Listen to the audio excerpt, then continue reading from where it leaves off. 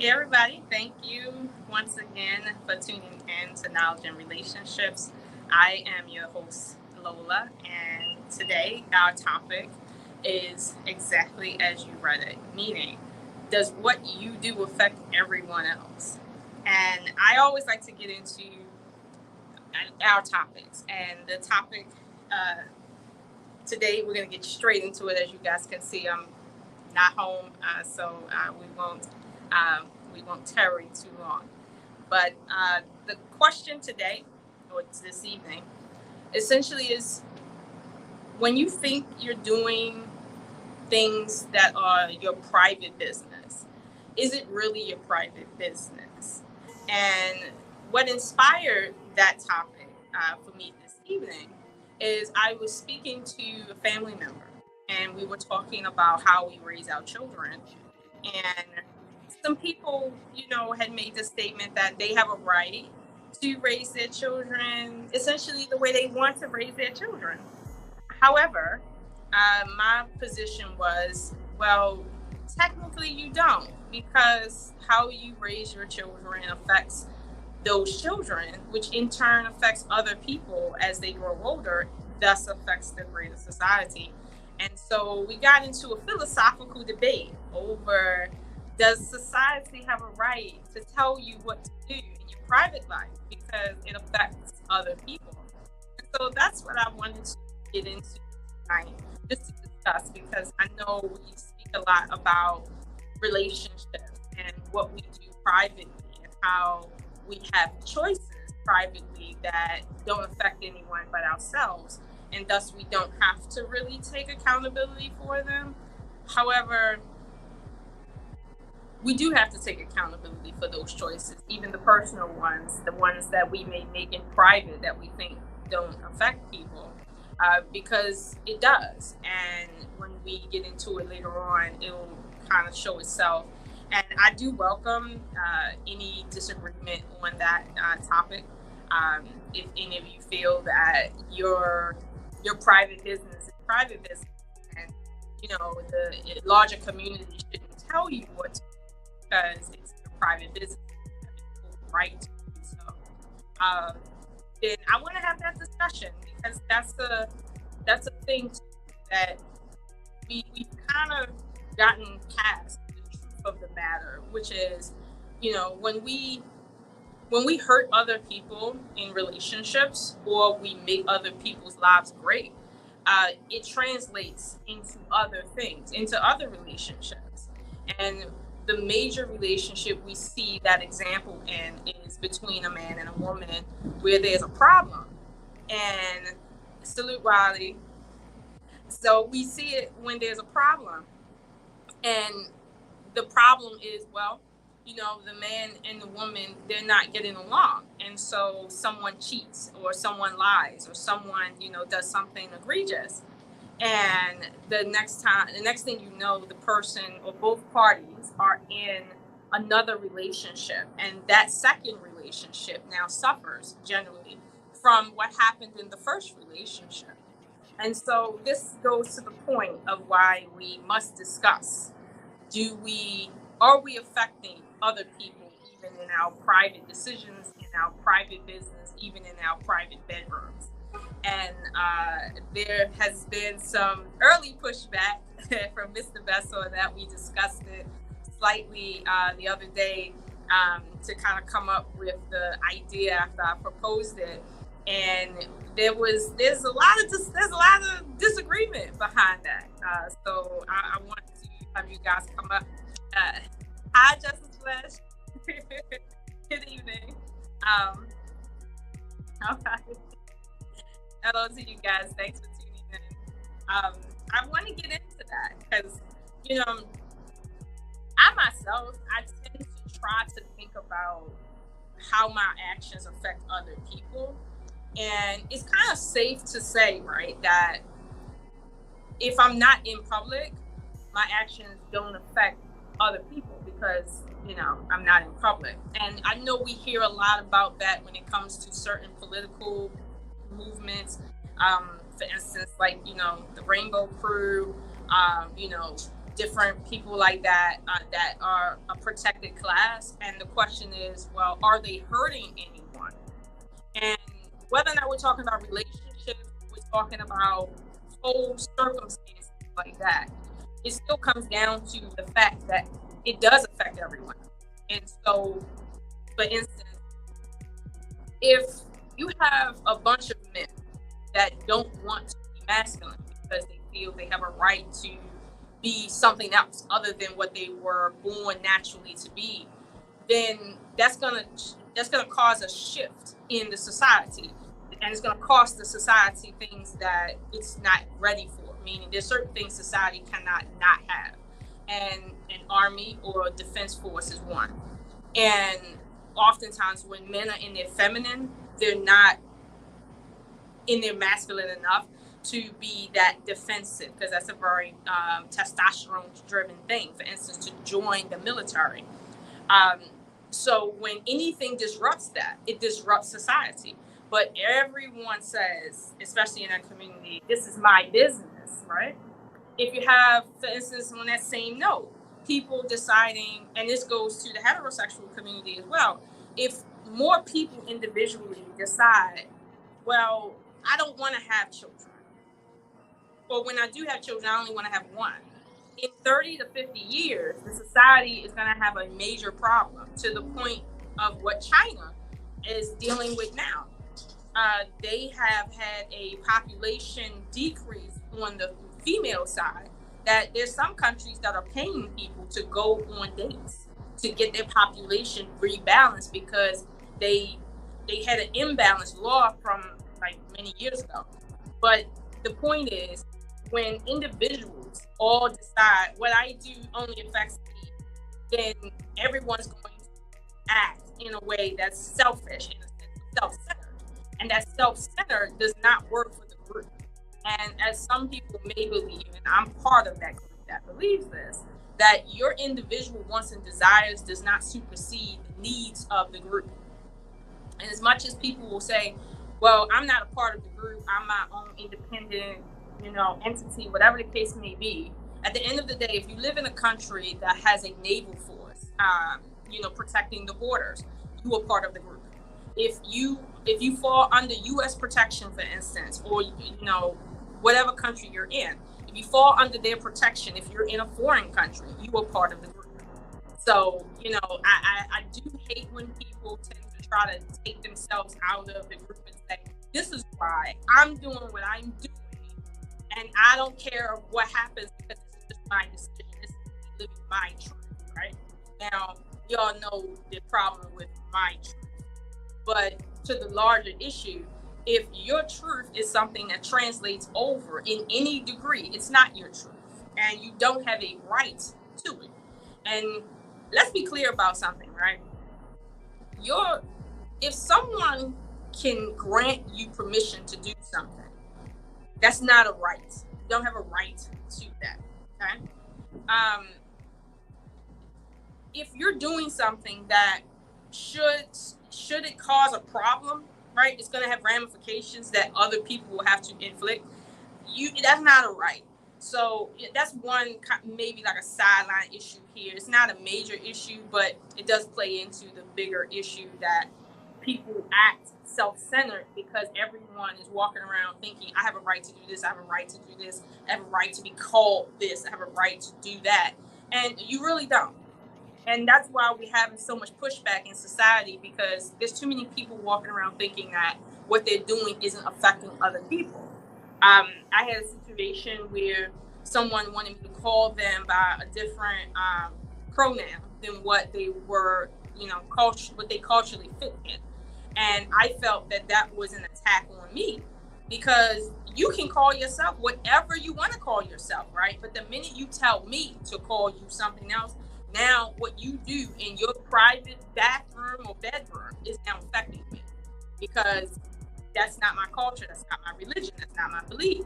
So now it's affecting me. So this is why it's important for us to have a conversation so that we continue to sharpen our knives, in a sense, to understand that there's a limit of what we can do, that we can call our own, like what we do on our own. And so I want to talk specifically, for instance, like I mentioned earlier, about raising children. As a young mother, I understood that when I was raising my children when I was younger, that how I raised them would be essentially how they would raise their children. And I felt that because my mother, raised me a certain way, her mother raised her a certain way, and my great grandmother a certain way, that I didn't want to break the cohesiveness of how we were raised. And so I knew I had to grow up really, really fast. I had to read books, I had to go to the library, join groups, but I wanted their experience as a mother to be what they would translate over to their children. And everyone knows that if you're an adult, right, essentially all you are is a walking amalgamation of your childhood, period. If you had a good childhood, it's going to show in your personality, which is observable by other people. If you had a bad childhood, that's going to show. And often that shows up in the criminal justice system, which the public has to pay for. So you see how that can translate over into many different things. But just on the topic of how you raise your children, I've heard so many, women, okay? And I'm not throwing women under the bus, but I haven't heard men say this. But I have heard many women say, how I raise my children is my business. And to some degree, right, the methods you use to, enforce certain ideas on your children, it is your business how you want to do that. Some parents like to use a certain type of method, other parents like to use, something else.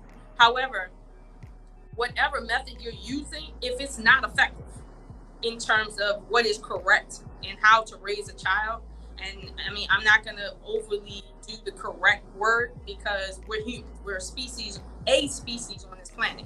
There's a certain way our minds work. It doesn't work in a bunch of ways. We come up a certain way for a certain reason. So when that's interrupted, and now it's starting to kind of regress us mentally, this is a problem. So it doesn't matter what method you use, for instance, to some degree, that is your choice. But to another degree, it's not your choice, because if it's not right, it's now affecting someone else. Because, for instance, in my case, the way I know I present to my sons, right, and how I look, how I dress, how I talk to them, that's how they're gonna meet the world looking for a woman. What they see in me is what they're gonna expect out of a woman. What they don't see in me, they're not gonna expect in a woman.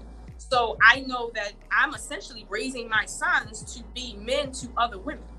That's what my purpose is as a mother, to cultivate my boys to meet a woman and treat her the way that he treats her based on how he was raised. And that is all on me.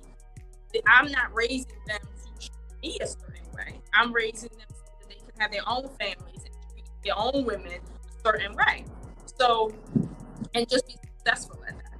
And so, this is why, when I hear people say, this is my business, I always say, it's never your business, period. I've seen, again, only women. I don't know why.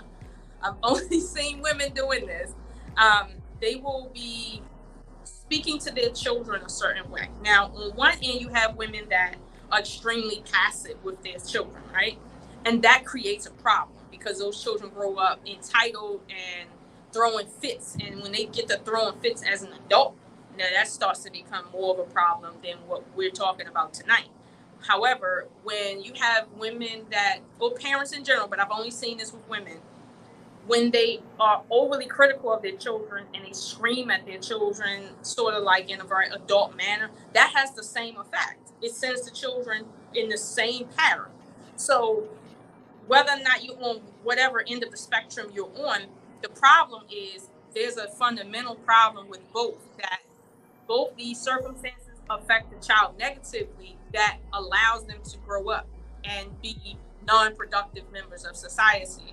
And so as a parent, I'm not putting all my energy into my children just so they can grow up and be nothing burgers. Like, like that's not what I'm doing. And I don't think any parent wants to parent their children and put all that energy out just for their children to grow up and not be productive as an individual. I remember my father told me once that you could be a rich guy, you could be a rich man, right? Like the richest man in the world.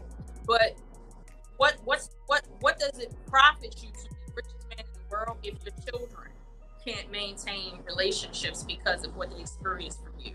If none of your children, all of your children, on some sort of psychiatric drug to keep them kind of like calm, like what does it profit you to be rich when you've lost in life? Period. Like when you're not winning at life, and winning at life is being productive, and being productive has a lot to do with one, how you came into this world in terms of your reproductive value.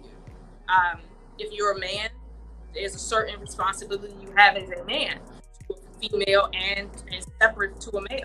So if you're not playing your role based on how you came into the world, you're setting somebody else up for failure. And so we see that when it comes to, let's say, men that are not in their children's lives, especially their girls' life. The female will essentially go out there looking for her father, and she's looking for that guy that will either treat her like her father or the one that won't. Now, in either case, she's looking for her father, but when she doesn't have a father that truly loves her, she meets men that don't love her because that's what she's going to attract, because that's all she knows, even subconsciously, right? When she does that, what happens? Children come out of that relationship, and then what happens? That relationship now is the predecessor of why those children will come out and pretty much be non-productive citizens and won't have a high chance of being productive in relationships. And we know that society is built on relationships between men and women, period. So if those two fundamental things are not correct, you don't have a society based on anything. And so, that's just an age-old thing. It doesn't matter if it's a new modern society or old as dirt. It works the same. So, I pity people that really take that notion to heart, that this is my personal business. So I do what I do because I can do it. Another issue, right? All of this twerking going on. Okay, now you got a right to twerk, okay, because no one can stop you from twerking. However, the question is, even though you might have a right to do something, is it right to do that? Meaning, if you twerking is setting a bad precedent for other people who are not twerking, should you be twerking, right? Because again, this is your personal body. Nobody can tell you what to do. However, like in the case with this recent, it's been going on, you guys know, but in the recent case with this lady running for office and she's twerking, that makes all Black women look a certain way. It just does, because we're in reality here. Like Black women, Black people get judged based on what we all are doing. And we all know that we're summed down to our lowest common denominator, which are these twerking females and these criminal men. That's what we're summed down to when people see us. When people see Barack Obama, they don't see, Black people. They see an anomaly. When people see this chick twerking, they see Black people. So if you know how you act in public can be caught on camera or whatever, and how you portray yourself will essentially affect whether someone else gets a job application, if someone else is actually, for instance, voted into office based on just, that, like, that. So why would you not take precaution in your own actions based on the fact that you are part of a group? This individualistic mindset is really what's ruining every group. And I'm not just speaking about Black people. This translates over into other people as well. But specifically, it can be more, it's more noticeable with Black people. And I'll say there's a time to focus on yourself. It is. But then there's mainly times when you have to understand everything you're doing is affecting someone else. And I'll take it more personal than that, right? Because we all can kind of see how that makes sense. But I'll take it more personal. Again, who you choose to have sex with, right? Not marry. Okay, I know you guys are like, I know we get into that part of it, but who you choose to have sex with, that also affects society. And let's talk about it. If most of the women are choosing a certain type of man, right? In 3 to 4 decades of that, what do you have? You have 50% of men being single, no children. What do you have? You have a high portion of society that is not married and never will be married, thus will never pay taxes as tax breaks as a couple. They will never build wealth as a couple or period. So that now you're talking about, municipal things like, tax dollars are used to fund schools. If you are not taxing people because people are not buying property, because most people are renting, because most people are single, you don't have better schools. And so everything can get put into everyone else, but that's just on the point of who you choose to have sex with. Like, just have sex with. And I'll even use the McDonald's lady, right, with the three, 4 kids and the 3, 4 baby daddies. Okay, now never mind whether or not the video is real or not, because I know stuff like that happens every day. I used to, manage. I used to be a cage manager, and I'm telling you that stuff is real. However, in that case, right, she chose to have sex. Okay, she's never been married, to 4 different men, probably from 4 different tax brackets. That's what she did. Now, because she chose to have sex with 4 different men from 4 different tax brackets and 4 different cultures, to be honest with you, too, what she has now is 4 children that she's trying to manage under one idealism, right? Under one law of the house. However, she's having trouble doing that because you have one man that wants his child to be really taken care of. Then you have 2 that are kind of in the middle, and 1 that's like not at all. So therefore, it's like who you chose to have sex with now is affecting those children.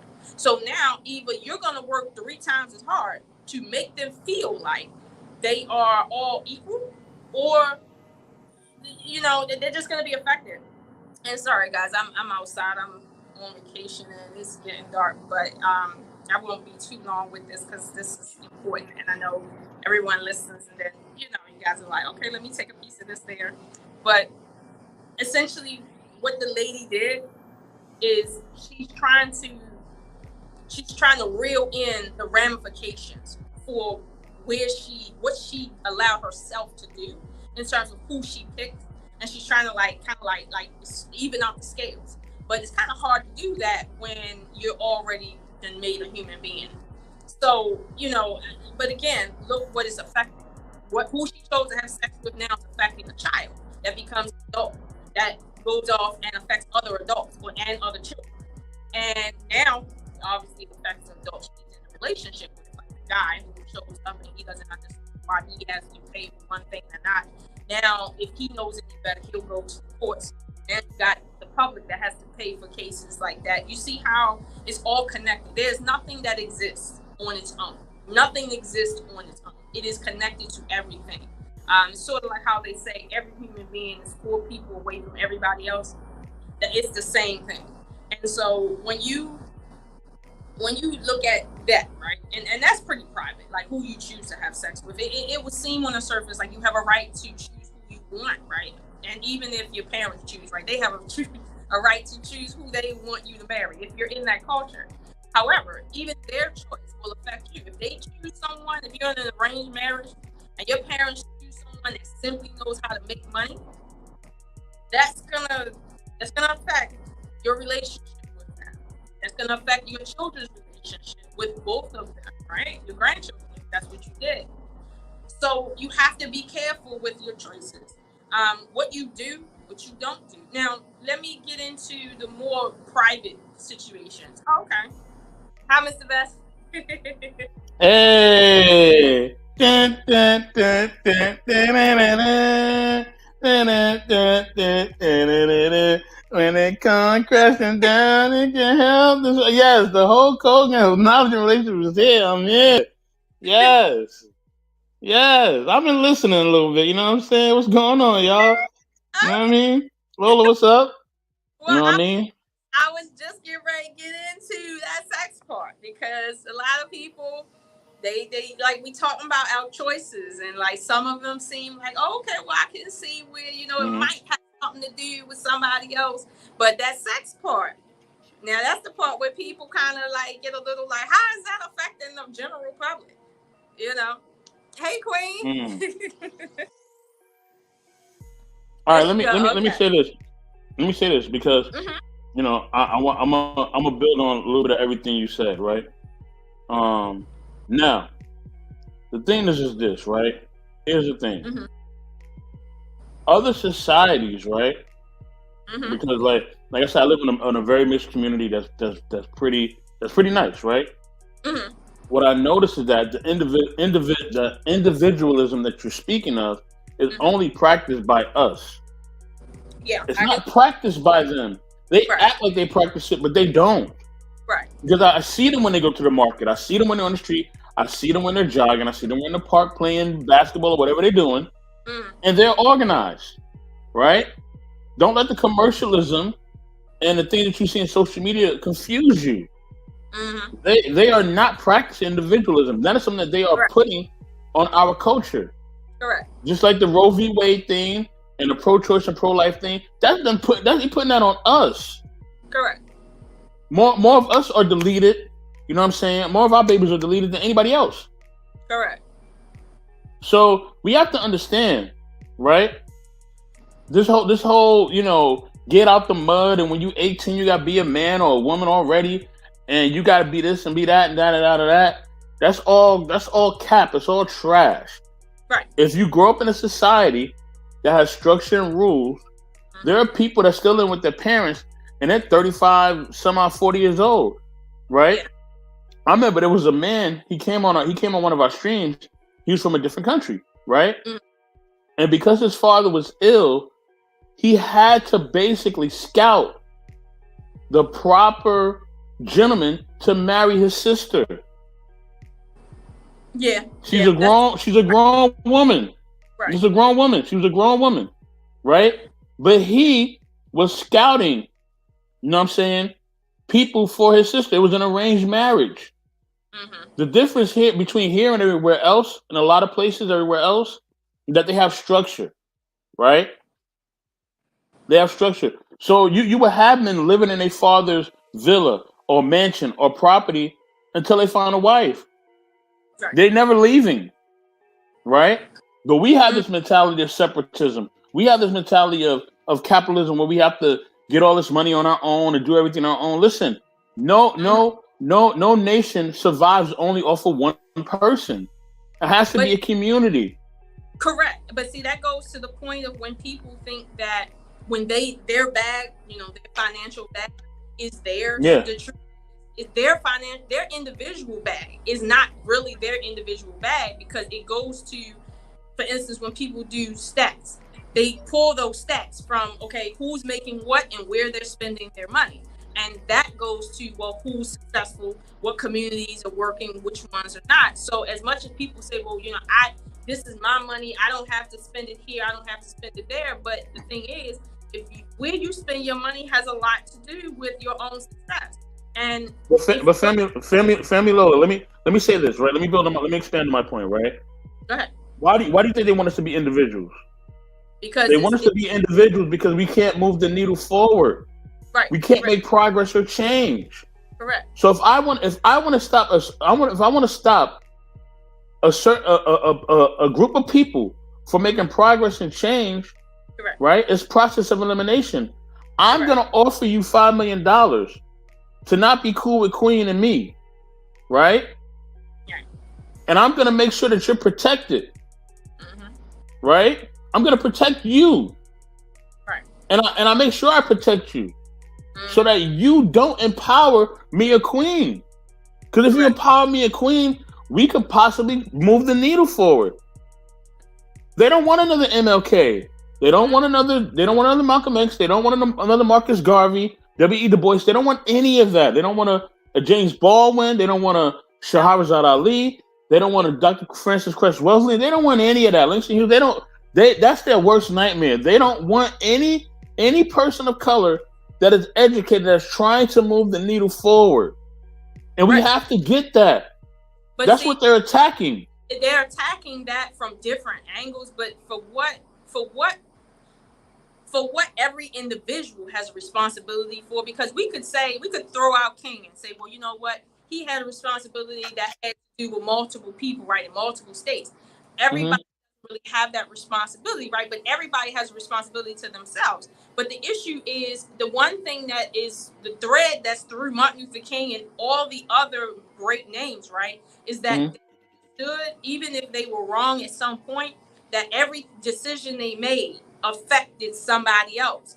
Most of them, it affected multiple people immediately, but they understood that. And so with that being the case, the way they presented in public, at least in public, is based on how they wanted their people to be respected and received by themselves, by their own group, and by other groups.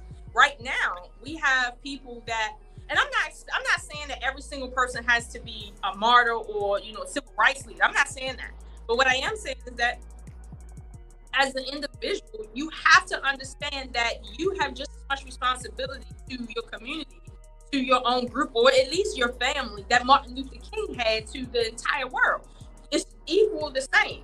Right now, when we see these videos on some of these platforms that are like really like, you know, out there, what does that do? That damages our reputation as a whole group. It damages our reputation, specifically when women get involved. It is very damaging. Like it just brings us down too many notches at once, and we can't even get back up, like, seriously. And so when people know that, it's like, why would you be out there? For instance, I seen the video of those girls that attacked that guy or whoever in that restaurant over forks or ketchup or something.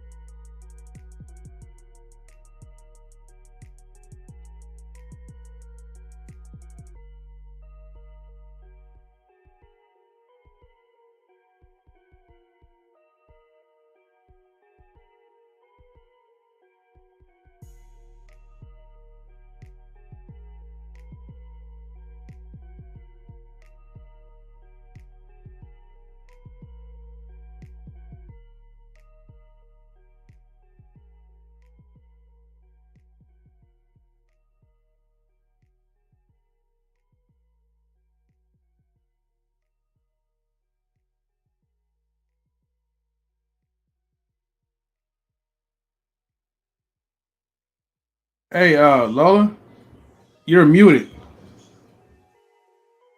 Lola, can you hear me? Hey, Lola, you're muted. Yeah. She's still talking?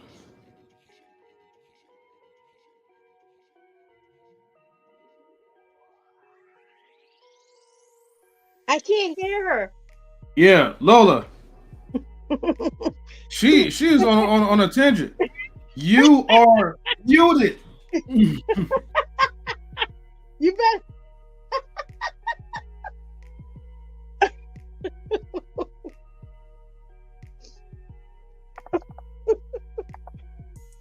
Ladies and gentlemen, I want to also welcome in Mr. Cyril Hill Speaks in the chat building. Mr. Cyril Hey, Hill what's Speaks, going thank you on? for tuning in. And salutes to everybody else that's in the chat. But I also want to give a warm welcome. We are still on the break, non-relationship side. But we have our dear sister Lola who's taking over for non-relationships. But right now she's having some technical difficulties. So, man. She looked like she was saying something profound, man. I'm She's like, gonna be what? back. She's gonna be back. Trust me. Right. Look like We the can't YouTube even- ninjas took her out. We can't even catch the replay because we can't hear it. Right. What's up, M3? How you doing? Pretty good, Queen. How you doing? Mr. I'm Best, how you chilling. doing? I'm enjoying Chilling, this man. day. Chilling. Yeah. I feel you. I'm doing the same thing, man. Shout out to Gone, aka Simon Hector. Good to see you, brother. Good to see you. Oh, he changed his name? He changed his name He right now. gone, So. Mm-hmm. Be nice. Yeah, bro, just trying to go for like at least, man, a couple more days, man, on retirement, man. I wasn't even trying to come back. Man, I'm enjoying this break. I ain't gonna lie to you. M3, you've done so much. You've paved the way. You've come so far. You can't. Even when we want you to take a break, we need you. So if I don't ever say nothing else nice to you, you're needed. Yeah, the dynasty will always continue. We ain't gonna never stop. Dynasty always gonna continue. Even on a break. Yeah. All right, hold on. Let's check and see. Lola, can you hear us? You gotta hit the unmute button, Lola. All right. Well, while we wait, I will be right back. Okay. Oh, wait a minute. This is why we have intermissions for. She says, I cannot hear anything. Be right. Oh, okay. All right. So we're going to play like a little intermission, everyone. So let's go ahead and make sure that we encourage you guys to like and share. Okay. Share our videos. It's very important to share. And if you are new, subscribe. Let's go ahead and play the first intermission.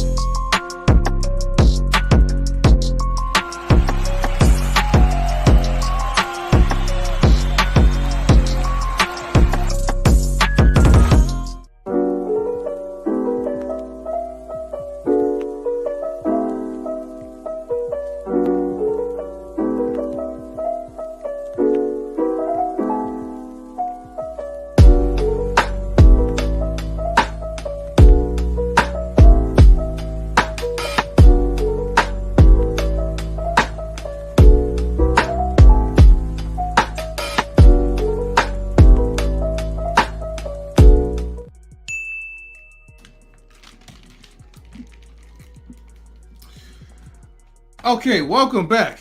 We're still waiting for Lola, but in the meantime, I guess like we'll come out of our retirement just for today, that is. All right. Just for these few minutes. Yeah, you know what I mean? All right, let's see. Shout out to OG Patrice. Yeah. Nice shirt, M3. I like the shirt, man. I like the polo. Thank you, Mr. Best. Appreciate it. Yeah, stay tuned, man. I'm gonna be trying to get into a more appropriate size so then that way I can the break ain't happening. No, the break is happening. We enjoying this break. You tripping? Yeah, we enjoying the break, brother. We loving it, man. We are loving it. But thank you for tuning in, man. Thank y'all for all being here. Appreciate y'all, man. For real. Man, look, I know y'all love us, man, and y'all miss us, like, on this YouTube platform. And this was not intended for all of us to be here, but we still gotta help the sister out, man. She's helping us, man, and so we gotta give the same love as well. So in the meantime, man, we're gonna switch up some things, right? Because let me see. Tonight's topic is, let me look at it. Does what you do affect others? All right. So as we freestyle this. Oh, let's see, Lola. Yes, Oh, hear me? all right. Yes. She's back in the building. Okay, yes, okay. So it's getting dark. Salute. But at least I got my audio going. Jeez. All right. Salute All right, Devon cool. Eric too. And everybody in the chat, feel free to come up. The link is in the chat and it will be pinned momentarily. So yeah. But first things first, make sure that everyone else get the likes up. I want everybody to share the videos as well too. Sharing it is important. So yes, she is definitely back, everybody. So far we have 81% who are loyal to liking the videos.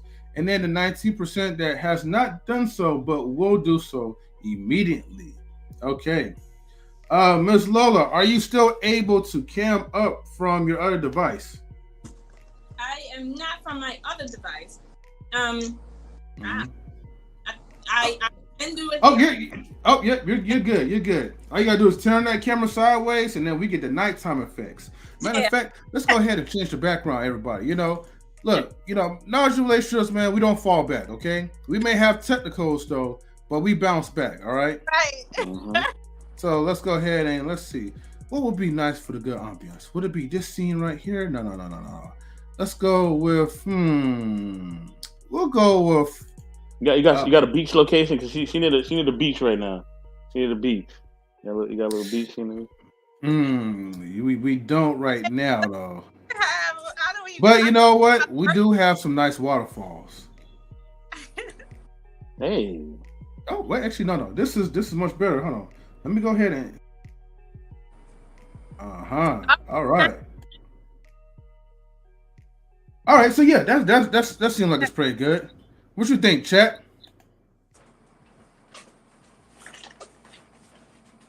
Everybody greeting each other. All right. So, Sister Lola, you was building on what I was trying to say. Yeah. You know what I'm saying? About the other cultures and everything else, and I definitely want to get Queen's perspective. And then 3, if he wants to talk about it as well. But yeah, go ahead, Lola. Well, I lost my train of thought. My audio was going out. But to the point of other cultures, right? They may not say it, and because I've never heard them say it. However, we know that subconsciously they understand that they have to move as a unit from an individual standpoint, meaning they kind of already know that, as like, for instance, take Indians from India. They know when they come to America, they're looked at a certain way, right? They have to do because they individually understand that they represent India. Yes. Past they come from, whatever. They know individually that. But the issue with, for instance, the Black community, we don't individually understand that we represent more than ourselves. Now, more than ourselves. Not individually. Now, maybe politically we might, but not. And I have a problem with that because it's the same. It's no different. So I would caution people to say, well, for instance, like, they feel that because they're from a different culture, right? They might be from out west, from being out from the East Coast. That I don't represent Lola, and Lola doesn't represent me. We're different people, this, that, and the third. However, like I said earlier, if you're part of the group, you're part of the group, and your individualism does not supersede the needs of the group. And the needs of the group is very simple. For instance, if you're trying to get your bag, but don't get your bag at the expense of like somebody else that looks like you. Like, that's just very simple. Like, I always tell people that as a female, right, if the only way you can earn money is on your back or on your knees, right, you might as well just be a housewife, because you don't really offer anything to the world. Oh, wow. Doing that. You don't. Better off being a housewife to a man that's like middle income to high income than you doing that, because at the end of the day, you being on your knees and on your back essentially is destroying the community. It's destroying it's destroying the reputation of your family, and it's destroying. So it's like, why not just go just be a housewife if you're gonna live your life like that? Sister Lola, pause. Don't give them no more. Don't give them no more. Queen, go, because don't give them no more. You know what I'm saying? See, Hey, real Lola quick, I like got it. Lola like one of them MCs who got like 80 bars every time. She got 80 bars for you every time, no matter what you try to talk about. Go ahead, Anthony. I'm sorry. We gotta give a warm salute to Miss OG Patrice. OG Salute Patrice is in thank you the for tuning building. in. Yes. All right. Yes. What's Go good, ahead. family? How's What's everybody going on, doing? family? Doing Not good, too much, OG. OG Doing good. Patrice. Doing Thank you for good. tuning in. Good. Yeah. Queen, go ahead and build, Queen, if you want to, and then OG Patrice, definitely. Me and them three will be last, you know. Well, I think what Lola said is profound because despite how people may feel about their culture from different countries, you never see them dragging their leaders. I don't hear it. You don't never see them defaming property. Like, you don't see them doing that. You know, for instance, I know someone who she's dating someone who is from Indian culture, right? So this young girl, they're in their 20s. So the family has money and multiple homes. The family sold it to him rather. So they doing that family banking thing. $1 million home. It's worth over $1 million. This young man would not have been able to afford this or own this without his family. But him and his girlfriend are set up. They have part of it could be rental property in the back. Like, they're set up with $1 million home, make it in college while the family moved to their other home. So it's also culturally how they set their family and kids up too. You know, I knew someone when I was doing the ride share thing, driving, whatever. I met someone who was like in a mansion. I picked him up. I was shocked. You know, he was a teacher for a dental school. And he said, oh, yeah, I normally don't take ride share. You know, my son has my car. And I was like, oh, what school does your son go to? I'm thinking this kid is in college. He said, oh, he's 35. He has, he's in our house in this area. And, and I gave him the credit card too, because I knew he was needing to fill up the tank. And I'm like, we don't do this. Of course, he was a different culture, but he's like, I don't understand why he moved out, but he's in a family home in this area. Family home. So I think it's true. It's a detriment to, to our culture, and I think we have to do better, like my family, my parents were hardworking, middle class, and they had it where, we had a family home and there was another home, and, it was a rental property on the home, and they wanted to make sure that if anything happened, there was a place for you to come back to. You didn't have to leave, but if you needed a place to stay, there is this for you. And I think it's unfortunate because we don't, we don't do that.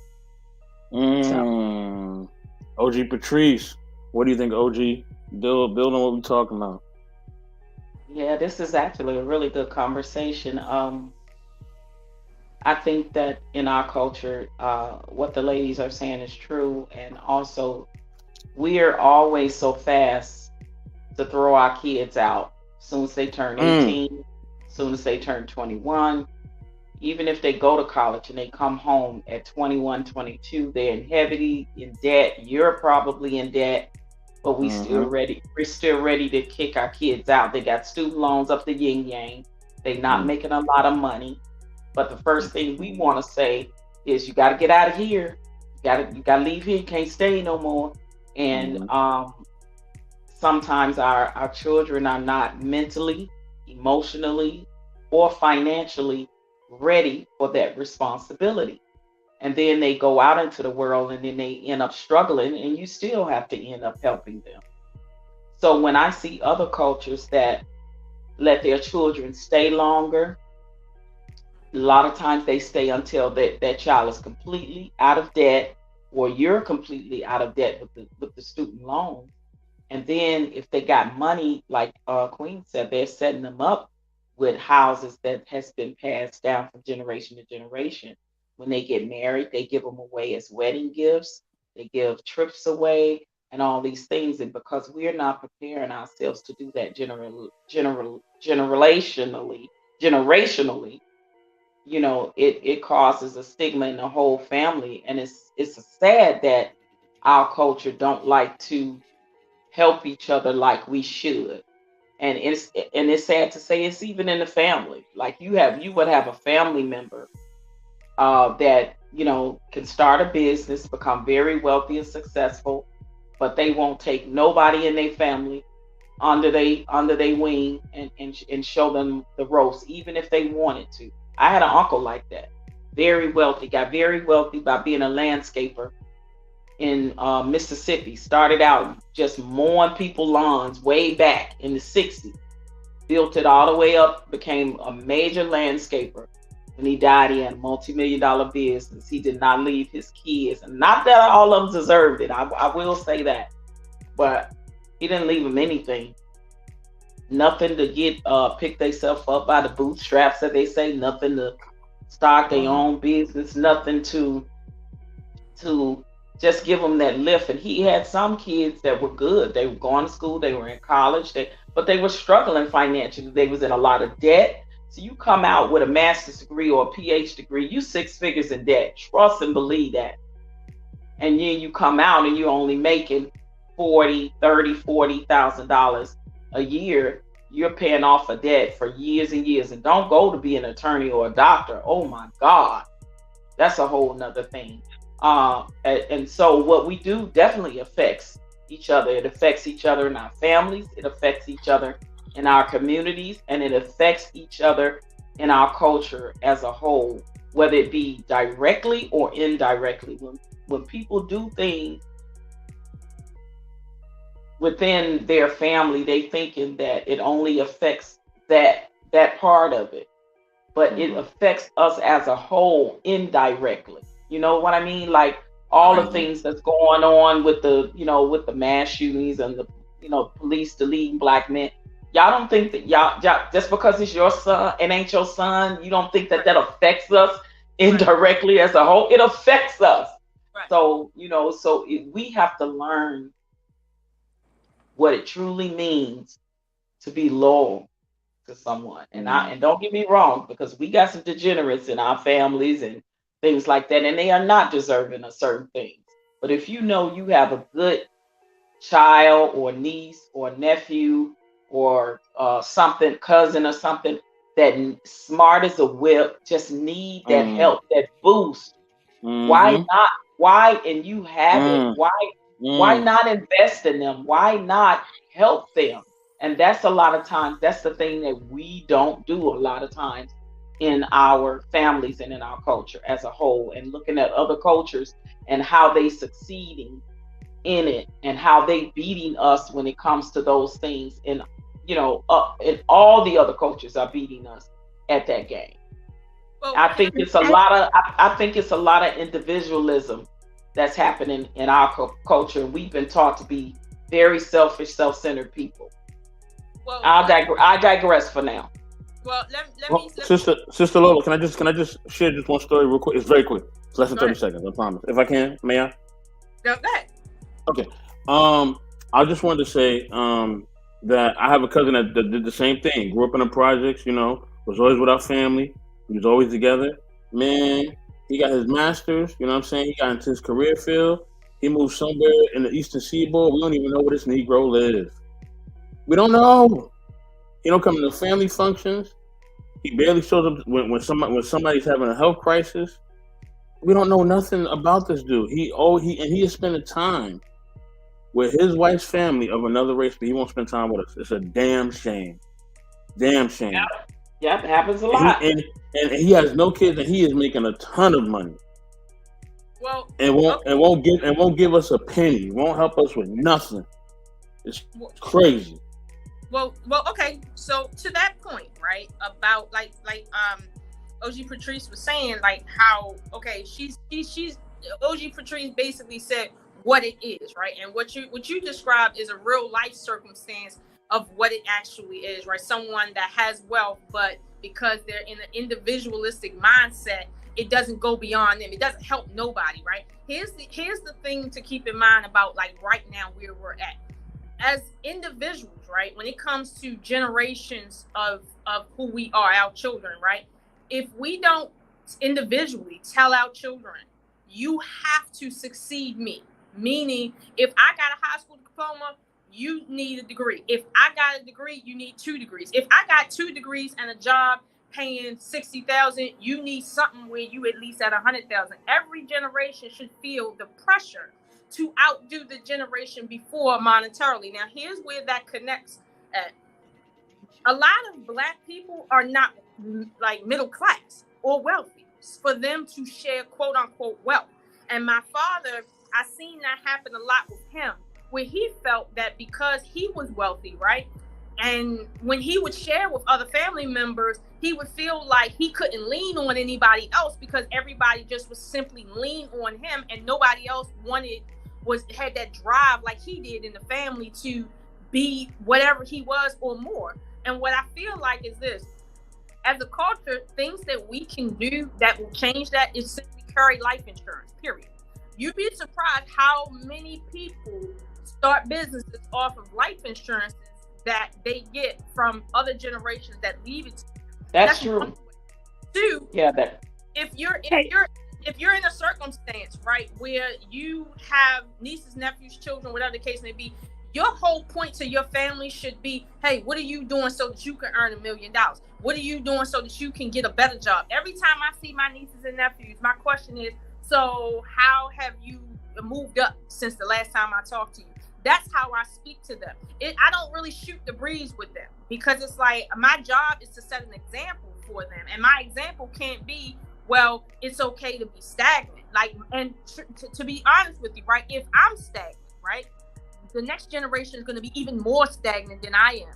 So I can't let that. And as individuals, right, all it really takes is you maybe saying a word or two to someone else to say, hey, you see where I'm at? Be better than me. You see how much money I'm making? I need you to get more money. If you may I interject, Lola? May I interject? Because you're right, but I want to say, because you said a lot of Black families are not wealthy, and that's correct. We're not. A lot of us are poor or either close to middle class. I almost think actually that middle class is almost obsolete. But correct. Since COVID. Right. So say for instance, like I talked about my 2 nephews that had gotten into a little trouble. They knew that they was not college material, but they went back to trade school. One's now an electrician and one is a plumber. And because they had gotten into some trouble before, no one wanted to help them. So they called me and they was like, Auntie, we need to pay for, to go into this school. I said, how much it costs? And this is what I did. I said, how much it costs? I wrote 2 checks and paid for each one of them. I said, now what I want to see you do is graduate. That'll be my gift. You graduate, get that certification, start your way. I say, because I'm investing in you, but I promise you, the minute you let me down and let yourself down, number one, correct, it's a wrap. Correct. Because you have something to show. But because sometimes your own family don't believe in you. And I know for a lot of young Black men, this is all they need, is somebody to believe and give them that hope when they are trying. Right. You know what I mean? Was key. You were in a position individually to do that for them. And I think that's to a point where we dropped the ball. As an individual, I have to be in a position to help someone. Like my father said, the best thing you can do for poor people is not to be one of them. And so it's like, as an individual, they come to you and say, Auntie, we need some help. If you wasn't in a position to... That statement sounds just like Steve Harvey when he said that to Monique. Oh my God, that just resonated with me. Him and my father are around the same age. So my father was a bit older than him. But no, but I found that to be so true. And I feel like if we like right now with me, right, I make money, but I don't spend a lot of my money on unnecessary stuff because I know when stuff get to happening, it's not going to be $20 and $50. It's going to be a couple $1,000, and I need to have that in the bank just in case. So, like, if my nephew, like your nephews came and say, hey, I need $5,000 so I can get this certification because I want to make at least 80 grand a year and do that, I can go in the bank, no problem, and help them. But if all I got is $300 in the bank and I'm waiting on my next check, I can't be of service to them children. And to a degree, I'm not being an example to them because, again, they're hustling to get where I'm supposed to be at or better. So that's why I feel like as individuals, we have to understand that our individual choices, whether it be what job you take, what jobs you don't take, whether you're a housewife or a woman in the work field, everything you do is affecting either your children, somebody else's children, your family, the general public, society. So Lola, let me wait. Hold on. Yeah. Okay. So let me jump in real quick about this because when it comes to financial literacy, I'm a big advocate for it. Like I had my highs and I had my lows. I had my investments and I had my fair share of losses. 2020. Right. But yes, this is a scenario of what you do actually can affect a generation that can create wealth as long as the generation is willing to listen, and as long as you're willing, right, to go through the links, right, to educate yourself, right, and to also attain that knowledge and wisdom so you could give them that inspiration. See, the way how I would create this scenario, because I know, like, you gave an example of like 5,000 here, but if you had like 300 here, I get that point.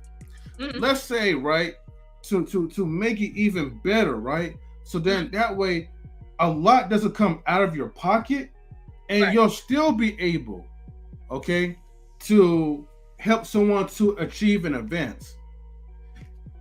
It's, how should I call this? It's a circulation, right? When every member of the family, and this is where the hustle has to come into play. Okay? So, see, our community has not been taught the true legal way of hustling.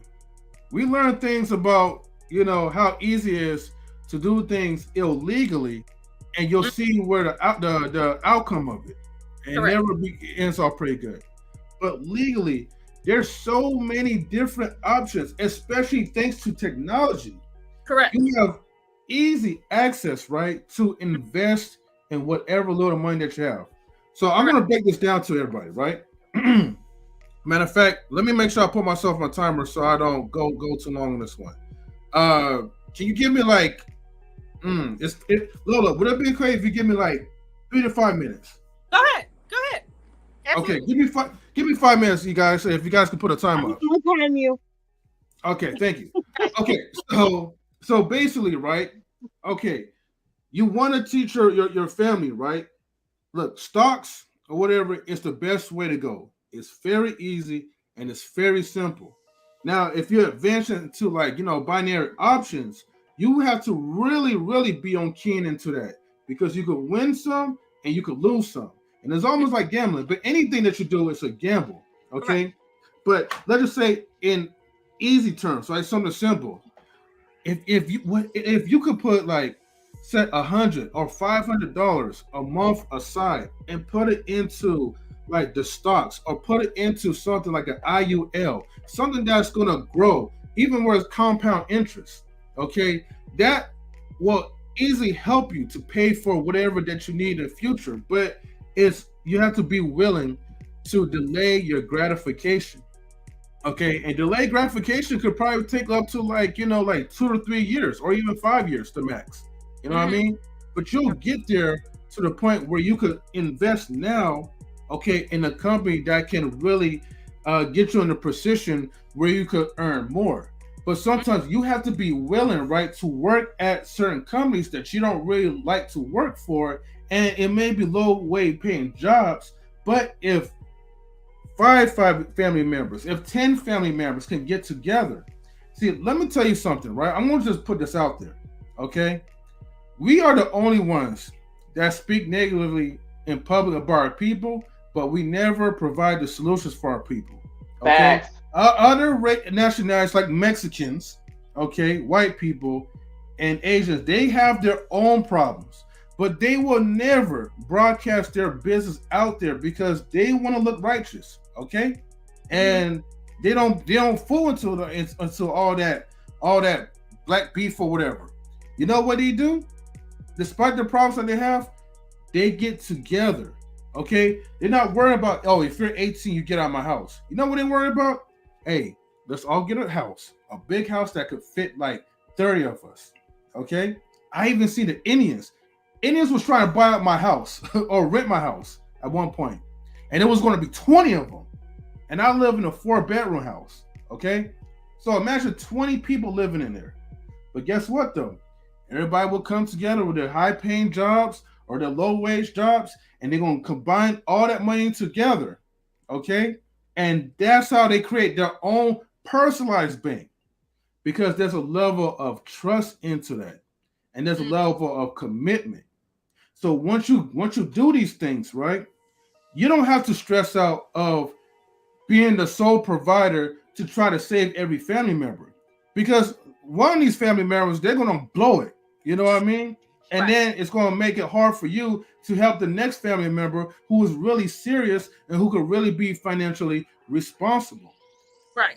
So the thing is, what you'd have to teach people, right? You got to teach people to not just be independent by yourselves. Someone's used the term interdependent. So meaning that, you know, like you still have your own independence, but you're still in together. You're all in this together. So you're still using the assistance and you're combining your money in together. So that way, if one person, you or that person, or maybe if you lose a job, Lola, and you need someone at the moment, all that money that's combined will be able to help you out, and it'll make things a lot more easier. But because we're so taught, right, that, and we're so shamed that if we don't leave out of our parents' house within a certain amount of years, then we're a bunch of losers, and that pressure applies to us. And especially when African-American men are focused on the wrong things. When you're focused on women, okay, or women, when you're focused on these men, you lose sight of what's more valuable, okay? Building your life together. Well, you know what? Scratch that part about the women part, because you know why? Women are a little bit more ambitious than the men, okay? I'm not trying to turn this to a man versus woman type of thing. I'm just speaking facts of it. You know, that's one thing that we could learn from our sisters, learn about that passion and the desire to advance. Men, get your lazy asses off the couch and learn something new. Go out there, get out of your comfort zone, and help build the community up. You know, help build your family circle up. Black people, there's nothing wrong if right now if you're stuck and you're living with your parents, as long as you guys come together to find solutions. And that's all I'm going to say. I have a question. I'm sorry. I just got a question. One moment, ladies. I'm sorry. I don't want to cut nobody off, but I do want everybody to be structured. So, Queen, you can go. You go after what I'm about to say, and then OG Patrice. Don't forget your question. Please write it down, OG. Please, if you need to write it down, please write it down. I'm not gonna take 5 minutes. I need like 2 seconds, maybe really like 10, 20 seconds, something like that. Listen, I think the thing is with Black people, right, is the fact that listen. This is the thing. We got to get over the fear of somebody being the breadwinner, okay? And we got to get rid of the jealousy of somebody being the breadwinner, okay? Fear and jealousy is holding us back, okay? Now, M3, I agree with you in some part. Yes, they don't need to focus on men and women, but other cultures can focus on men. You know why they're able to ball out and focus on men and women? Because they already have a culture and already have, you know, a structure set up already that's been going on for decades. That's been going on for years, sometimes centuries, but we don't. That's the thing. We don't have that. You know what I'm saying? So we got to do that, because the thing is, they're not afraid of somebody being a breadwinner, and they're not jealous. And the thing is that if you're not a part of that system, you get cut off. You get cut off and ostracized, and not only that, you can get publicly shamed by your country and by your own family, and they fear that. There's no fear. There's no consequences for what we do. True. None at all. That's true. Go ahead, Queen, and then OG. I'm sorry. I was gonna say two things. one, I knew a family that wasn't, they wasn't Americans, a different culture, very well off from the parents. The younger brother was addicted to some things. Houses in beautiful neighborhoods, mansions. He had a lifestyle, didn't work. On the deathbed of the mother, she told the older sister in her will, you take care of him. Keep his penthouse suite paid for. Keep his Lamborghini in the driveway. Whatever he want, make sure he get it. I don't want you utilizing the house for nobody else. Mansion, empty. You can't sell it. It's in the family. This is what this culture told this woman, so she got mansions that she can't, it's just her husband, and they adopted a boy. That's it. There ain't no grandkids. There ain't no, the adopted son, but I'm just saying. So culturally, and then when you have family members, like, I have clients who, the parents, the mom or whatever, got off of government assistance, but that voucher, she was able to go to school, do whatever. Now she's a nurse, and she was able to pass that voucher to her daughter because her daughter's a single mom. Okay, utilize this voucher, but instead we go, oh, you can't have it, blah, blah, blah, blah. And, and when you look at these cultures, you look at them and you say, like M3 was saying about, they wanted to have the whole family in the house, but guess what? They live like that 2 to 3 years, maybe not even that. They save up their money because they all got a cheap place to live. And by in 2 years, they all own houses. They all own whatever. We're the ones who go, yeah, I'm gonna live with grandma, but I'm gonna ball out. I'm buying Gucci, I'm buying Louis Vuittons, I'm buying red bottoms, I'm going to here. We don't give grandma nothing. We don't help grandma. We actually hinder grandma, use her credit, got her house repossessed because we don't pay no bills. And that's the problem too. We don't respect that team player mentality. Even at jobs I've had. Even jobs I've had. Once I knew someone, she brought in 6 family members into the job. 6 within months. She got a bonus for every person she brought in. There was a bonus depending on their skill set, depending on their education or the position. 6 family members at that one job. Different sites. But how many times we do that? How many times we go, hey, little man, oh, yeah, I know about this. Yeah, come, I'll hook you up, blah, blah, blah. We don't do that. We see each other as the enemy. We're it's that crabs in the barrel. Like, instead of working together to help each other, we forget. And we're trying to step on each other, trample each other, and outdo each other. I'm not your competition. You're not in my lane. I'm not in yours. That's the problem. We see each other as the competition. We see each other as the enemy. And sometimes family is the worst culprit. The worst culprit. Fact. I want to welcome Brother Simon Hectic to the stage. Simon, what's going on, brother? Good to see you. Good to see you, bro. You know what I mean? Simon, can you hear us? Yo. What's going on? Hey, Simon. How are you, son? Can I ask my question, please? Yes. So how we going to go in direction? We go for OG Patrice's question. Then we go to Simon. Then Lola, you're going to take us where you want to take us next. Gotcha. Okay, Lola, repeat what you said your dad said to you. Repeat it again, and I said that's the same thing Steve Harvey said to Monique. Would you repeat that statement again?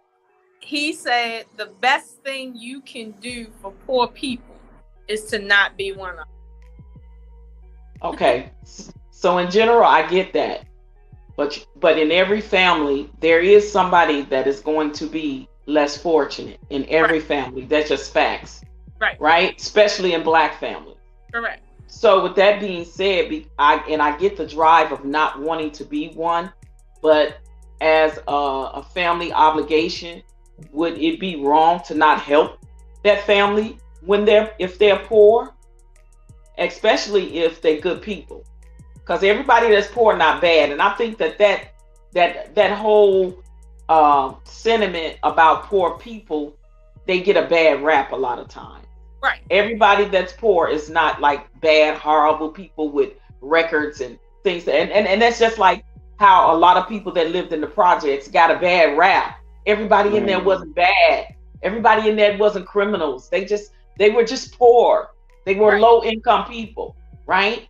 So would you say that it would be fair to say, especially if you come from humble beginnings, and that's what we tend to do a lot as a people forget when we come from humble beginnings, and then we get something, we get big headed, we move far away and don't want to have nothing to do with the rest of the family. Like brother up here said that he has a family member that did that, right? So would it be fair to say, would it be okay to help that poor family or that less fortunate family out every now and then if you knew you had it and could do it? So hold for a second. I'm just saying, like, we're in 2022. You're talking about poor, humble family in 2022. Hold on.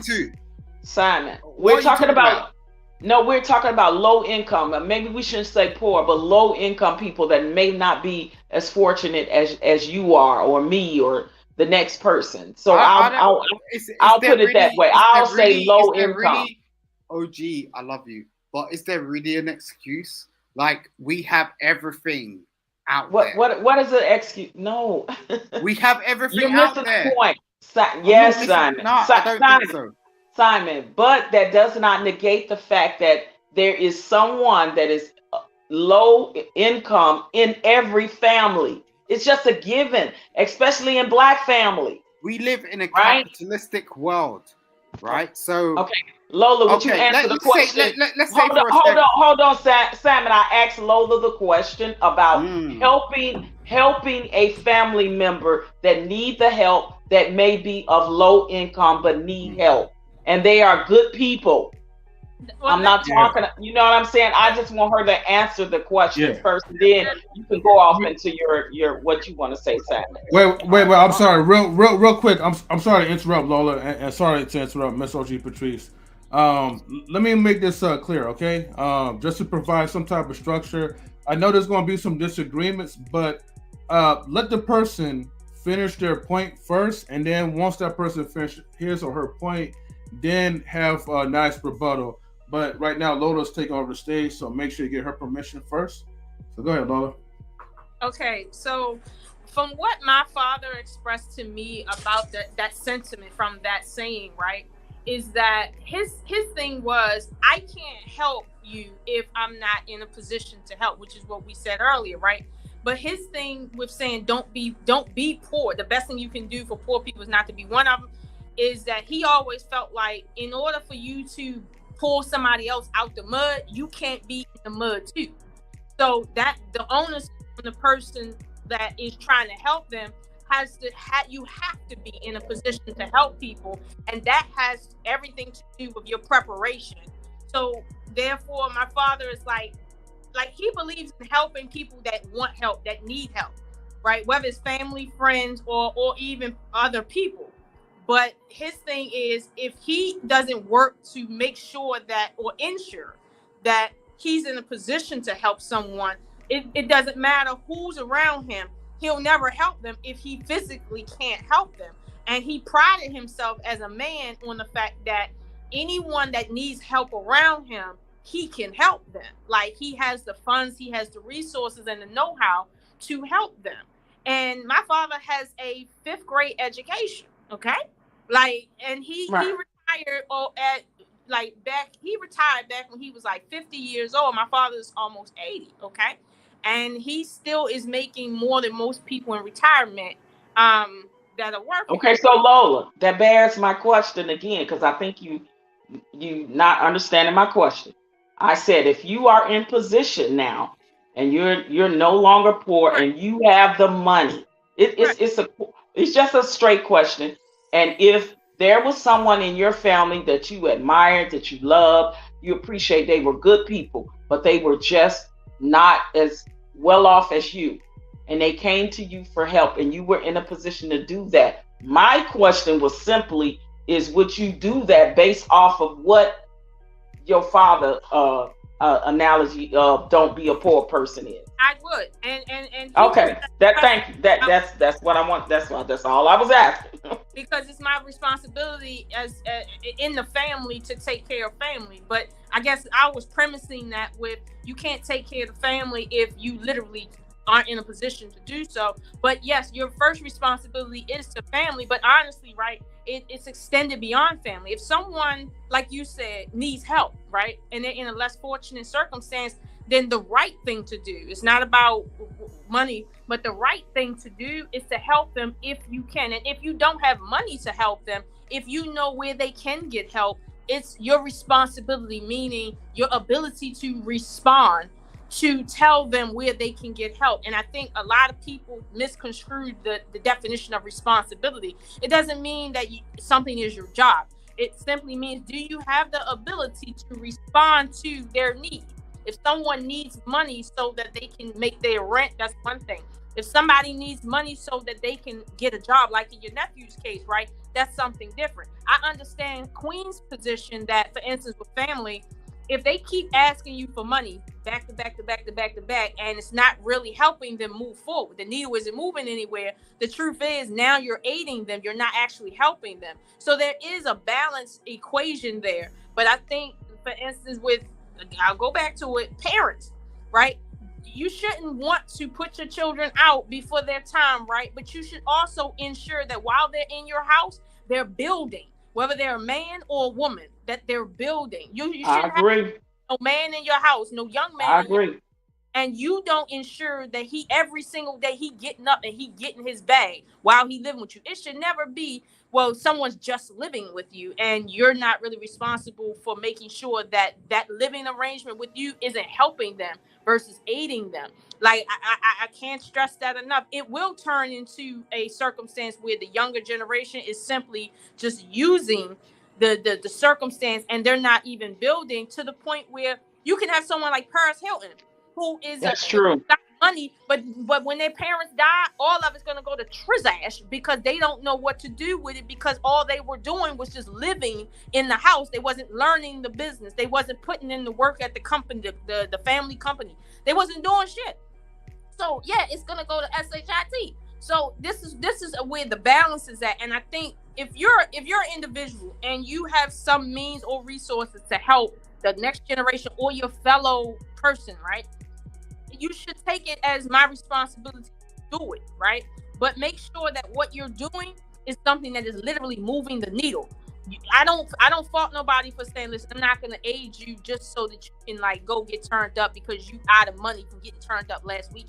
I don't aid people like that. But if you come to me and say, listen, I'm trying to get a car because I want to do Uber and I want to start my own Uber flight business, or I want to do something, I want to make a job for myself, but I need a car, and you need some help getting a car, we can deal with that. But if you say, well, listen, I just need help getting a car because like I just want to be in a car, and you're not talking about like how you're going to maintain that, I'm the type of person, I'll tell you to your face, like, no, don't ever come to me talking like that, because see, you get nothing from me on that. I can give my money. I'd rather give my money to a stranger and help them than to give my money to a family member and get used. That's where I'm at.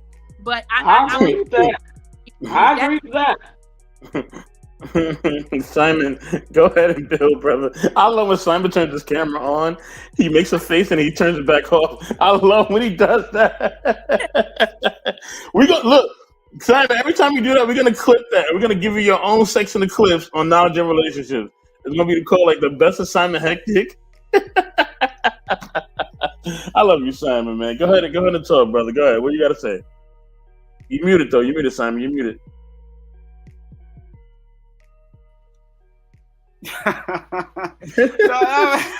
Listen, like it is what it is. You know, we're human beings.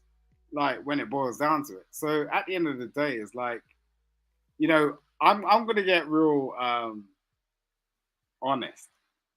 So the topic is, you know, does what you do affect others? And you know, I've had my own sort of thing going on with Mr. 84 over there, right? I might act in a certain way, and he might not sort of appreciate that. He might not understand it. I love you, son. But we need to get to a place. Do you get what I'm saying? The important thing is getting to that place. Can you have a discrepancy with someone? And I think Kevin Samuel spoke on this a bit. The first thing I'm going to do is I want to test you. Because at the end of the day, I ain't really that person that needs people in my life. So it's like, if you're in my life, it's like you add some value. So if you're adding some value, I need to test that shit. So it's like, okay, cool. Let's fuck around for a minute. You get what I'm saying? It's not even a big deal. It's just like, wait, let's fuck what? around for a minute. Wait, no, what? It's that. Let's fuck around for a minute. Listen. Because look, I'll go out of my odds and out of my belief system. I'll do anything and everything for you. Okay? If you tell me that's what needs to be done. Now, I'm a follower. I'm a student at the baseline. I'm not the leader. So if I come across the leader, I'm like, okay, cool. Lead me. If you're gonna lead me, tell me. If you're gonna tell me, do that. Because at the end of the day, I'm capable.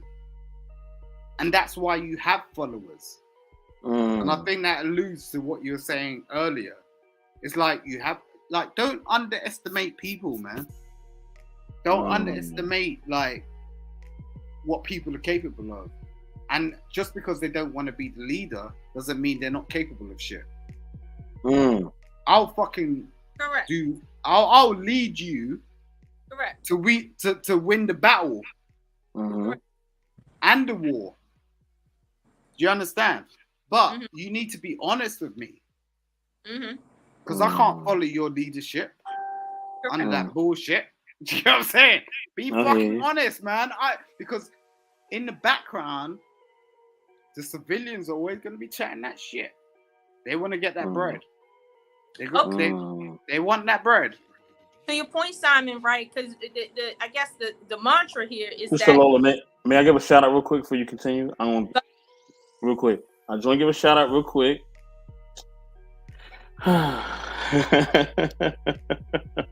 Love you too, Kaya. Love you too. Shout out to Just Kaya. You know what I'm saying? Good to see her in the building. You know, salute to her. So yeah, go ahead, Sister Lola. I'm sorry.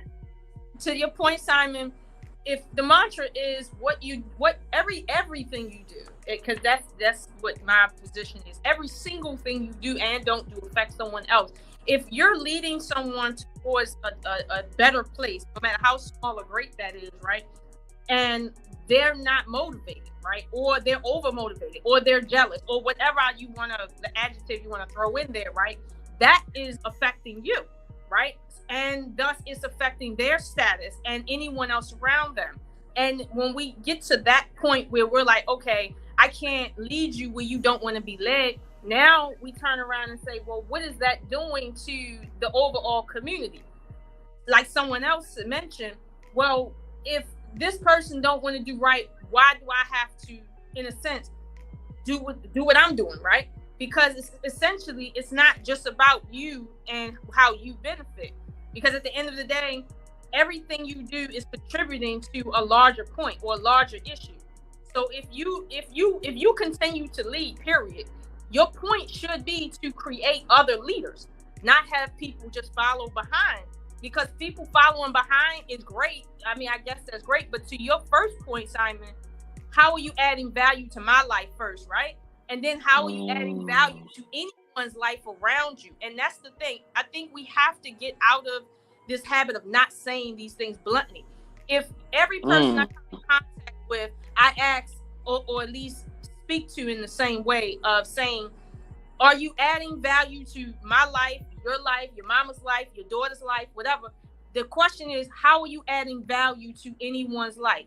Period. Like, what are you doing that's valuable to anybody's life? It doesn't matter if you're taking care of your ailing mother or if you're out here conquering the world. Are you adding value to somebody else's life? Because I'm gonna be honest with you, people that are not adding value are people that are out here doing the most. Okay, like they literally extra.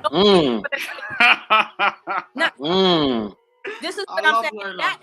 I love Lola. Listen, there are not many women out here that speak the way you talk. I try to tell her. Yeah, they are really rare, like rare, like steak rare. There was a point. I think like when I was very young. I think I was like 18 years old, and I wasn't really introduced to like a life. So I was like a typical like black guy, and I came from a typical black family, where I really didn't really understand hopes, aspirations, and sort of just things that people are privileged about, like white life. So I had an engineer, and he was a white engineer, and he had dealt with like a plethora of like people that were very successful.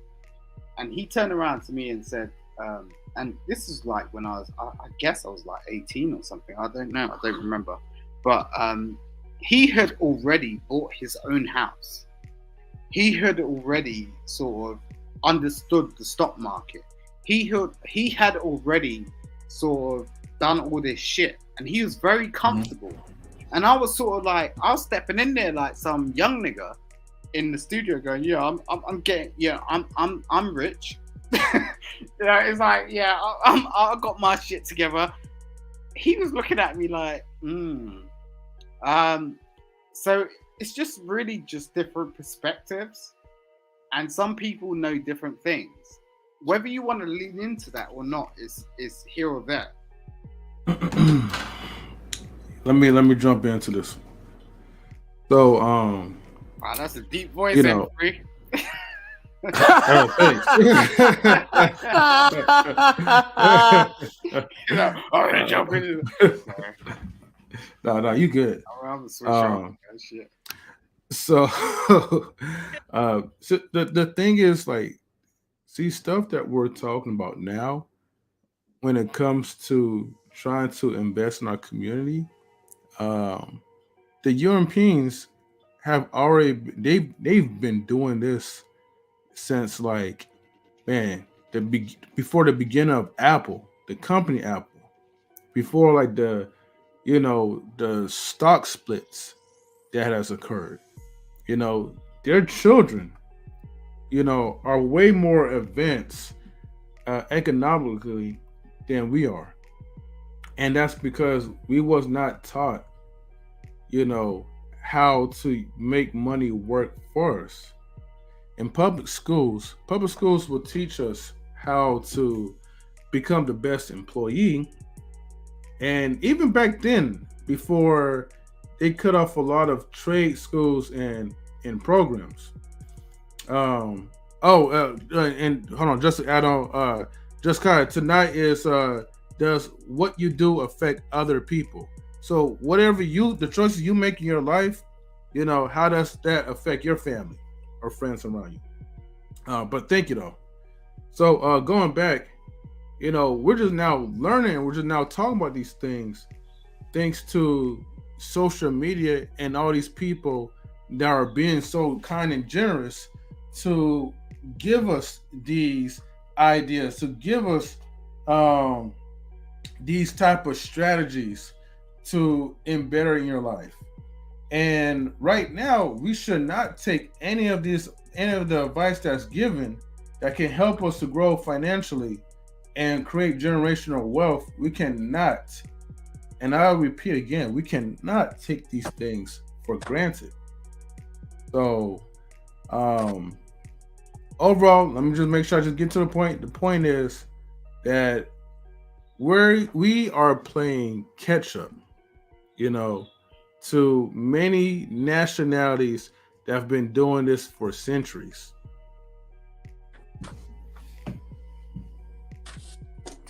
You muted, Simon. I would agree with that sentiment, and Thank you. just to also say, like what we need to realize is because we're so far behind the spectrum is that when we do have the opportunity to help, we should, even if that person may not have anything at the moment. If you see them trying, if you see them like with my nephews, with them going to trade school, but literally not having the money to pay for the class, right? And I know they don't have anything to give me or anything, and not that I ask for anything, but you just never know. One day I might need a favor. One day I might, be old in the nursing home. They may bring me a meal. You just never know what somebody can do for you later on in life. So not that you always have to give with the intention of getting something back. Just give with the intentions of when you see someone is trying to better themselves and put themselves in a better position, because you never know how that blessing can come back to you, in return. That's and I got what you were saying, Lola, because you were saying, I get it. You were saying, well, what are you doing and what are you investing in? Who sometimes people's biggest investment is in themselves. So if you believe in that person investing in themselves, it's nothing wrong with you helping them invest in themselves, because they, at the moment, they have nothing to give you, to repay you, or to invest in anybody else, because they're investing in themselves. So with that being said, you just never know later on how that can be a blessing to you later on. I think Lowe's having some technical issues. I hear her struggling. Yeah, you going in and out, Lola. We can't hear you. I think she's probably moving to a different room so she could get more light around.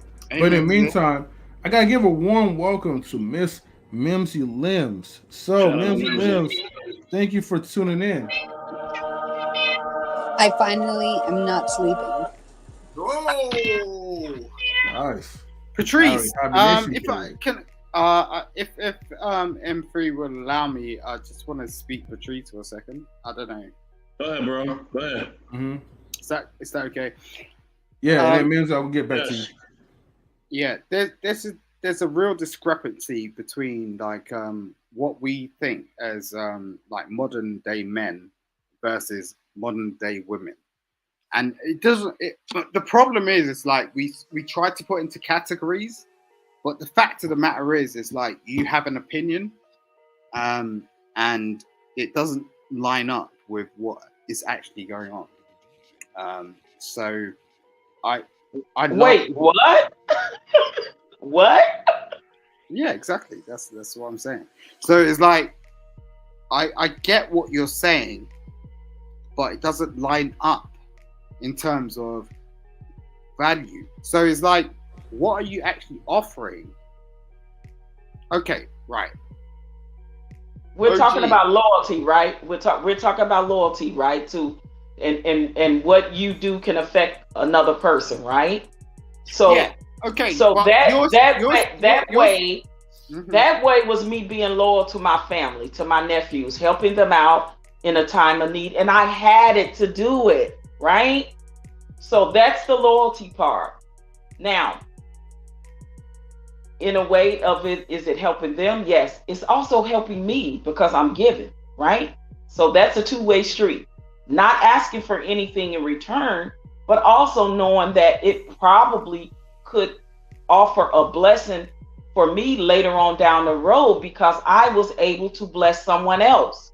So how is it not aligning with what the subject is? I don't get it.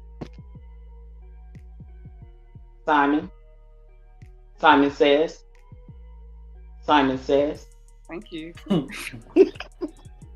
I have utmost respect for you. This is panel debate, okay? So that's cool. So it's just, I don't even want to go there with you, okay? So it's just like, I'm just saying, like, sometimes people take things too far. Like, we're all black people. We should appreciate us as black people. Oh, of course, yeah. So, of course. Like, we have our word and we can go there. So what I'm saying is, sometimes people take a stance. And I met you, so like, I guess like 8 months ago, but you're... No, Simon, do you know it's been almost 2 years now? I met you on these YouTube streets. I guess it's a revelation for the other panel members, but yeah. Okay, cool. 2 years. We've almost. Right. 2 years. Mm-hmm.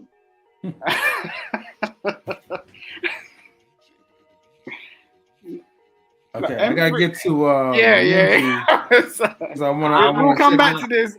I'm lost, okay, but yeah, okay. We'll come back. I'm kind of lost. Yeah. Mimsy Limbs, are you still around here? I am. It's orange outside. Oh wow, okay.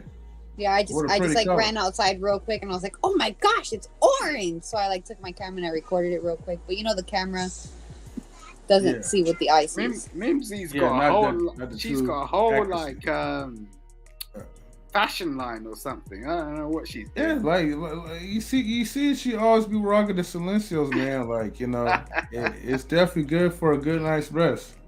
But look, Mimsy, thank you for tuning in. The title of this is called. Let me pull it up again. This is scrolling. Does what you do affect others? Lolo is the host of the show, so she's the one who's providing like the topics and the Shazams. But I couldn't think of anything for a minute. But Mimsy, if you think right, the actions that you do, how does that affect your household? The what that I do? The actions that you do, right? Anything you do, how does that affect your children? How does it affect your husband, Mike? How does it affect directly? Yeah. Mm-hmm. It directly affects them. Directly or indirectly? No, directly. Absolutely. What I do absolutely directly affects and has to do with everything and everyone in my household. So like even now, I'm on the stream, my son walks in, this has to do with him. This affects him. You know what I'm saying? I don't have to be on here, but here he is. So you see a little hand here and I'm like, oh, there goes the camera real quick. Because literally everything that I do, everything that I say, I've got 3 little people that are like little sponges and they see and they hear everything, even when you think they're not listening, even when you think they're not seeing. And so, and of course, my love is my love. You know what I'm saying? Everything I do obviously has to be a part of like what he does, etc. So yes, if this was a yes or no question, yes. Okay. But you broke it down, Lisa.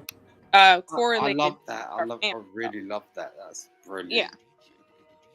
And they are the next generation of citizens that will be impacting society. So as she said, and it's easy to speak about that from a parent's position because we know things that we allow our children to see, even for a second in our presence or just in their life, affects them because subconsciously they don't forget. That's why we're extra sensitive to every single thing that we do as parents, because we know it's going to translate over in their life somewhere, somehow. Whether or not it's now or later, it's having a direct effect.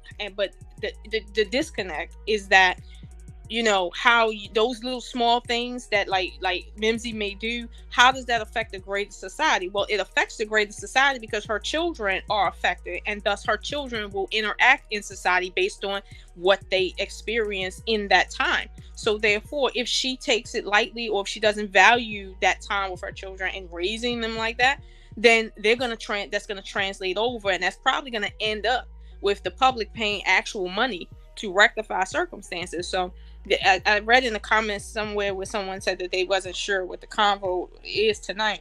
The conversation tonight is essentially, we may say, well, yes, what we do affect others, but the position that at least I'm taking on this stream is that every single thing you do and don't do affects the general society. Thus, there is no such thing to a large degree as your personal option that only affects you. Thus, you have every right to make that decision the way you want to make it. You don't really have a right to make any decision that impacts other people the way you want to. You must make that decision based on how it affects other people. When you don't, you are now the toxicity, the problem in society. Like, you just are. And when we talk about, as women, dating men that don't know how to love, where do you think that starts at? It starts at home. It starts when they're children. It starts from what they saw their mother do and don't do with them. So when we say, well, how many times we hug our children a day doesn't have anything to do with, the court system. Yes, it does. How many men meet the court system because they don't understand feminine love or masculine responsibility? Like that's a real thing that translates into real revenue, like fiat currency. So that's my position, that if you are in your private room and you think what you're doing is your choice because it only affects you, nothing really just affects you, period. That's my position. Now, other people may not necessarily feel that way, but that's what essentially we're talking about. And I mean, we're using different examples, like, in terms of how that works within the community, but it goes from where you choose to purchase, who you choose to purchase with, who you choose, okay, like what you do with your children, where you live at, where you choose not to live at, how you want to dress, how you want to look, speak, all that. It's the same thing. It's just a different way, but it's the same thing. So I mean, I think generally speaking, as American, we tend to, in a sense, just live in America and not understand that we're part of a system that is worldwide. And thus America is seen, or at least Americans are seen, as the people that basically wow out and feel like, I can do what I want to do because this is my body and my choice and mine. And it's like, no. When I leave America and I go to a foreign country, they looking at me based on the last person they seen doing crazy stuff on TV. And literally, that's how they will treat Americans, like how they perceive what they see other people do. And even though you may not do what they've seen on television, you're still being affected by how other people have affected them. So again, it translates over into so many different things, but we don't understand that. Like, and I know a lot of times, go ahead. No, you're facting, girl, because if anybody should know that, Black men should know that, because in all levels of society, how they view by other people in other countries, here in America alone, speaks volumes. Yeah. So if anybody shouldn't understand that, it should be them.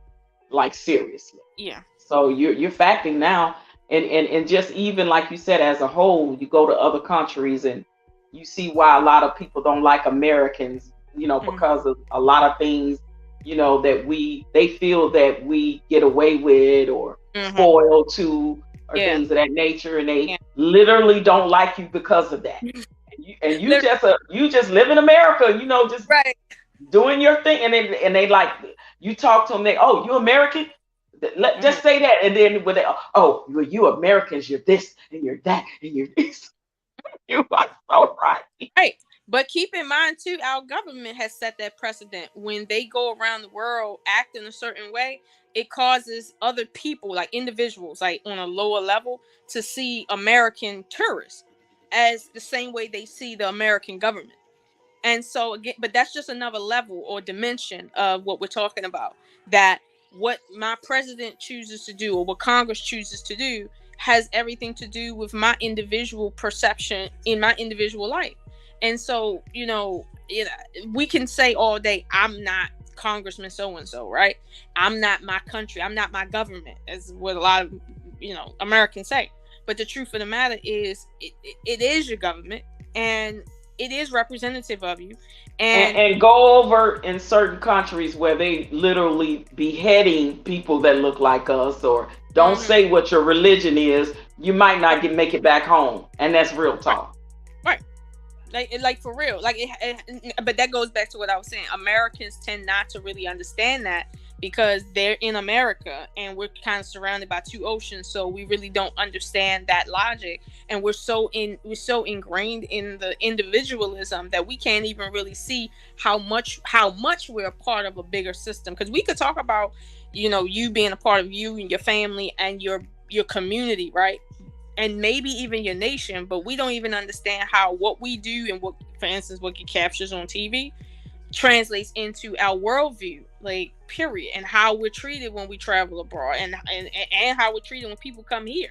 A lot of times the reason why people treat certain people in America the way they do when they come to America is because of what they perceive of them on television. And I'm gonna tell you, I don't approve of a lot of the stuff that come on international television that shows, for instance, African Americans, because it's really some buffoonery. But to be honest with you, it's not a lie. There is a lot of buffoons out here. It is. It's not a lie. It's just that it's not the only truth, period. So, I get why some people may come to America and feel like African Americans just dance and sing and twerk. That's it, because that's all they see on television. But at the end of the day, right, they will see more than that. But that is a problem in our community. Like, it really is. I'm not going to sit there and say that it's not. It is a problem. I don't know how people are twerking while committing crimes. I'm not getting it. Like, I thought people were feeling, like they want to celebrate. Now or running for office. Did y'all see the senator, the Congress, whatever she is, that literally, I seen it, and I was confused, because don't get me wrong, I can see if you work in a strip club, if you at a birthday party, whatever, okay, you doing that. But I was like, why is she doing this? Like she's running for office. Like, there's a certain decorum you gotta have to run for office. Like, do you really think Barack Obama could have 2 baby mothers, like as a black man running for president? Like, no. Like, only white people can do that. Like, I don't understand what I saw on that screen. Okay, like the one where she upside down. I really don't understand. But here's the thing: she did more damage to black women than black women have done to black women in the last 10 years. She just did more damage in that one instance than we have to ourselves in the last 10 years. And not that we haven't done damage, but she just did extra damage just from that one situation. Because now that's international now, in a way that other videos, let's say on TikTok, isn't. Because now everybody sees this congresswoman, and it looks like black women could be in the highest position, and we still got a mind that big. Like, it don't matter how great some of us are. The only ones that people will ever see is people like that. And this again, and Lola again, like you're saying, that what she did is a prime example of how it affects or society, or people in general looks at black women. She's the representation of that. Yeah, she is. And I was like, the twerking thing. I'm like, is this what we doing now? Is this what we got into? It's now in politics. But remember who she was with were all women of non-color. They all were of one race. Right. Remember who just was sworn in as the first black woman. Right. So now there has to be some buffoonery to dumb down those women who are doing major things. So now this woman difference in that was, remember what the first lady did, the former first lady? That Michelle could have never gotten away with what what's her name? Melania got away with. Never. But what I'm saying is that just recently, what's her name? I can't remember her name. Ketanji. Yes. She just got sworn in, right? So now you have a powerful black woman in politics. And so now, what do we need? We need some buffoons to dumb down this and show this is what they're about.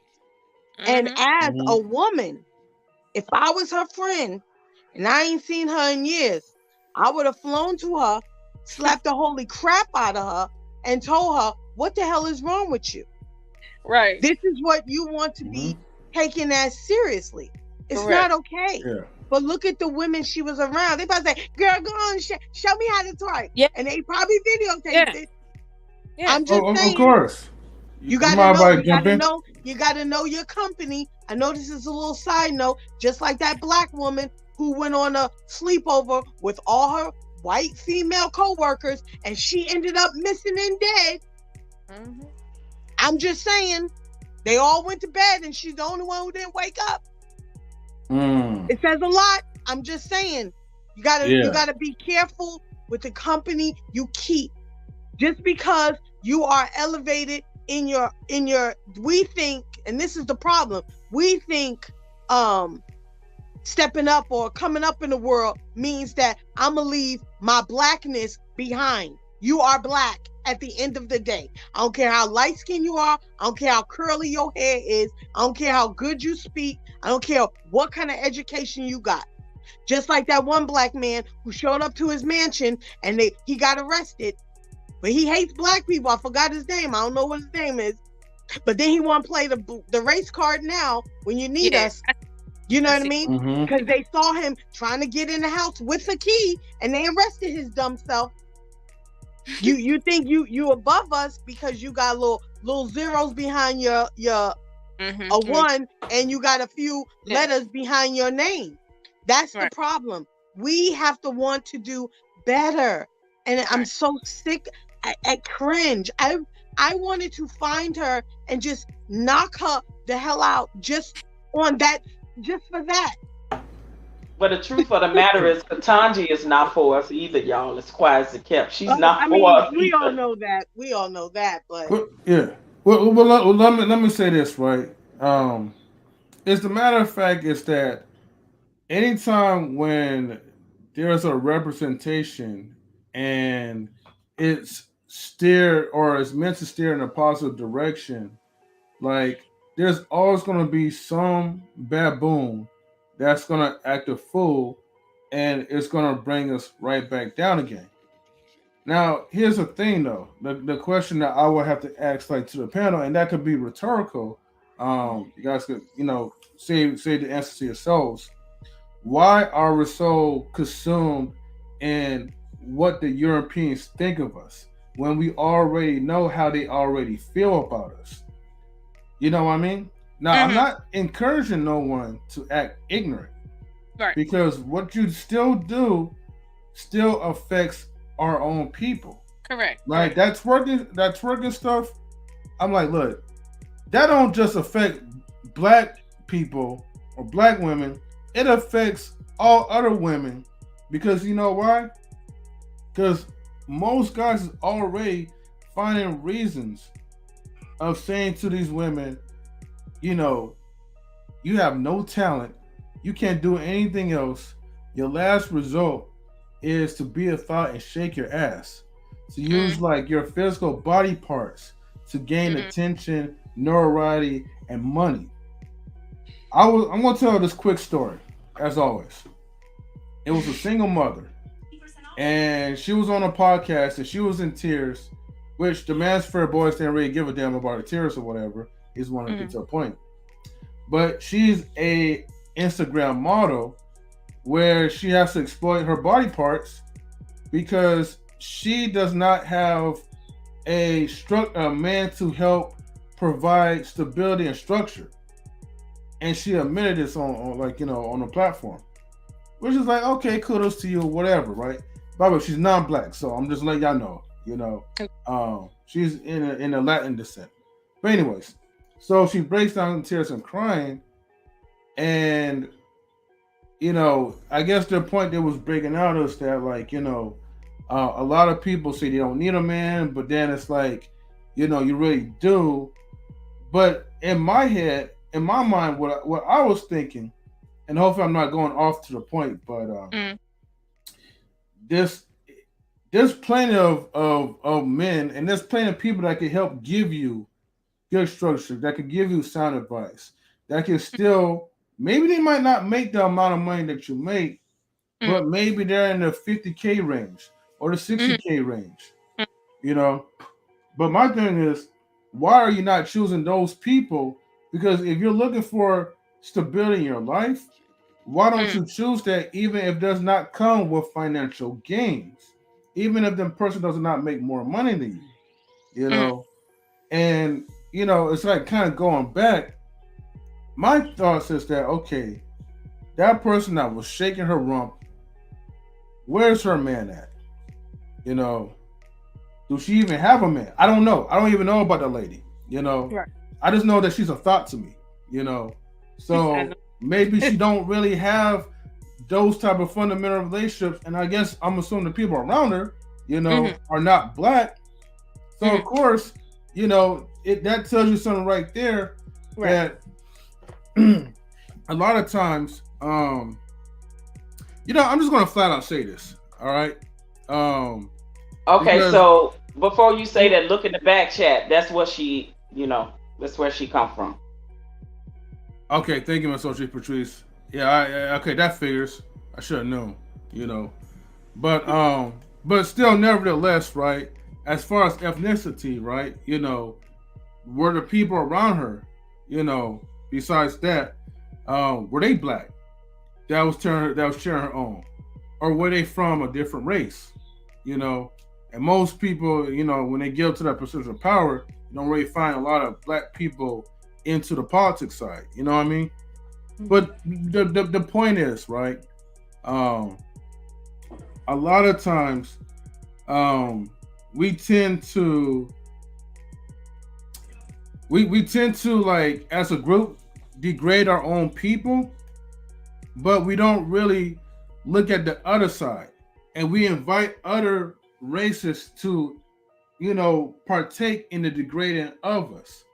You know, I just wanted to put food in you guys' thoughts real quick.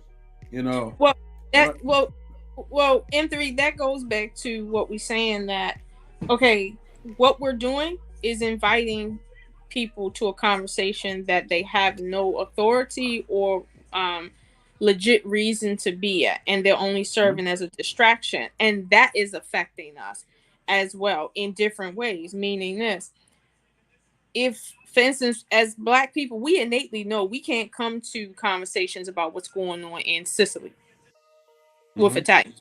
We understand to be quiet when we're in rooms and like that. When we're in, you know, rooms where there's Jews talking about Jewish issues, we know to just sit back and listen and not say anything innately. Nobody has to inform us. However, no one invites us to those conversations, but we invite them to our conversations, and their conversation can't help us. Nothing they say can help us. Now we can conversate on a, let's say, on a national level, right? But even then it comes down to, okay, are we, what community are we talking about, right? That needs the specifics, because we talk about solutions, and the solutions come down to individuals, individual communities, individual neighborhoods. So it's like, you know, again, if we choose to not respect the rules of the game, and those are mostly unwritten rules, right? What that does is it stifles us, because we're never going to get anywhere. Okay, obviously talking to, you know, Europeans about their opinion of us, or anybody else outside of that, our opinion. Lola, I have to interject. I'm so glad you said that. Go ahead. The young lady that's sitting next to you on that panel, what I love about Mim so much is she sits and she listens. She may ask questions, but she knows that she is someone from a different race, even as a ally of ours, and we've grown to love her. She knows that in our community we have a lot of issues that we're talking about, discuss on these panels, right? And she knows when to say something, how to ask it, and she doesn't, because this is one thing that I know that what lets me know that Black people are not on code about a lot of things. Excuse me, y'all, I'm straining a little bit. Is that when we do allow someone from another race to acquiesce into our community, whether it be on YouTube or anywhere else, right? Because, and this is not to say all people of other races, some people. The part that gets me is where when I realize how off cold we are. This just happened to me the other night on another panel. I got up on a panel and they were talking about the mass shooting and things of that nature. And I was giving them statistics on the mass shooters are predominantly Caucasian men between the ages of 18 and 22. And that's just facts from the FBI, the CIA, and all of that. Right. Well, up on these other panels, Black content creators have allowed certain Caucasian people to acquiesce into their community here on YouTube on the panels, and they come up and they say things that are so like outlandish, a little bit disrespectful to our community, because they think that now that they've been accepted and acquiesced in, they have a right to speak certain things on Black people and Black issues. And that's where I have the problem at. And it happened when I spoke of that because we were specifically talking about mass shooters. Okay, so let me give you the facts on mass shooters, right? And this is the statistics of what the FBI has said, that when they give you the description of a mass shooter, 9 times out of 10, he's Caucasian between the ages of 18 and 22. Well, correct. Here comes, after I say my piece and I go down, here comes this Caucasian brother comes up on the platform and he talks about the Black on Black crime and what we're doing in Chicago, using that as the poster child, because we know how the media hypes up, makes Chicago like the worst city. And, so these things, so for him to speak like that on our community, just because I gave statistics on what a mass shooter is, he felt he needed to exercise his white privilege to come up on a predominantly Black panel to say and talk about how Black people are killing Black people, and how Chicago, he used specifically Chicago, in a light as to say they're the poster child for it. And I just really, it just blew me away. But I noticed that this happens a lot when, and let's be real, that has nothing to do with that thing. Those are two separate issues. Correct. But there is no way no one of our race is going to get up on a Caucasian or any other race panel and talk about to them about what the disparities and things are in their community with their race. We don't do that. This is what Black people do. They allow other people to do that. And I find that so offensive. And this is what I say when I watch other races of people be on cold with that. And I say, wow, we just can't. Now that brother should have, I'm sorry, but he should have been checked. He should have been checked, and no one checked him. But see, that's the thing. And I was like through. I was like, wow, okay. You had spoke, and you had went down. So therefore, you're watching what happened in the after effects. But honestly, right, when I get on panels or it really, I be in live in the flesh with people, and I see that, I check it in the moment, and I don't be having problems with people coming back with extra conversation, because see, if it goes back to what you said, somebody allowed that in. So therefore, that person feels like they're privileged because of somebody who made that choice. So now they will go up in front of the whole community and act a fool for real, because somebody, made them feel like they had the authority to do so. Now, in our community, honestly, I feel like we tend to sit back and look at it like, who the hell? Instead of engaging it, because we feel like, we don't want to engage these type of people because we want to talk about other things. However, I mean, maybe it's a personality thing, but I know for me, if somebody would bring up the Black on Black crime, right, I'm going to go deeper into the Black on Black crime, and we're still going to end up with the white people. But we're gonna go deeper into that, because here's the real issue. There is black on black crime. Everywhere there's poverty, there's crime of the same race and cross. White on white crime is just as bad in impoverished circumstances. So are we going to talk about race, or are we going to talk about finances? Which one?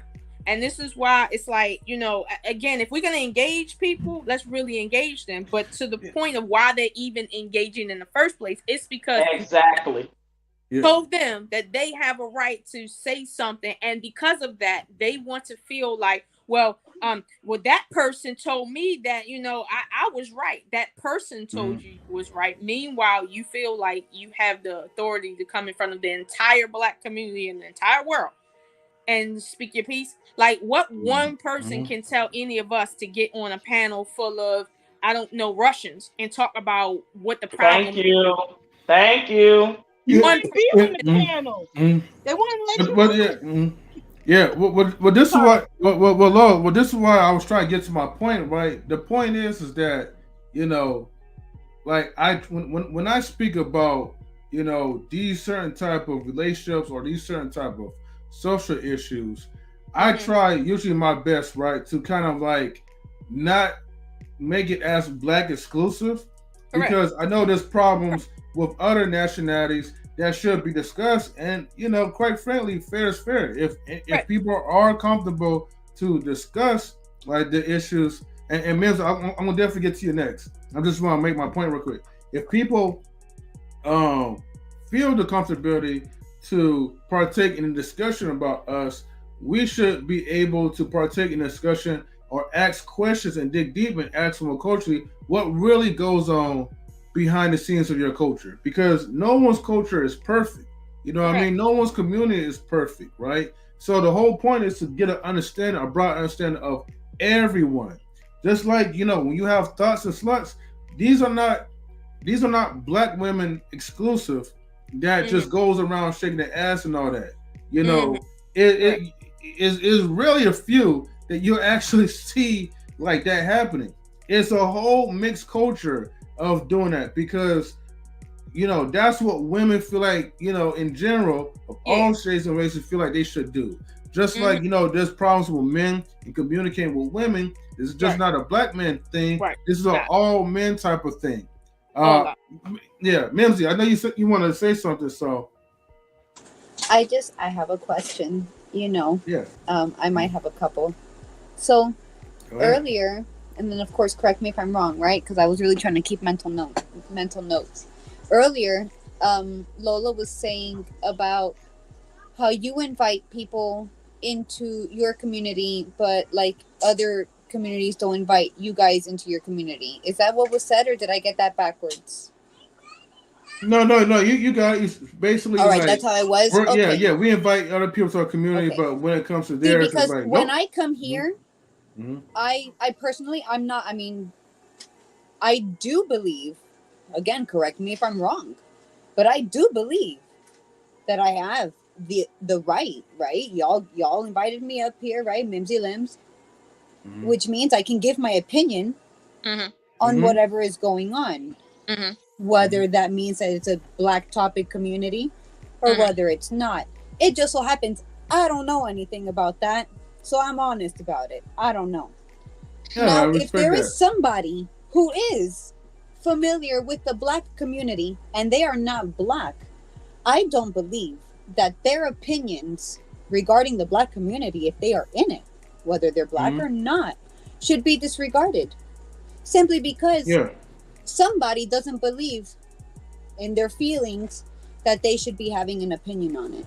I think that by getting different perspectives and by getting different views, someone was talking about the Europeans. A lot of, let's say, the Asians have amazing cultural things that I wish I could adopt, me personally, because they have great parenting skills. You know what I'm saying? I should probably pick up on some of them because, but that's where this is why I enjoy coming onto your platform, Mr. M3, because I do feel welcome. When it comes around to my turn on the panel, I'm going to give my honest answer regardless of how anybody feels about it. You know what I'm saying? And most of the time I usually start off with I don't know, because I genuinely don't. Right. Well, man, But- so let me make it clear, right? Yeah, the reason why, like, you're always gonna be welcome to, like, the platform is because, like, you do ask very intriguing questions. It's also respectful, and you have a humble presence of it. You know what I mean? Like, whereas somebody might come in and just be like, just try to place like a label on people. The same thing, we have a standard as well too. We don't try to place labels on anyone, even outside of our people. Which that's why I try to encourage, like, yo, make this a universal thing, right?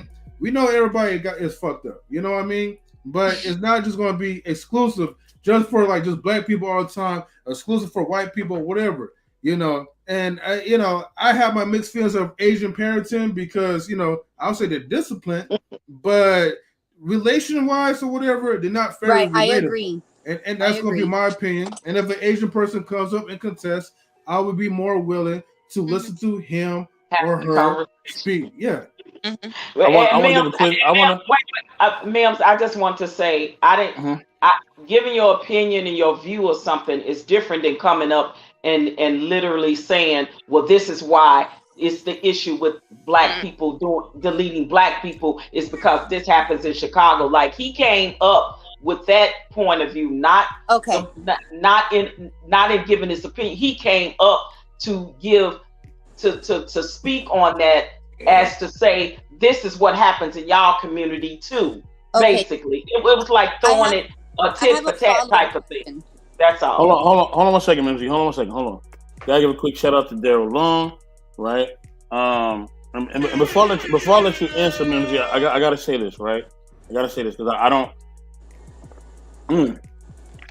want you to feel like I don't want you to feel like when you get pushback that people are doing it just out of nowhere. Okay, I don't want you to feel that way.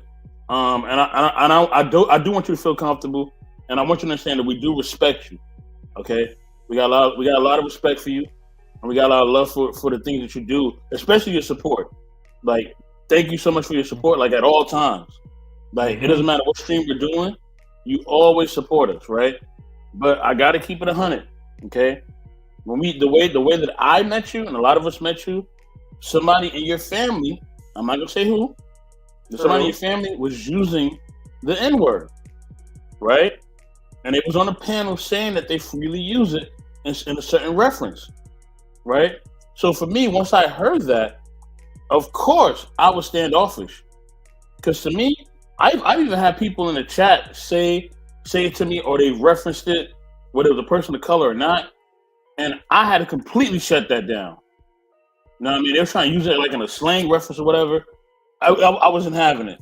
I wasn't having it at all, because I understand the nature and the meaning and the origins of that word.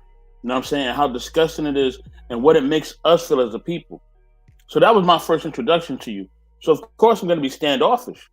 You know what I mean? Just naturally. You know what I'm saying? As I've gotten to know you, yes, I see that you are very welcoming and very loving. I see that your family is as well. You know what I mean? So don't, because you were on other platforms and those things were said publicly, right? And everything's recorded for everybody to see, and it's in YouTube forever and ain't gonna never go away unless YouTube go away. People gonna hold on to that. You know what I'm saying? Just based on association. I've gotten flack for just, on YouTube for just, and OG knows this, for just talking to somebody. I just had a conversation. I didn't even say they was right. In fact, I disagree with some of the things that the person was doing.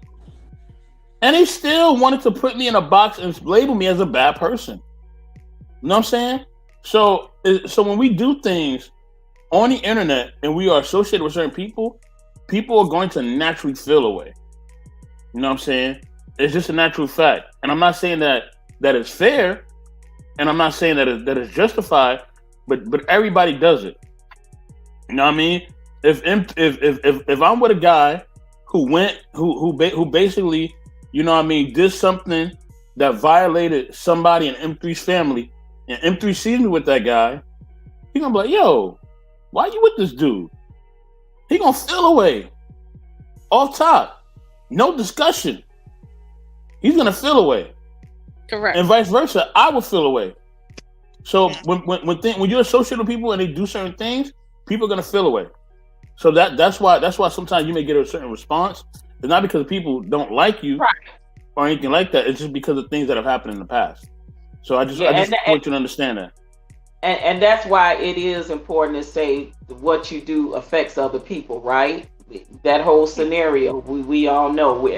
And what I like is that like you said, 84, we've all come to gotten to know Mimsy better, and Mike as well. And I haven't heard that, it being said on the channel anymore. If it is, I don't know. I haven't heard it. And then I know that it was a meme. So I didn't judge or look at her in that aspect. I felt like she respected our wishes, because if she didn't, and we wouldn't be on her panels, she wouldn't be on our panels, right? We wouldn't have the camaraderie that we have now, and have come to grow. And I've watched memes on so many other channels, and even when we are talking about quote unquote our Black culture community, I noticed that she asks questions because she don't know. She don't exercise a certain privilege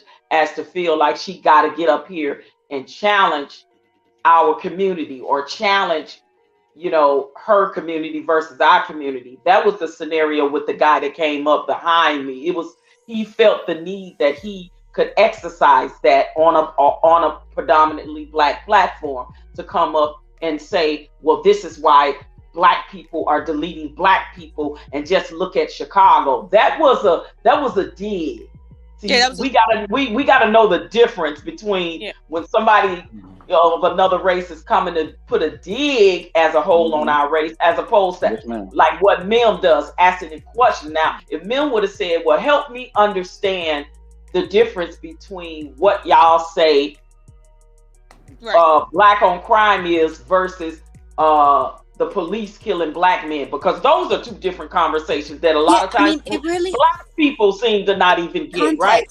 So exactly. So if you being informative and genuine in your delivery and in the questions you asking, you're not getting up coming to make a statement because this person is trying to exercise your privilege to try to put another race of people down. And that's what I felt that guy was doing, literally, when he came up behind me and said what he said. And it was allowed. And this is what I'm saying, like, and it's no shade to no other race, right? Because I got white people in my family. But I don't care who you are, right? This is the part that the code comes in that we don't have, is that you do not let no one disrespect your race of people like that in front of your face and you say nothing. And this is what we do a lot when we allow people like that to acquiesce into our communities. Because you give them an inch, they take a mile. Yeah, and we don't check them. We don't check them. I've seen that happen before on panels I was on, and that's why I got to a point where if I see it, I just do what I need to do. I don't even wait for anybody else to do anything, because at the end of the day, if you're on a panel of, let's say, 10 people and somebody does something like that, what that does is set the precedent for them to get on the next panel and do it again, and then somebody again and do it again. And it's like, all it really takes out of 100 people watching is one person to say, hold on, let me tell you something about your place, about what you're going to say and what you're not going to say. And what you're not going to do is sum us down to our lowest common denominator, and your people get summed up to your highest minimalism. Like, no, that's not what you're going to do here on this panel. And if you do, you can get the F out. Like, it don't take one person to do that. It don't take everybody to do that. But honestly, everybody will be affected if one person stood up and do it. That's how sensitive it is. Exactly. I would like to say that, the problem that I have is that,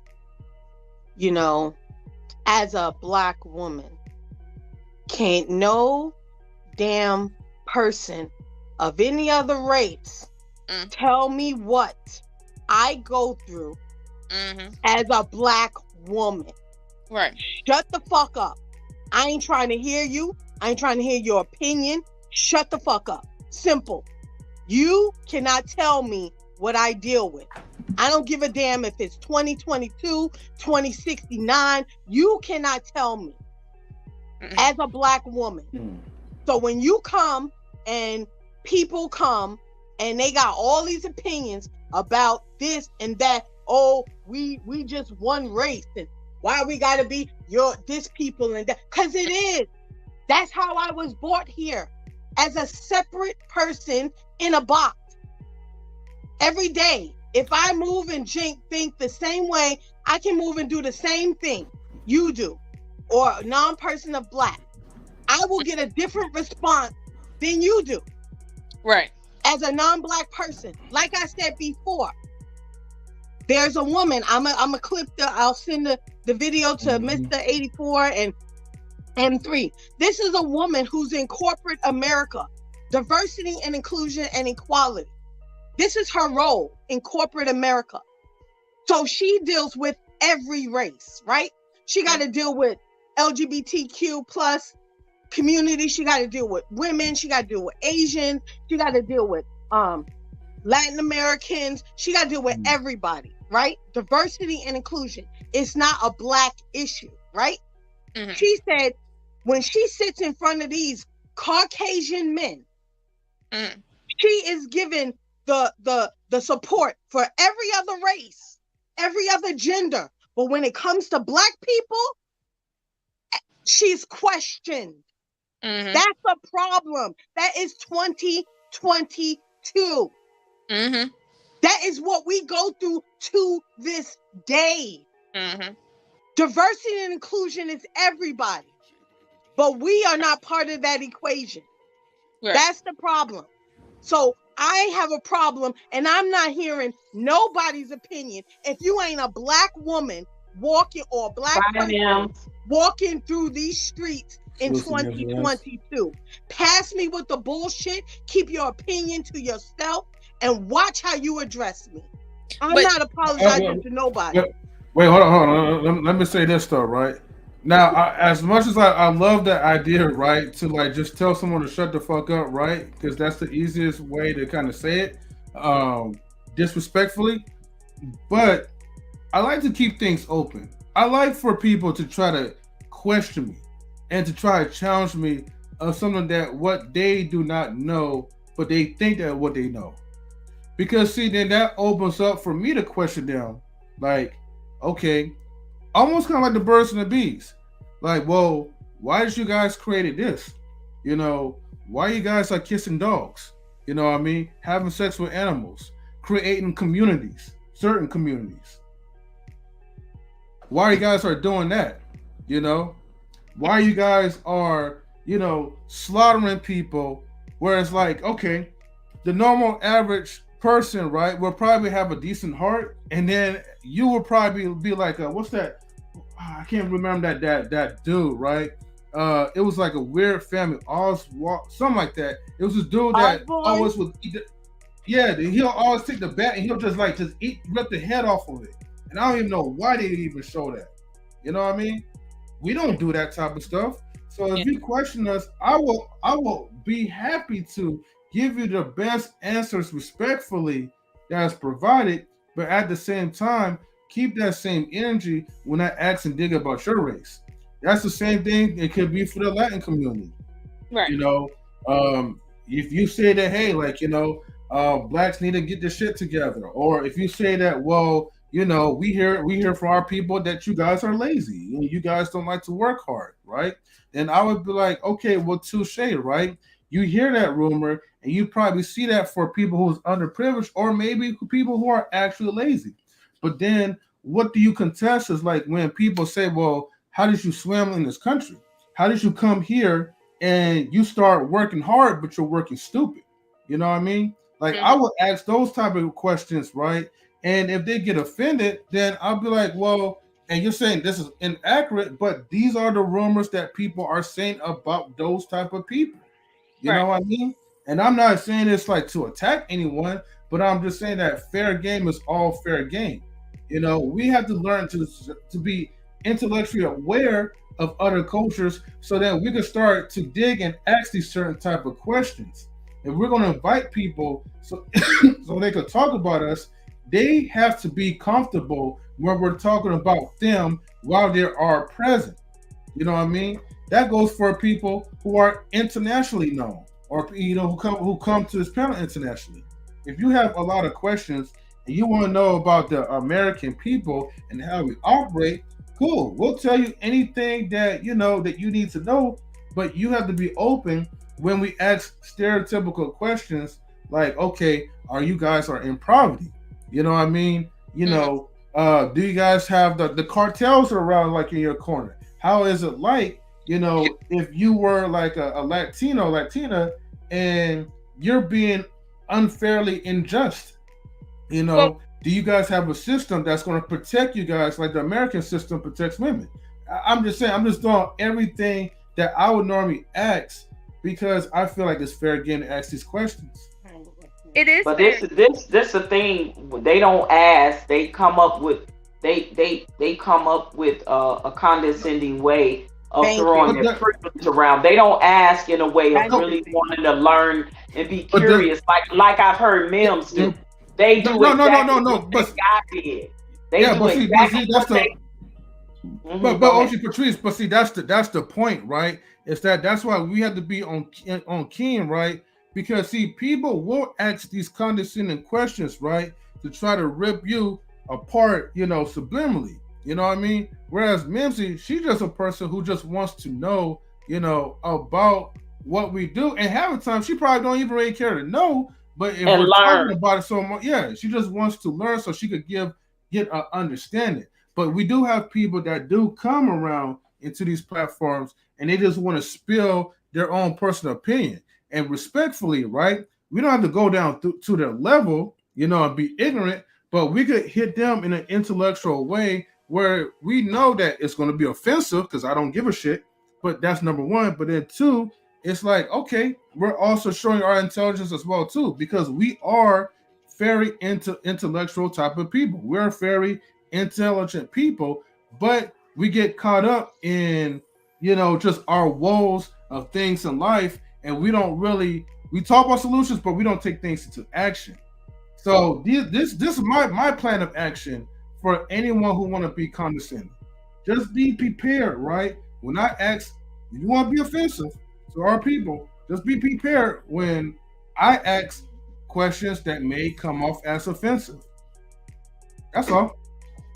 Well, I get what you're saying, and I totally agree that if I don't mind any of them talking out the side of their neck, because when that's what they do, they're gonna have to breathe out that same side. But here's having to ask, it's like, well, why are they there? Because if they have that kind of disdain for say offensive things that really don't make any sense, right? It's like, well, why are they even in the space? Because, like, in the example where someone gave about someone talking about black on black crime, the question really is, why do you know so much about black crime but not Mexican crime? Like, have you been down into the Spanish countries to see how killings really happen that you will never see up in no black ghetto? You will never, like, Chicago is one city out of how many cities black people in? Maybe over 1,000 cities. Is one. Like, we have, let's say, a few cities where, okay, crime is a lot because there's poverty, but we don't have a whole country full of African Americans, like, killing each other like that here in the diaspora. We just don't have that. Now, if you want to go down to the Spanish countries, you can start really seeing some dead people turning up. Well, you'll see some kidnappings, definitely, right, for sure. All that. But at the end of the day, I don't know about it. That's not my community, but the question is that comes to our space. If you like it, why is the Hello, you're breaking up. The government's trying to shut you down. If you don't like black people to that degree, why do you know so much about them? Like, what is the motivation behind you being in spaces where you have to give those condescending comments? Because again, people are just sitting there like, why are you even here? Like, I don't want to hear you. And like Queen said, I don't care what you think at this point. I don't even want to talk to you because it's not about solutions. It's just about you basically grandstanding because of your race in a different platform. Whereas if you went into white spaces, you would literally just blend in with the whiteness. You wouldn't stand out. You couldn't use your whiteness for anything else. So the issue is this. If you want to understand questions that pertain specifically to Black people, obviously that's going to show. But if you're here to just show your superiority, that's going to show real quick. And the only solution, okay, like OG said, is and Queen, that somebody has to check that shit in the moment, real not quick. in the, so that not just they understand, but the people watching can understand that the Black community, even online, has a wall around it. Yep. And that wall might be made up of 5 people. But trust me, you don't need 8,000 people to build a wall. You really don't. Yeah, you ain't getting in. And I'm gonna say this. Look, I don't back down from nothing I just said. My problem is that the meekness or the curiosity, we call it, is all bullshit, because you're not asking questions. You're making statements. You're talking about something as if it's fact. And then you start arguing with me like I don't know what the fuck I'm talking about. As a Black woman, I'm not doing that bullshit. That's what I'm talking about. Don't come at me and tell me that I'm wrong. And I walk out my house every day as a Black woman living in a racist society. Whether you're Black, white, yellow, green, purple, or orange. Don't come at me like that, because I don't come at you like that. I don't know what it feels like to be Indian in this world. I know what it's like to be brown skinned, but now all of a sudden I had someone tell me the other day, because I told her no in a city where all I see is Indians in this particular area. I told her no, and she says, "Oh, I feel like I'm being profiled and you're being prejudiced." I said, "Who the fuck you talking to?" I said, whoa. When I walk out this door, I go down the street, I go around the corner, I don't see nothing but your people. Who the fuck you talking to? I'm a Black woman in America. You gotta be goddamn stupid to believe that I can be prejudiced. What the fuck is wrong with you? How dare you? Because I told you no? Right. What the hell is wrong with you? See, you're nice, Queen. I would have said yes, I am prejudiced. I'm racist. Why?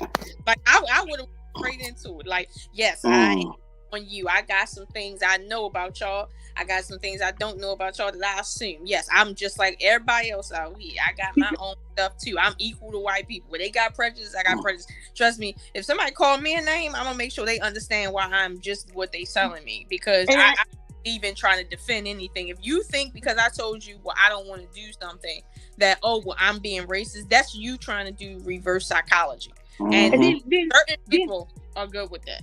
And then you want to hide behind, people want to hide behind, oh, well, I'm just asking, or this. No, you're not. No, you're not. No, you're not. Get the fuck out of here with that bullshit. I hate that passive aggressive bullshit. You want to stand up and have the balls on YouTube to come at me like this? Man. I bet you if you stand in my face, you wouldn't say a goddamn thing. But we're not going to go there. Because now you got the balls. All right, Queen, relax. Itching yourself. Now you want to be saying all this stuff. All I'm saying is that, if you want to, hold on, you want to come, and want to be a part of the conversation, be a part of the conversation. Queen, relax. Please relax. Please, Queen, relax. Please. Please relax. Please. Thank you. Just, I feel you. I'm with you. Please just relax. Please. Yeah, and it's the thing when it comes to the loyalty and how things we do affect others. This is a perfect example of how it affects all of us, indirectly, right? When someone has allowed that to happen, or just someone allowing anything like that to happen where it affects us as a whole, because, trust and believe, we can't go on date panels and literally insult them in the ways that they do us. We just can't do it. They checking us, they kicking us off the panels, they calling us all kind of names, they want to report us. They want to have us shut down. Like they want to do a lot. And this is the thing. I don't even think sometimes. I don't know, or maybe I don't know. I believe what I witnessed was just literally them letting it slide, which is what we do a lot of times as a people. Is we let shit slide. And every time we let it slide, it gives a permission for them to say, well, I got away with that. Now I can push the envelope a little bit further. And if we don't continue to, if we don't have some kind of code and loyalty towards each other, it's going to keep affecting us as a whole. So it absolutely does affect others as a whole. OG Patrice, I was going to say, we don't support each other because lightweight, we hate ourselves. We hate our race. So when we hate our race, we co-sign the bullshit. But then when Uncle Charlie come knocking at our door, now we want to say, help us. Where's my black support? The fuck out of here. Go ask Uncle Charlie and Lola. I'm sorry, not Lola. I'm sorry. Juanita, and all these other people that you was jumping and jiving behind. You know what I'm saying? But when you need black support, then you want to call on it. Then you want to look in the mirror and remember what color skin you got. This topic got me. I get hot real quick, so I apologize. I'm gonna calm it down, but I'm just saying I have a problem with that because nobody can tell me what it's like as a black woman walking through this world, walking in corporate America. Walking in these all-white boardrooms with these psychologists, with these women that want to coddle our kids and not teach them that they can't walk and move the same way the other races do. You gonna tell me I'm wrong from telling these young black men, hey, look, you don't have the privilege, not the right. You don't have the privilege to argue with your girlfriend on a public transportation because you're black and she's not black. You will immediately get arrested, and that's what happened.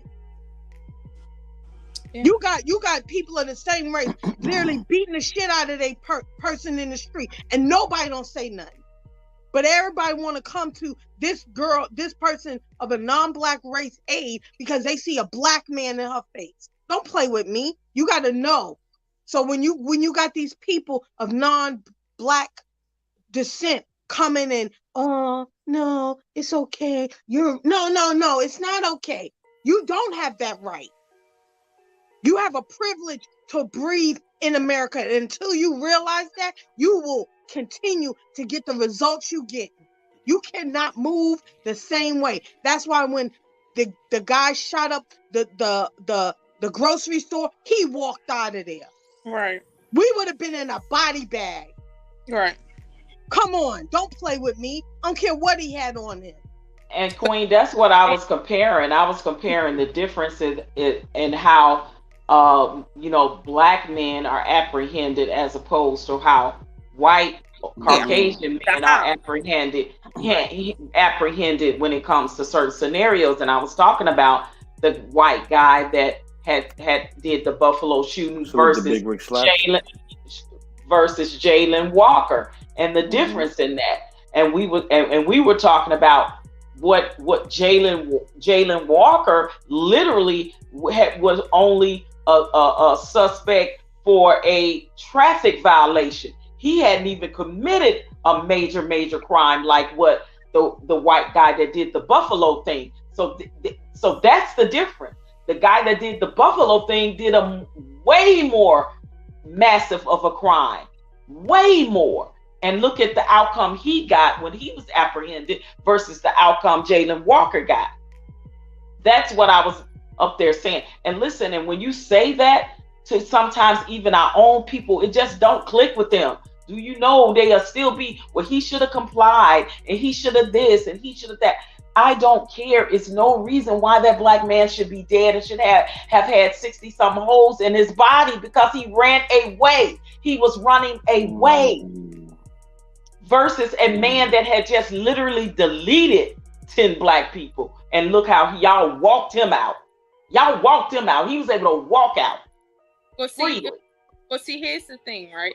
when it comes to those two conversations, we gotta start really differentiating and standing square with that. But black on black crime has nothing to do with paying police officers salary to go and kill people in the community for traffic violations. Like those are two separate conversations, and I do not mix the two because yep, that's what I was saying. The black on black is different from the cops with the black. Yep, two different conversations. Let me say this, right? Even if we had a higher rate of black on black crime, that will never be resolved by anybody else outside of us. So when outsiders talk about, well, you guys have you breaking up again, Lola. Is that me? Is I'm the only one to hear Lola breaking up? No. Can you hear me now? We hear you more clearly. Yeah. Okay. I was saying that whatever the case is, black on black crime is black people's business alone. That has nothing to do with nobody. It can't be resolved by nobody else, right? And that honestly, right, has really little to do with other subject matters where exactly non-black people are involved. Because it's like they can't help us with that no matter what they do. They can't. That's an issue we have to resolve. But truthfully speaking, when we come to the table, right, no matter what problems they have in their communities, we're only to talk about problems that affect us with their community. Okay, like that part. Like but honestly, right, the issue with between white women and white men. You notice for certain things going down in politics, people been saying, black people, step back. Don't get in this because this is not your fight. Let them work that out themselves. We're not apt to get into their business as they are to get into our business when it comes to things that don't pertain to either one of them. And that just goes back to the culture that black people have. I know we have a lot of problems, but there's certain problems that we don't have that honestly, I am glad we don't have, that other groups do have. And I know we focus on things that are really debaucherous within our group, but there is certain levels of sanity that black people maintain that other groups seem to just not be able to attain or get. And I mean, we could argue all day about that, but I'm gonna be honest with you, when people talk about the crime rates that they report about black people, I have to always say that's none of your business. Like it could be that I'll give you what you said without even testing it. I'll give you that, right? Has nothing to do with the conversation. And what I'm not going to do is have a conversation about why black people do certain things to other black people. Meanwhile, the same thing is being done within every single group. I don't care about white people do with other white people and why. I only care about it when it meets my people, and that's where it should stay. Like, again, like, okay, when white people see us jogging, right, we see them jogging all the time and we don't feel bad. We don't feel like, oh my god, why are they running? Like, and we have every reason to. But when they see us jogging, somehow they want to know why we in a community. Like, there has to be some respect between people when it comes to our communities that they're not getting.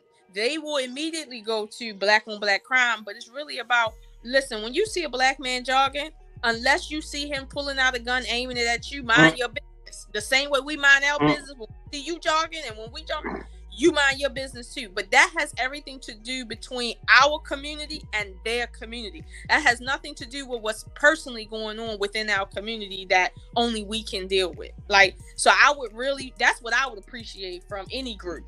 Whatever you talking about, keep it relevant to how it affects your group. Do not talk about it in terms of your opinion about what personally goes on within a community that you will never see. There's certain parts of the black community that white people will never understand because you're not black. You won't understand it. Like, you just won't. And I mean, it's certain parts of, for instance, Asian culture that I'll never understand because I'm not Asian. Like, I wasn't born into that. I like that culture, their language that birthed that. That's not who I am. So I'm not trying to understand it. It doesn't profit me to understand that. But the issue is with, let's say specifically white people, when they come into the spaces, they're coming into the spaces with the same mentality their ancestors had. I'm white and I said so.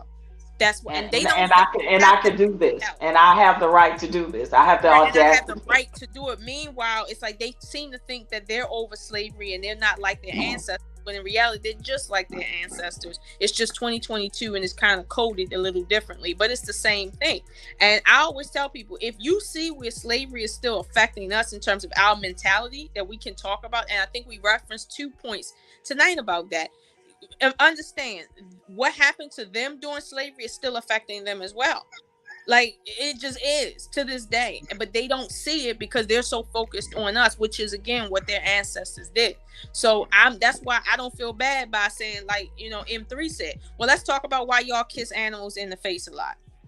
Let's talk about this bestiality that y'all seem to have. Like, you know, since we talk about black on black crime, that's a problem too, because I'm sure these animals don't deserve STDs. Why are y'all doing that? Where is that coming from? Let's talk about that. Like, really. Because again, keep that same energy. When we want to talk about debaucherous black people, let's talk about debaucherous white people. Let's get it all in. But trust me, when you push them back in the language they understand, that's when people really get to understanding where their boundaries are at. And it's the same for us. I'm not saying anything that don't apply to black people. We have the same boundaries. We can't go into other communities and start shitting on them coming in their spaces like just out the blue. Like, prime example. When the insurrection happened, January 6th, none of my damn business. I could care less. Have at it. Have at it. And a lot of people, oh my God, look what they're doing. No. They're destroying this. They're destroying. I'm like, do you know who built those buildings? Right. Do you know who our ancestors built those buildings from the White House on? Right. Like seriously, let them deal with the consequences of their actions, just like we do. Have at it. I could care less what they do. I really could. Like, and here's the thing, they vandalized a lot and they were doing a lot. But here's my thing. I kind of feel like white people, they've been doing stuff to their own for a long time. And it's about time that they reap the benefits of what they've been doing. So this is a reason treacherous black stuff. People need to mind their business when it comes to certain stuff. Like, we just do. And it's not to say that we're not a part of society and we don't have a right to our opinion, but our opinion is just that, our opinion. That's their problem that they have amongst themselves. That don't have nothing to do with us. Period. And if we all respected each other in that way, we wouldn't have so many problems. Like, we just wouldn't. Like I noticed there's a difference between, you could be in the same community, right? And it could be like the black part and the white part, but there's a pseudo respect between the two. For instance, the black manosphere versus the non-black manosphere. There's a degree of separation there, and it's maintained for a reason. Now, I can't get all into that because that's not a community I'm immersed in, but I noticed that. But it's like, I noticed that certain men don't come on other platforms, you know, shitting on white women. They don't come on there totally dogging white women like that. But you know, they will come into spaces where they will be dogging black women. And it amazed me that we dog each other, but we allow the others to come and dog our community, and we say nothing. See, nothing. It's bad because usually this is a case where there's men are involved. It's not a bunch of women. And honestly, in a room full of men, I wouldn't expect a woman to check a man when there's other men around. That's kind of disrespectful. If a white man come into a black space dogging black women for any reason, right? I don't mind a black man saying, "Hold on, let me tell you something about black women. They da.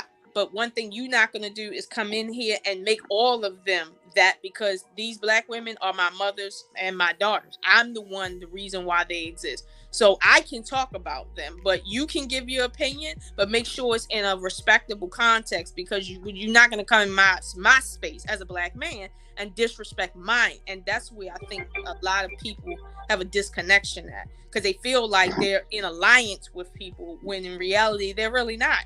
It is overtly blunt that they're not really in alliance with you, but people seem to think. But again, their decisions, they think, is only affecting them. It's affecting everyone in the room. It's affecting people when they walk away from that room. So honestly, I'll check somebody, but before I check somebody, I'll wait to the last second to see if, especially if there's a man in the room, if he going to check. Yeah, I had stepped down off the panel. It was a guy and a girl up on the panel because it was their show.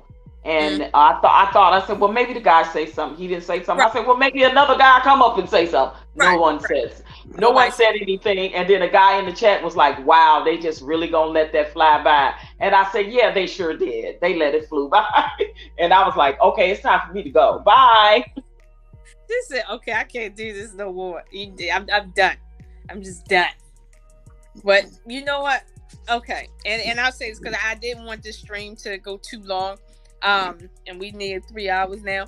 I wanted to ask a question to the panel, and you guys can jump in how you see fit. But I wanted to ask, to what point do you feel you're willing as an individual to, I want to use this phrase because it best fits, but you guys can place it. At what point are you willing to give up your individual rights that you think you have for the greater good? Is there a point where you're like, you know what I do and what I say and etc., I'm going to hold that for myself, and I'm not going to look at that as something that affects someone else? Is there a limit on that? Because I know for me, I can't find the limit. Like, I can't find the line. Repeat it again. I'm so sorry. Repeat it again. Where's the limit for you in terms of what you feel is affecting everyone else, thus is everyone else's business, versus not? Because I know a lot of people, when it comes to, for instance, they're raising their children, their sexual partners, these are two things that people feel like, even the way they keep their house, they feel these are very intimate things that have nothing to do with the general public. And some people would disagree and say, you know, that's where the line is at, right? Those things. My position is, for me, that line doesn't exist right there. It just doesn't. Like, the way I take care of someone that's close to me affects how they treat their co-workers that day. It affects the next generation. It affects whoever. But the question to the panel is, where is the line for you? Because if you are clear with where the line is, then at some point you'll be clear on the decisions that you make, at least up until that line. Now, if the line is all the way through, just let me know. Because honestly, people are going to do what they're going to do. But if you're the type of person where you walk around and, you know, everything you do is your business, you're more liable to be a liability to society than real talk. And I'll just say, for me, especially, I am over 1,800 miles away from my family, right, where I live, and I'm a single woman. That is the very reason why it's certain things I have to let my family know what's going on in my life. Because I thought about this, and I had this conversation with my mom. I said, how would you feel if something happened to me and they reach out to you and you don't even know where I live, even in another state? You don't know who my emergency contact is here. You don't know any of these things, right? So I said, Mom, and my mom old school. She still got the black phone book and all that. I said, put my address, my number to my cell, even though you got it locked in your phone. What if your power go out? What if something go wrong? You still need to know my number, because nobody know people numbers by heart. I promise you, I forget my own damn number. So I told, you know what I mean? I'd be like, damn, what's my number? When they ask me for my number, I have to go on my phone.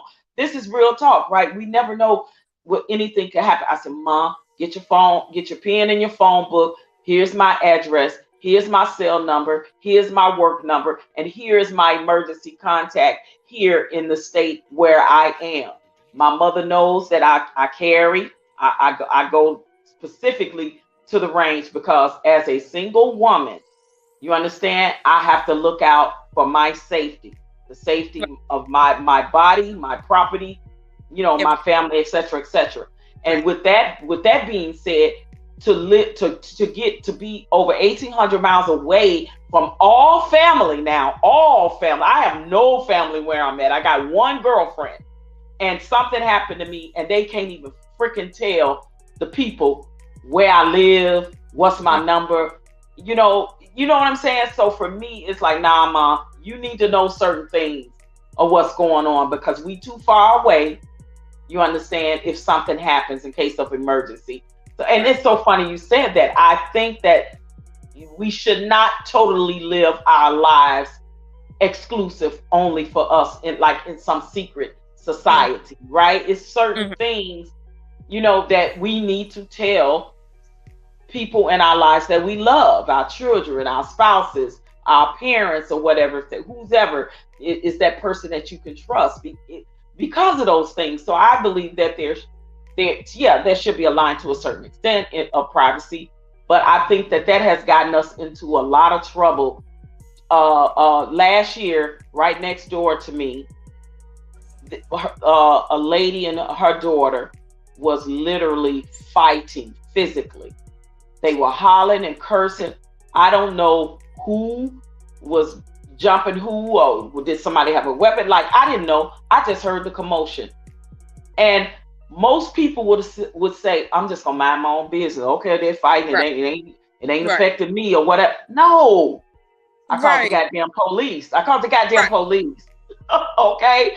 So we gotta know when to, we can't live in a society where everybody I'm just gonna mind my own business. Right. It could be some guy whooping his wife's upstairs next door to you or whatever, and you just gonna listen to that and you ain't gonna say nothing or do like is this what we doing? Right. No. That's to the point of the culture. I don't come from that cloth. I don't come from that. I'm cut from a different cloth. Yeah, and that cloth is a culture. It's like when you have a culture of people that where people know when you come inside of this space, whether it's out in the street, online, and you do certain things, you're going to get checked. People have a less propensity to do those things. And it's not about forcing people to do right. For instance, if everybody know, if you out in the street in certain communities and you put your hands on anybody, especially a woman, you liable to get checked for real, like physically. They're probably not gonna do that, at least at the same rate they would if they felt like, oh, ain't nothing gonna happen to me. Baby, but let them listen. I'm from the hood and the community of I wish a ninja would, because I'm gonna give you a few of them in your body and 2 to the head. Trust me, and I'll worry about the consequences later. I'd rather be judged by 12 than to be carried by 6. Real talk. My father told me that too. He told me that too. OG Patrice. Hi, y'all.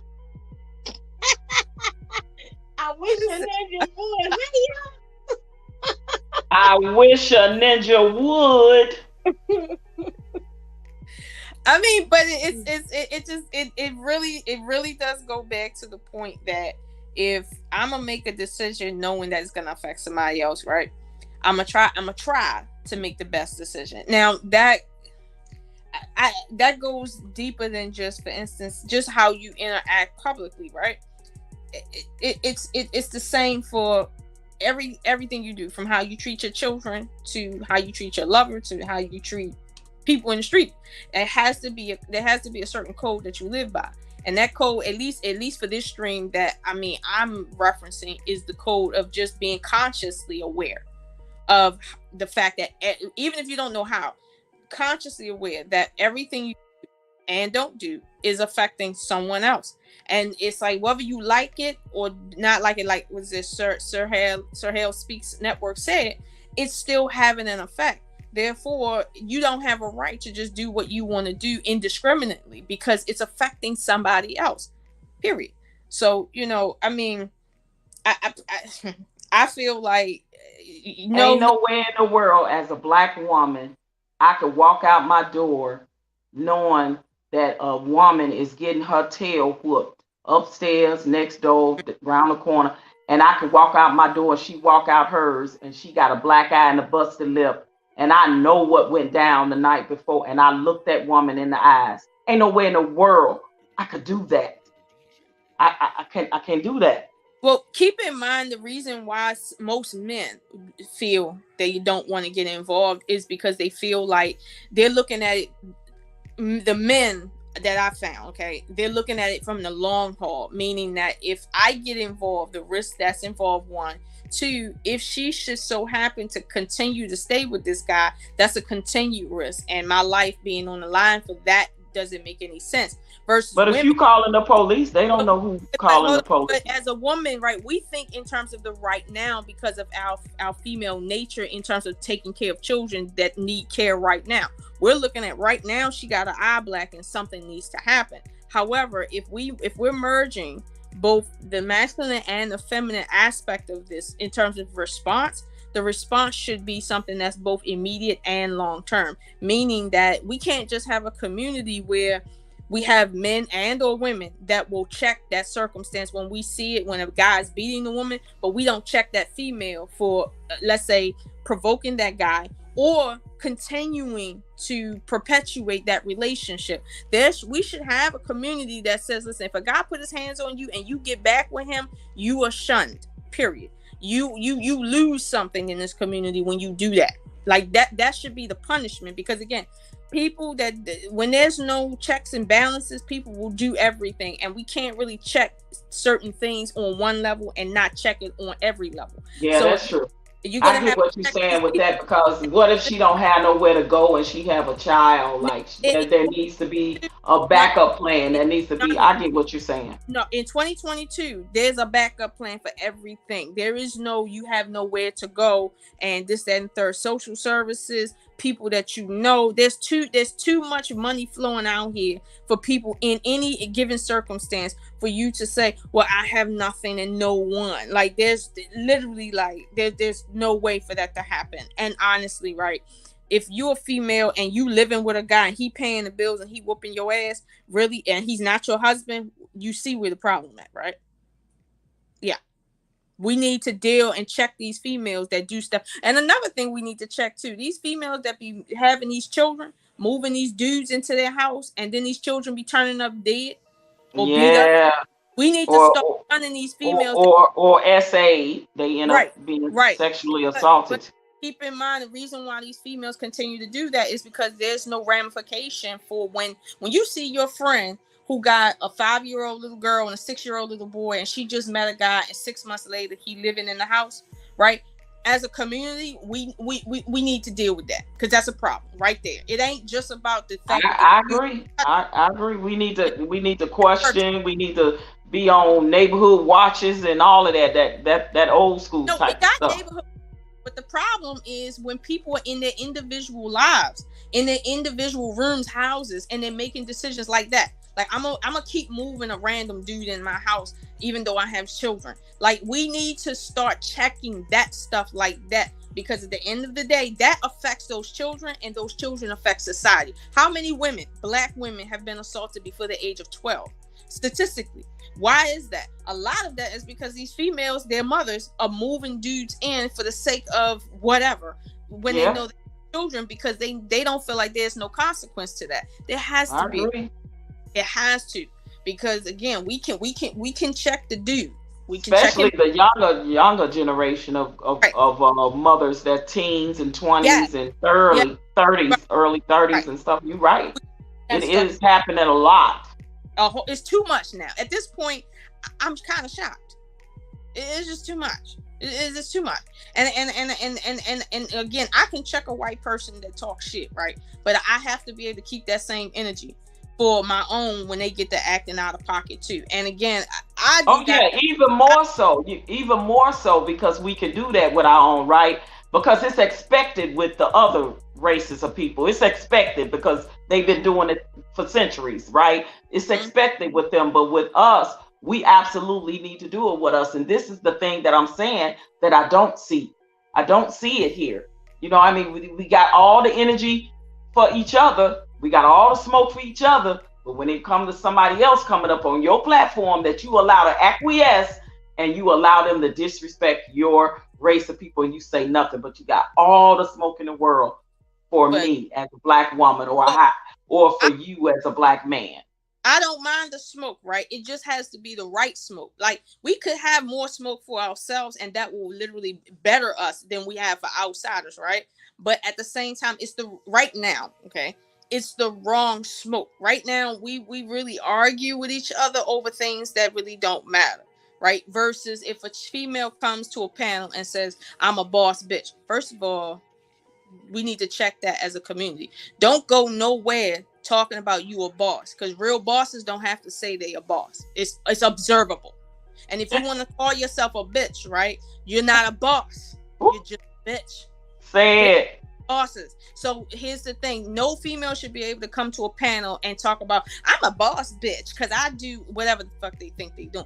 Okay, no, we check that in the moment. I seen a chick do that yesterday on a panel, and nobody checked that. People were just sitting there looking, and I'm sitting here like, are you serious? Like nobody gonna say nothing about that? Like, Girl, they think it's cute. They think it's cute. They think it's fancy for grown ass women to sit up and call themselves B's, call each other B's and H's. Like, nah, I'm sorry, I don't rock with that. Correct. But here's the thing: when we don't say nothing, look what happened.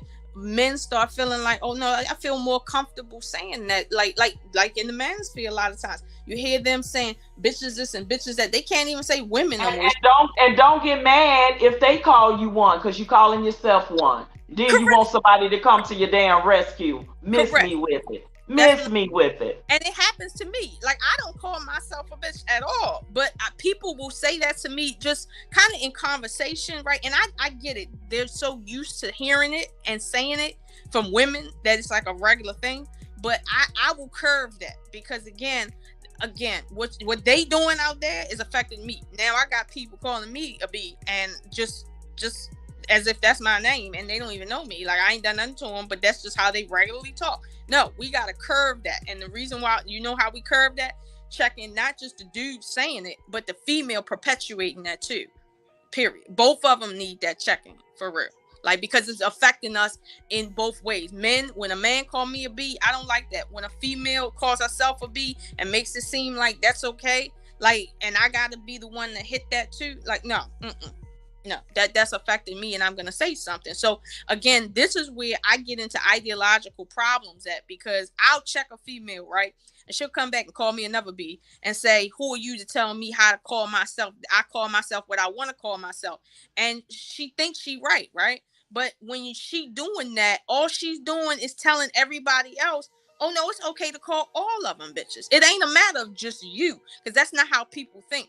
Like, it's not just you, it's all y'all. Like, if you a boss, it goes back to that things you do affects others. You're right. The perception is a reality, right? Right. It ain't like you ever gonna call one person a B simply because they called themselves a B. If females calling each other B's, like, just casually because they like it, right?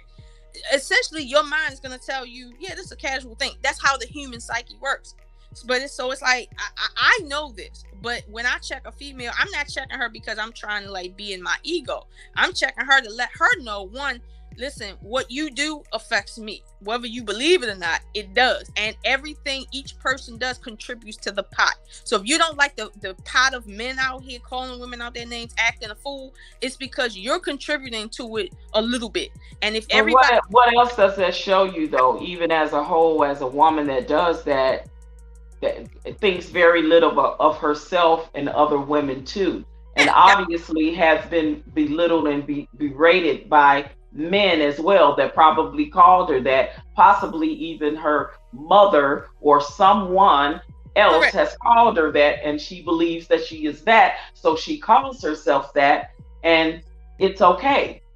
So she had no problem calling another woman that, because she thinks that that's the norm. She thinks that's the norm, but here's the thing. She can think that's the norm, but when she gets in certain spaces, at least the spaces we can construct right now, that needs to be checked. Even though she's an adult, we kind of have to raise her, even as an adult, to say, first of all, when you come in spaces where there's women, don't call yourself a bitch or another female a bitch, because at the end of the day, nobody's a bitch. No, like, everybody's a regular person here, whether you like what they're saying or not. Listen, respect the boundaries here, and that's where the men where they come in at, because the men are responsible for maintaining culture. So if the men are like, listen, I'm okay with her calling herself a boss bitch, now we got really real problems, because she's gonna be like, well, why is this female got a problem with me saying that, and I'm not talking to her? These guys are okay with it. That's another issue. Like, the men have to get more comfortable with checking females when it comes to that cultural line that they have to maintain. I'm not saying that a guy The should check. men like to see it, girl. They like to see women catfight. They Some like of them that. like to see it, but in my case, Some of them. I'll just say that, not all. Some, right. not all. But I'm not even seeing cat fights. I'm just seeing regular casual conversation. Like, it ain't even nothing happening, and they acting this way. But that type of conversation turns into cat fights for women, because first of all, the women don't want to be checked by the men, because they don't even want to be checked by the woman that says, look, that's not cool. Don't do that, sis. Like right. That's not your name. That's not my name. Our parents didn't name us that. You know, I had that incident happen to me not too long ago, and it still is perpetuated by said person. And it's like, it really made me think about the way they think about themselves and the self-image of women just in general, and the esteem has got to be very, very low. It's got to be very, very low. And as a society of us as Black women living in a society of where we are already looked at as less than. But that's where we're at. It helps perpetuate it. You know what I mean? It does help perpetuate it, but see, we got to call stuff out where we see it. For instance, these content creators that seem to only want to interview these thought type females, right? Tatianas. They don't, but they want to ask Tatiana all these philosophical questions that they really should be asking more intellectual women, but they don't want to interview intellectual Black women. They just want to put the most loudest type of females on their platform, right? And perpetuate that image about Black women because it gets them clicks and likes. That has to be called out too, because that's also contributing to our image into the public when the people that get the most attention, like content creators, all they want to do is interview women that don't represent the whole, or even half. Yeah. For the most part, you're right. Because when I the almost 2 years I've been in these YouTube streets, it always brings me back to the times when I was raised about the Black image and the history of the Image Awards and what I saw Black people represent themselves on TV and the movies.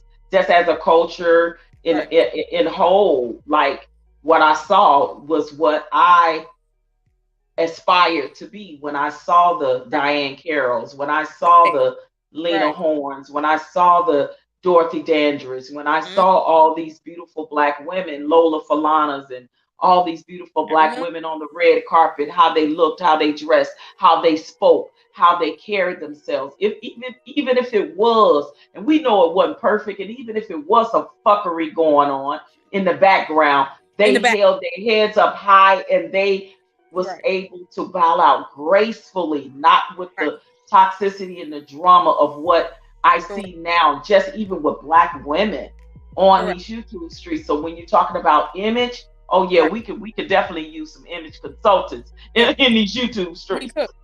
Because I'm sick of, I'm telling you, OG, I am sick of it. I be seeing content creators that I be like, listen, you know why you put these type of females on your panel? That it be the type of females that got bats on their eyelashes. Lola, it's the same reason why it's the same reason why they put Cardi B as to be the spokesperson to talk to Joe Biden, as to say we didn't have an intelligent Black female or male person with a higher intellect to have a conversation with Joe Biden. They use Cardi B. This is what they think of us and view of us as a people. But prime example. That goes to, that's a prime example that, for instance, when you continue to put images of thoughts on your platform and you think you getting clicks, right? Because you're getting the clicks. The issue is you're getting the clicks, but you're affecting everybody else's perception of the average modern Black woman that is the Tatiana. So when people come to the Black community, what are they looking for? They're looking for what they think is in the Black community only, which is the minority of the Tatianas. And it's like, okay, so what's wrong with, Cardi B representing black women and the average black woman, right? When that's all they promoting. And that's one thing I get sick of. Black men, even white men, talking about the modern woman, right? But when you look on their platform, do you see any like women that could intelligently hold a conversation? No. What do you see? You see the only type of females you see is the type that will come on Fresh and Fit. Those are the types you see all over. Oh my God, that is a buffoon. That Jesus, yeah, don't even mention those. Yeah. Tits out, everything fake, just raw, like all that. That's the only thing they want to interview because it gets them clicks. But in the meantime, while they're getting clicks and they're getting their little bag from YouTube, it's destroying the community. And this needs to be called out because it's affecting everybody. When people treat me like my job is to turn around and twerk because I'm black, I'm the black person in the room, so obviously I know how to twerk. Like, trust me, I've been in rooms where people assume because I'm black, I twerk or I know how to twerk because of all of this bull crap that's being pushed. And I say it's being pushed because people subconsciously are thinking that, oh, I'm not affecting the black community, I'm just interviewing some females. But then when enough of y'all do that long enough, essentially you're turning the whole community into the very thing you're complaining about on your platform because of your platform. And this is the issue I had with the Kevin Samuels platform. I'm like, you can't find one individual to get up there and talk sensibly. Not one out of the entire country. Like, what are you doing? Like, I'm just saying again. But in defense, these were women that were coming up to his platform, right? Making a fool out of themselves because they already knew this man's stance and ideology, but they kept coming up there thinking that they're going to be different and things are going to be different for them, and that's where I fought them at, because I fought them, but clearly the jury is still out if that was real, because again, I don't believe that random people calling and not one came up sensible, not one out of hundreds of thousands, not one. And I'm like, no, them odds ain't right. Something ain't right with that math. Them odds ain't right. Like, you got better odds. What you say? The math ain't mathing. Right. The math ain't mathing. So I'm like, nah, something wrong with that. Like, it's like, but then again, if what you're saying is true, right? The question is, why is it that only the most lowest type of females is attracted to your platform? Only the lowest type of females thinks when I see this happening, and I see it happening a lot on a lot of platforms on YouTube, to me, certain women are glutton for punishment. I'm sorry, certain black women are just glutton for punishment, because when they know the ideology of a man or of a platform or of a whatever, of a content creator or influencer, when they know that the ideology, this is the thing, they think that they're gonna change the mindset of that person or the mindset of that platform or the mindset or the ideology of the influencer. No, that's their angle, that's their agenda, and that's what they do, and that's what they go after. You are not special, sweetie. You know what I mean? It's like, you ain't special. So why do you think you finna go up here and change his mind? It's not happening. And that's the part for me where black women, even as they go into relationships, they need to stop. We stop it. When men are telling you what it is, believe them. Well, that's the thing. In this day and age, right? If you're a woman and you're calling an image consultant, my assumption is you're calling an image consultant to ask them, how can you improve your image so that you can get what you want, right? But I never seen those conversations for real. I seen conversations where these women, like you said, are trying to prove a point.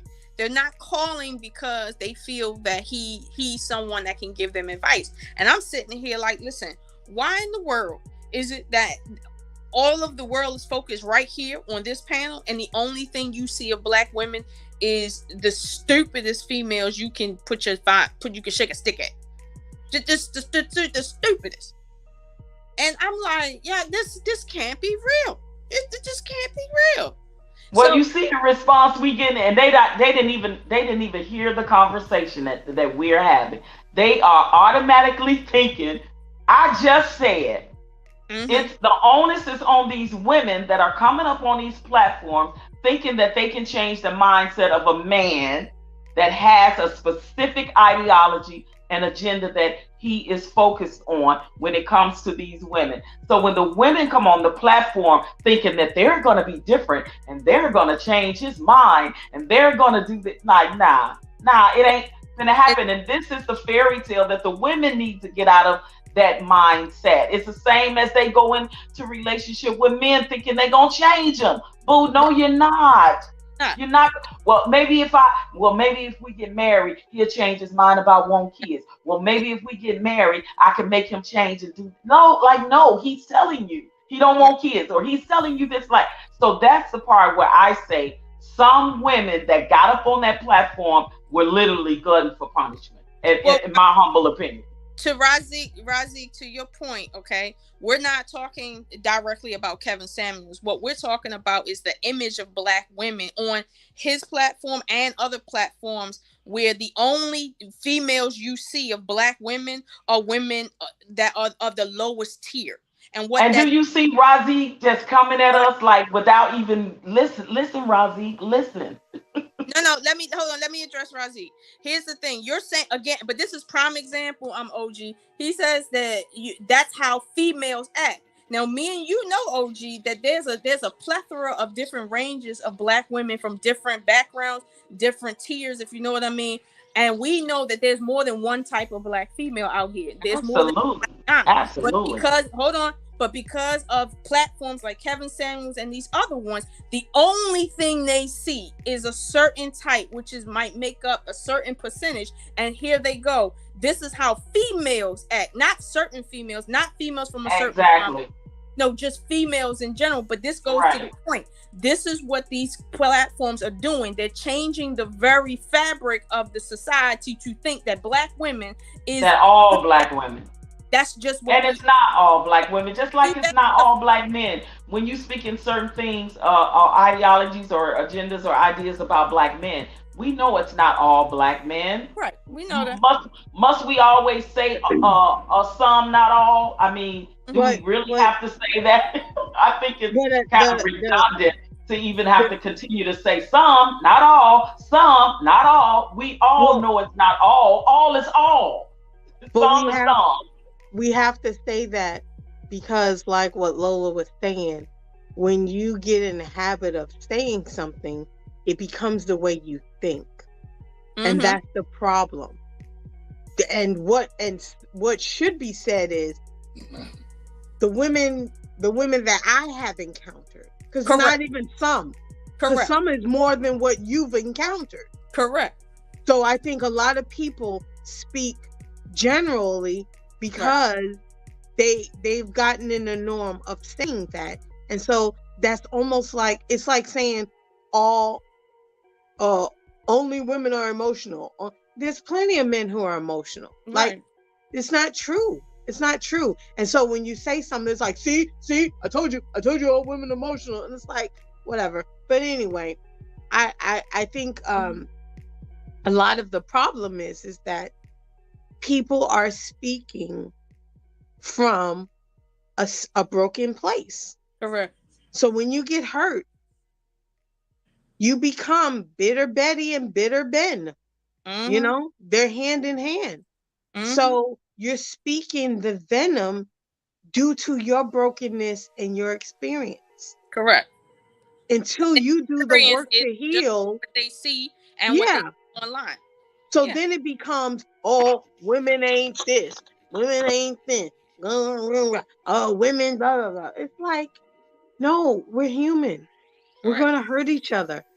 It's called life. You gotta do your own self-work. You can't walk around, just, if you want to walk around carrying all that baggage, that's on you. To stop spewing your bitterness because you're spewing it and now you're living it. You're so angry. It's the way some of these men speak. You would think that, why would you ever date a woman? Correct. Why would you ever be with a woman? And vice versa. Why would you ever be with a man? Right. If all you do, because you have so much animosity and hatred, like, because you haven't done your work. Correct. You know, like when we were talking about the passport brothers, like you still are bringing you to that country. Right. So at the end of the day, you can run away from black women, American women, all you want. But you are still bringing you. And you have some part of that broken puzzle. Correct. I think people don't want to own they BS. Own it. And that's the problem. So right. you think going to a different country, getting somebody who might just see you as a way to get citizenship is the way to go. Correct. If that's the way you think, then keep moving and shaking that way. It's just like when you say y'all want natural women, but every time us natural women, us average women see y'all dudes with a little bit of money in your pocket, you with the BBL get around. You with the blow up doll exchange. That's all you dating. That's all you going around with. So why are you saying you want a natural woman? Did you just say the blow up doll? Did you just say the blow up doll exchange? That's pretty much what it is. Yeah. The Jessica Rabbit lineage. That's what it is. It's fake. So if that's what us average women are seeing, then why how can we compete? So then a lot of them think, oh, I gotta fall in line and do the same thing. Mm-hmm. I gotta go do this and damn near kill myself and get this injected and remove this rib, and then Lord forbid if I get into an accident, I'm gonna be dead because I ain't got no ribs. I mean, really? Wait. You want a size 0.002 waist? That's not humanly possible, you damn idiot. Well, here's my thing. A small waist ain't never made cookie good, if you know what I'm talking about. Okay. Well, let them tell it. That's the problem. Right. Let them tell it. That ain't the truth. That's the problem. I don't know. I come from an era where men love women with a little meat on their bones. I'm just saying. I don't get it, OG. I don't understand it. I'm not getting ready to go back to a size 6 like I was when I was in high school. Not getting ready to happen. I'm sorry. I will look like I'm sick and I'm on some type of narcotics that made me lose weight, and everybody will be like, "What the hell?" Not happening. We're gonna have to put you in rehab, OG. Right, and I'll be singing that song. They tried to make me go to rehab, but I said no.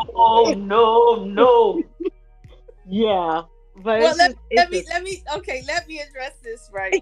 I get it that people like Razi feel that women, we're just talking, right? And the truth of the matter is, these women that we're talking about that contribute to our image being disgraced, like that senator or that lady running for Senate, right? It's the same. And Razi, I hope you understand, the same way when we have platforms that most people have access to, and they're watching this every day, and they only see one type of female up there. They don't see a variety of women that we know exist, but they only see one. Whether we like it or not, that's making an impression on the community to think that this is the only thing that's happening in said community.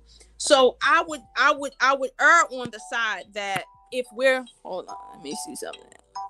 I would err on the side that if we're in this community, right, we have to be more balanced. I'm not blaming Kevin Samuels for who called his show, right? But I would blame Kevin Samuels in the sense that the only time he showed a woman that was like kind of regular was when there was an Asian woman on.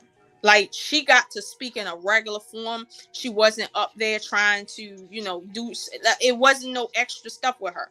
And I'm sitting here, and that's not to say Asians don't have extra stuff with them, but the only regular type of female that was on his platform that I saw was someone who wasn't even black. And it's like, at the end of the day, I know that's not the truth. Like, I know that there's more than just that type of circumstance, but this is still making an impression. Nevertheless, it's still making people feel like black women are one monolith, period. And that's not true.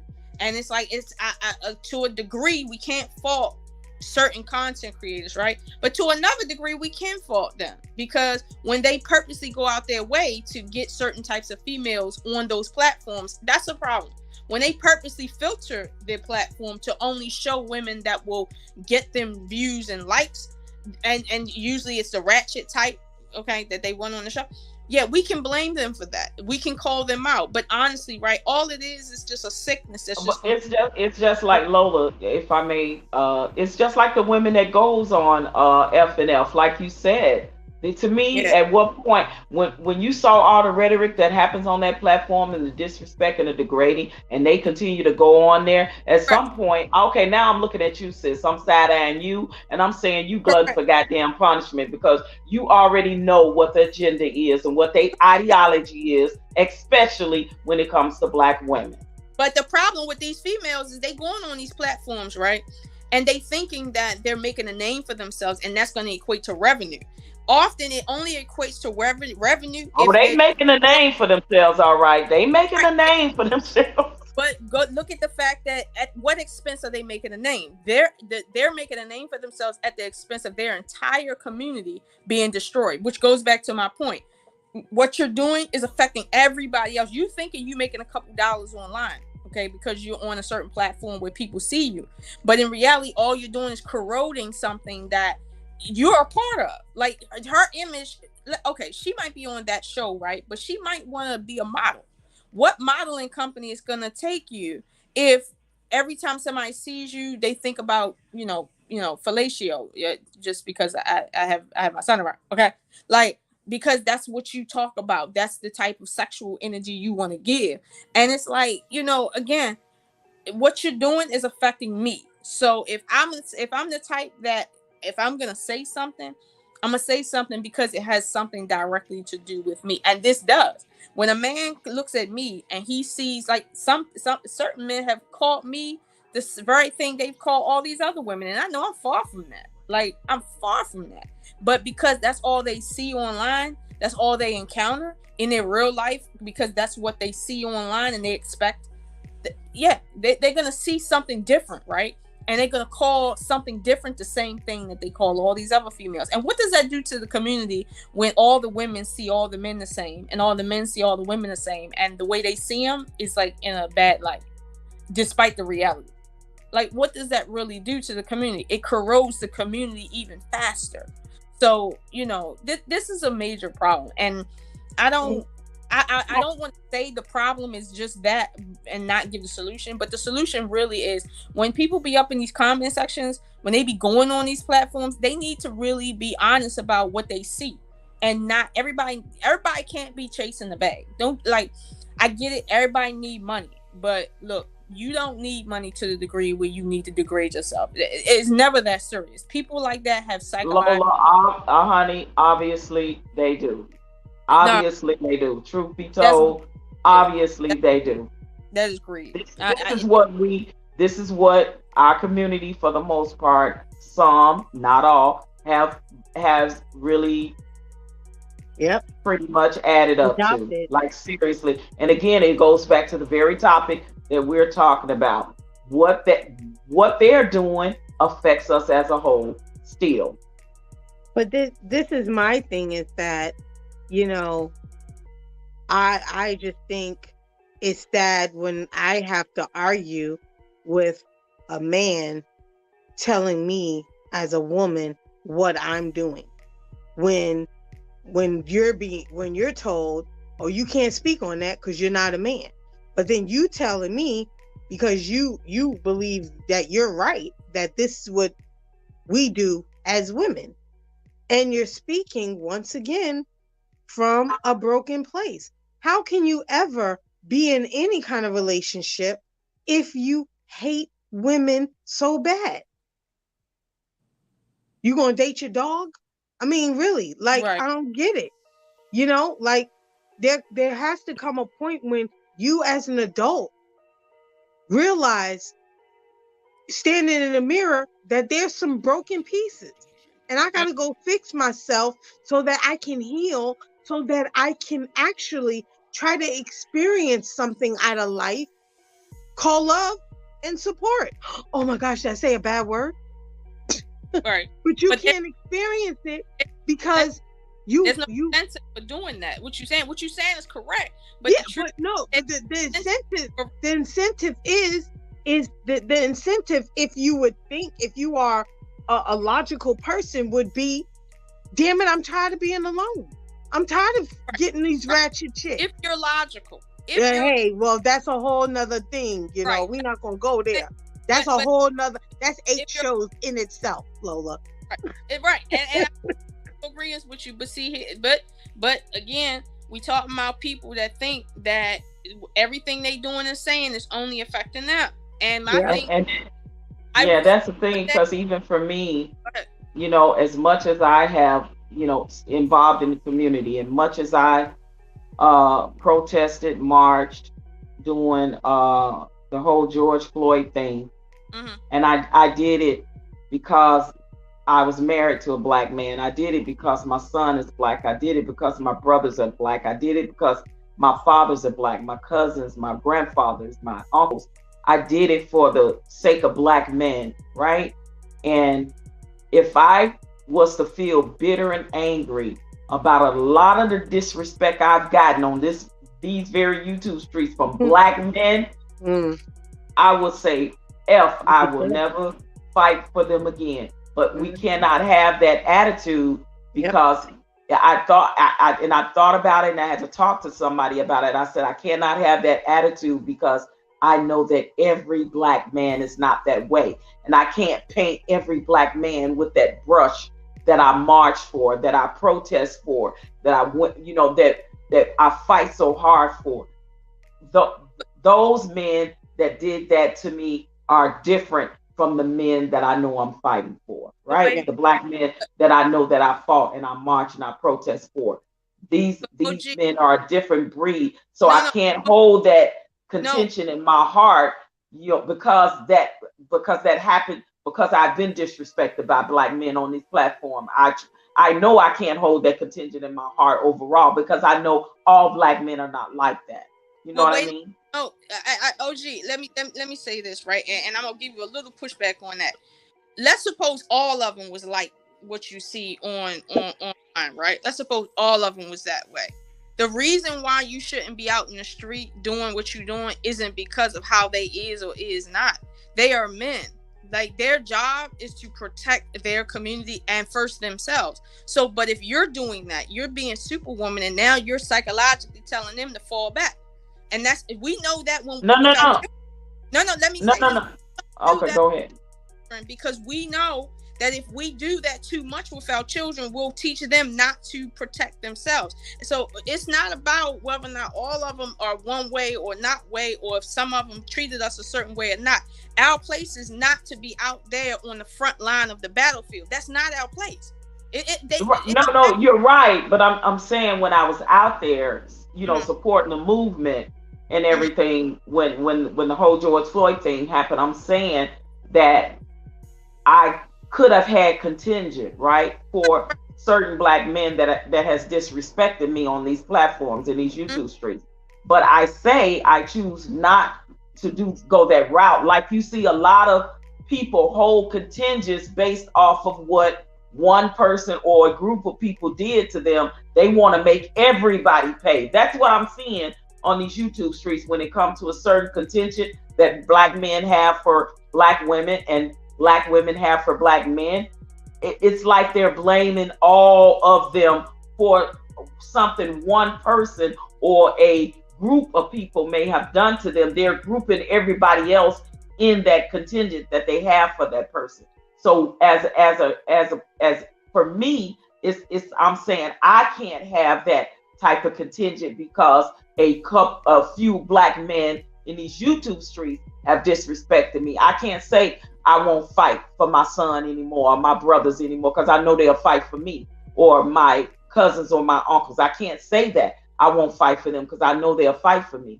I can't have that overall, like I'm gonna dislike or hate all black men because some black men has did this to me. But that is what I'm seeing happening a lot in these YouTube streets, that they're literally grouping all women in what one woman or maybe a group have done to them.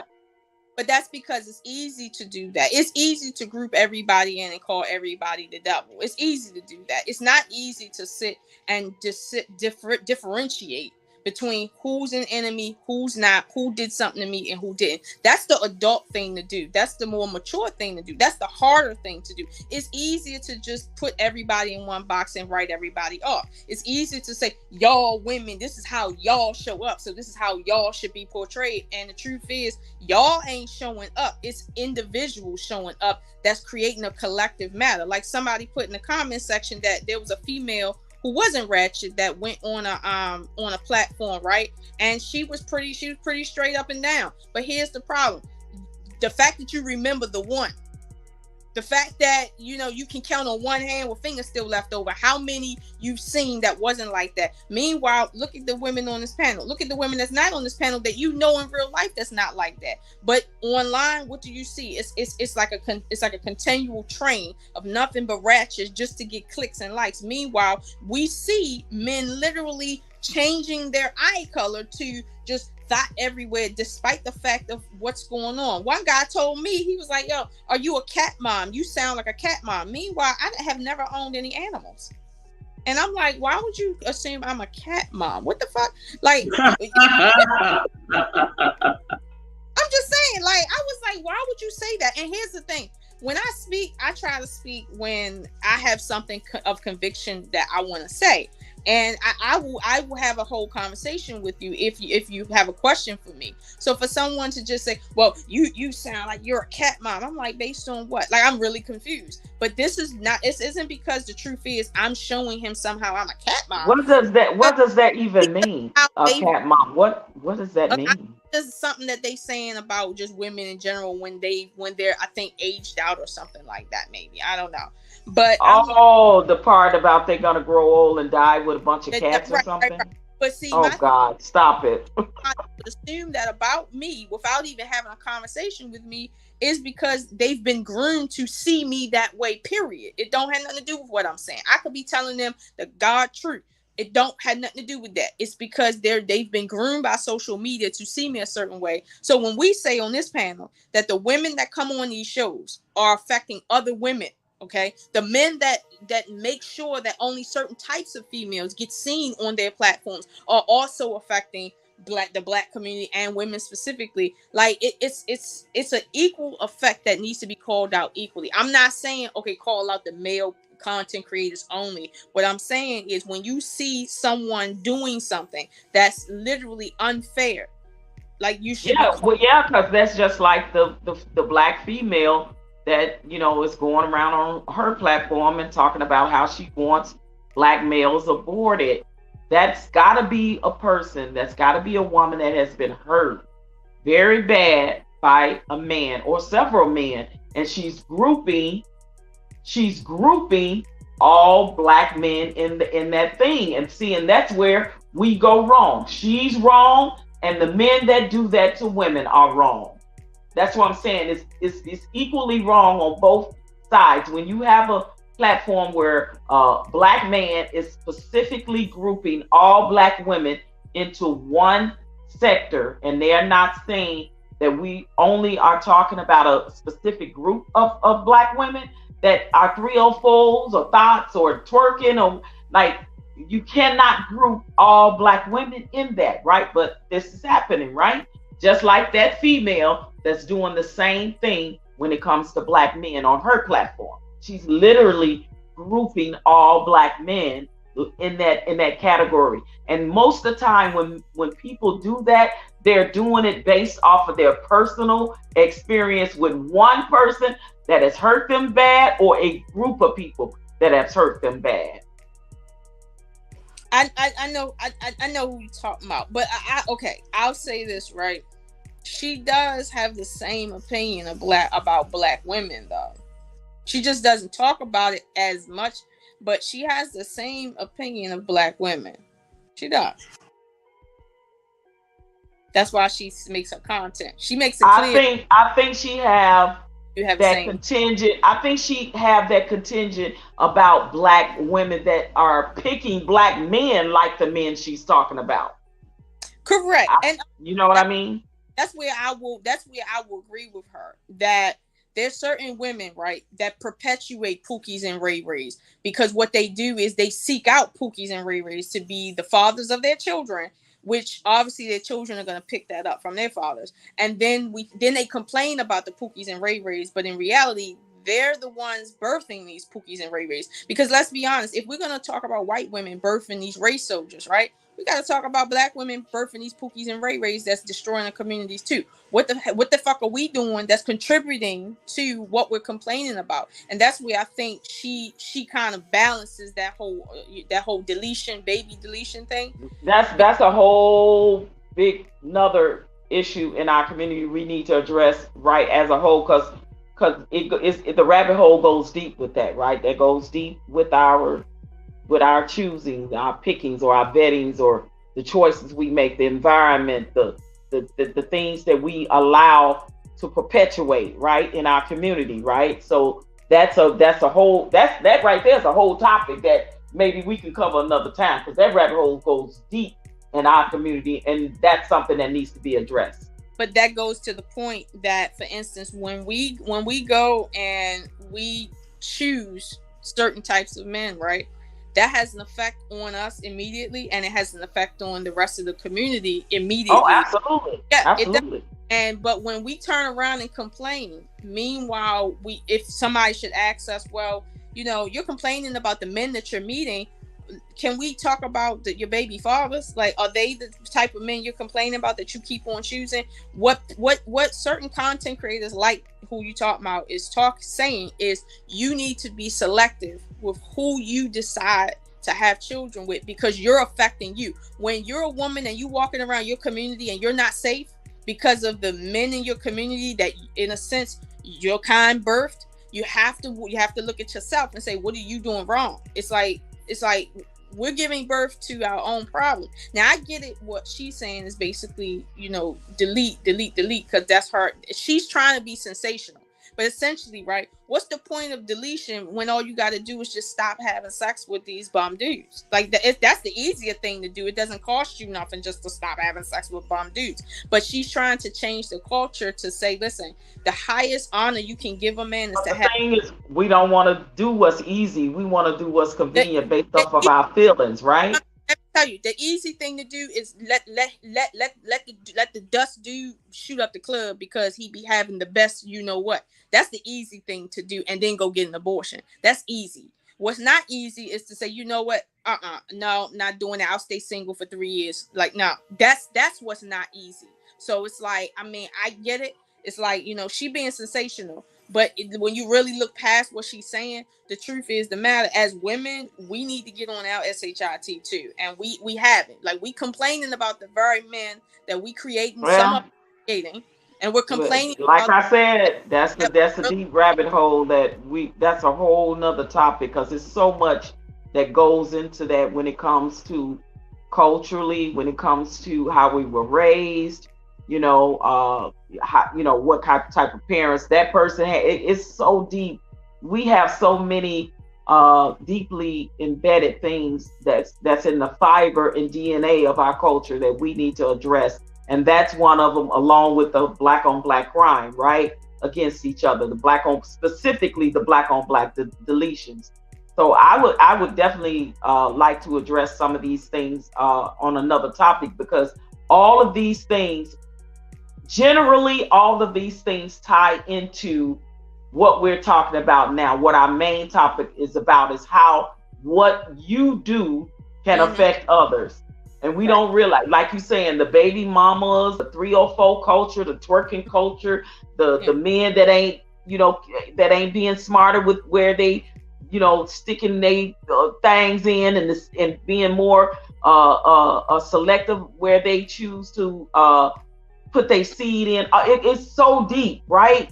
Like, sure. But it's generally it boils down to this very topic where what you do does affect others, because it's like you said, these children have to be born, be sent out into the world. What are they being taught? How are they being raised? What is their culture like? What are their parents? It's so deep when it comes to that, right? So yeah, that's a whole nother topic. That's all I got to say to that. Topic, but I just think it's so interesting that, you know, when we really start talking like this and start breaking it down circumstance by circumstance, and we start laying it out, and we say, okay, you do this, then the next thing that happened is this, and then the next thing that happened is this, and this is why the community gets involved, and this is what happens to the community, and this is what happens over time in that community from that one decision that this one person made. Like, we can really do it. I think it really need to be a breakdown, and everybody need to be responsible and accountable for their onus and their part that they play in it, men and women alike. Like, real talk. I think that raw conversation needs to be had where women need to face some shit, right? Like, women need to face some shit, and men need to face some shit. Right? Like, that's the reality of our thing. And I think if we can admit to those things and come to terms with those things and say, now, what are the solutions and the things that we could do to change it, because it will help change the culture. And then what I do won't affect you in an indirect or direct type of way as a community. Now we all can heal and do better and move past this. And it won't be all of the continuous gender wars you see in the babble back and forth with no solutions and no answers, and people just want to hear themselves talking points without the things. I think it really needs to be broken down and compartmentalized in these different areas: the black on black crimes, the deletions, the child support, the baby mama drama, the 304s, the twerking, the men that's being so loosely with their penises, the women that's being so loosely with their vaginas. Hello, like, let's have the conversation like adults, right? Are we not adults, right? And everybody needs to take the onus on their part they play in it and the responsibility, and say, what can we do to make it better? Well, here's the thing. Now that Roe versus Wade has been returned to the states, and the states are like, listen, most of them are like, no, you won't, not anymore. I think that women will start making different decisions when they're faced with, because keep in mind, right, the change there is going to have an immediate effect on the community. Meaning, you think that they're going to change that and then social services is going to be a free for all. It will not. The babies you make are the babies that will take you into hell if you don't have the money to pay for them. That's where we're going at with this. Now that COVID is hit, listen, the funds is dry, and it's going to probably get drier. So now that you don't have the right to go and delete anymore, now that you have to live with every single time you want him to shoot up the club, that means that's another person you got to be responsible for that he can walk out on. I think you'll learn what a condom. If you can afford to go to a state that permits you to have that. But that's because there's consequences now. It's consequences for shooting up the club now. You can't get off scot-free anymore. And now, because of that, and I'm glad it happened, that now when people make decisions, they're gonna say, okay, so if I keep doing this, then I'm gonna be FUCK. I don't think I'm gonna do that anymore. That's gonna cause us to go back to the basics of what you're saying. Like, I don't know, because I mean, look at some of the women that's having all these kids now and that are getting public assistance. And they got 4, 5, 6, 7, 8, 9 kids, and knowing only that the government is only going to pay for 3. That's the limit, right? In most states, that's the law, but they continuously do it. So this can be absolutely detrimental, even worse to our community. No, keep in mind, it's not just that. It's multiple things happening at once. If you've noticed, right? Because I used to work in child support in the state of Maryland. 40%, upwards of 40% of the people on child support are women. People don't know that. Not 50-50 yet, but close to it. Like 35-40% of people on child support are women. I think it depends on the state, though. It does, but in my state, we have a lot of black people in my state. And when I say there's a lot of women and it's growing, right? Keep in mind.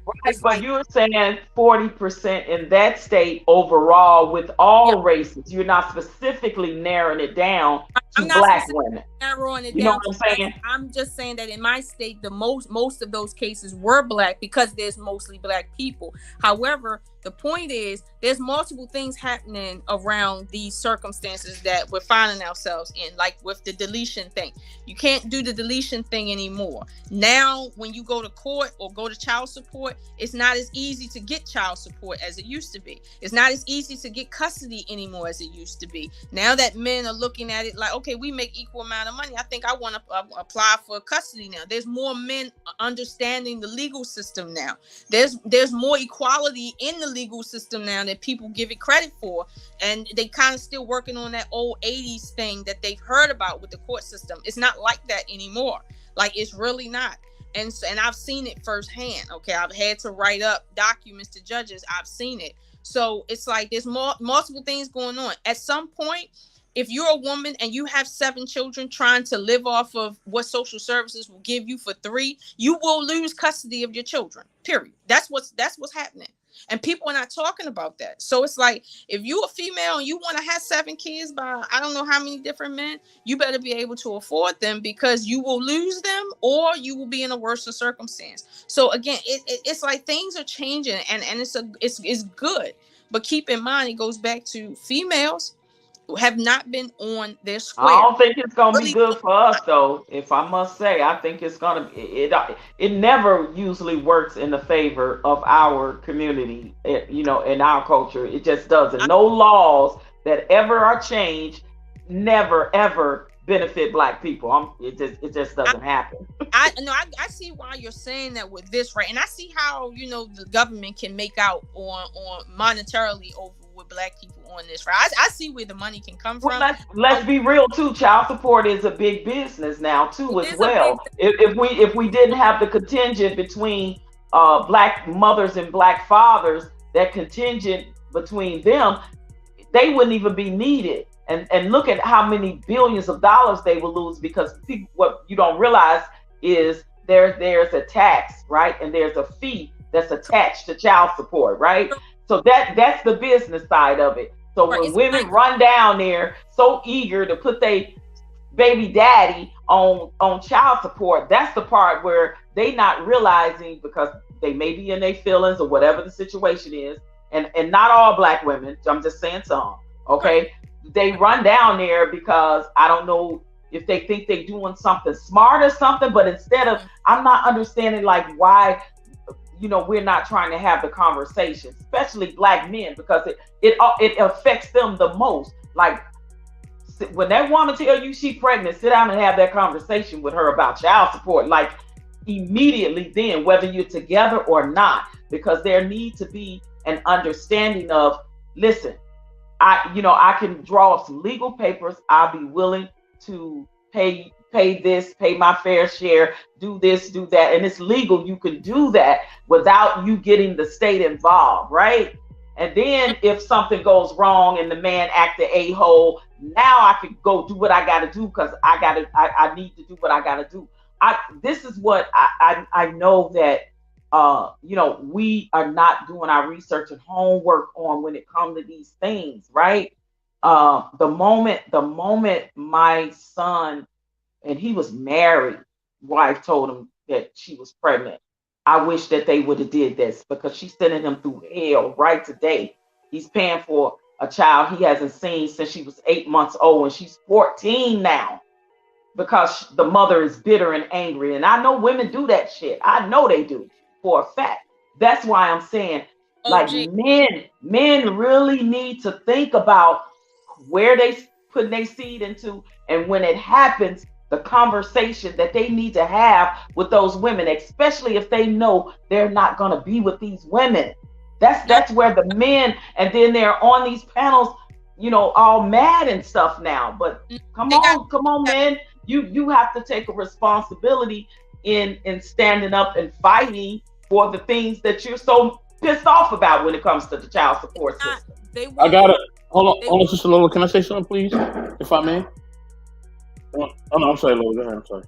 No, I was just gonna respond really quick to OG and say the problem is they won't fight. People only fight when their back is up against the wall. And I'm gonna be honest with you, as quiet as it's kept, abortion has helped Black men just as much as it has helped Black women, honestly, to get out of their responsibility. A lot of times Black men are talking about Black women getting abortions. If it was not for those abortions, right, there would be more child support cases on the books than it is right now. I'm going to be honest with you, even though it might sound like a bad thing, there is a silver lining, because what it does is it creates a system to which... No, I get that. Yeah, you're right. I get that. Right. I understand if that. you're reckless with your womb as a female, you will bear consequences of that, because if you think the system is still, white people are still going to give you all this free money, no, the Republic is making sure that does not happen, and they're making sure that doesn't happen, like, for the next couple centuries.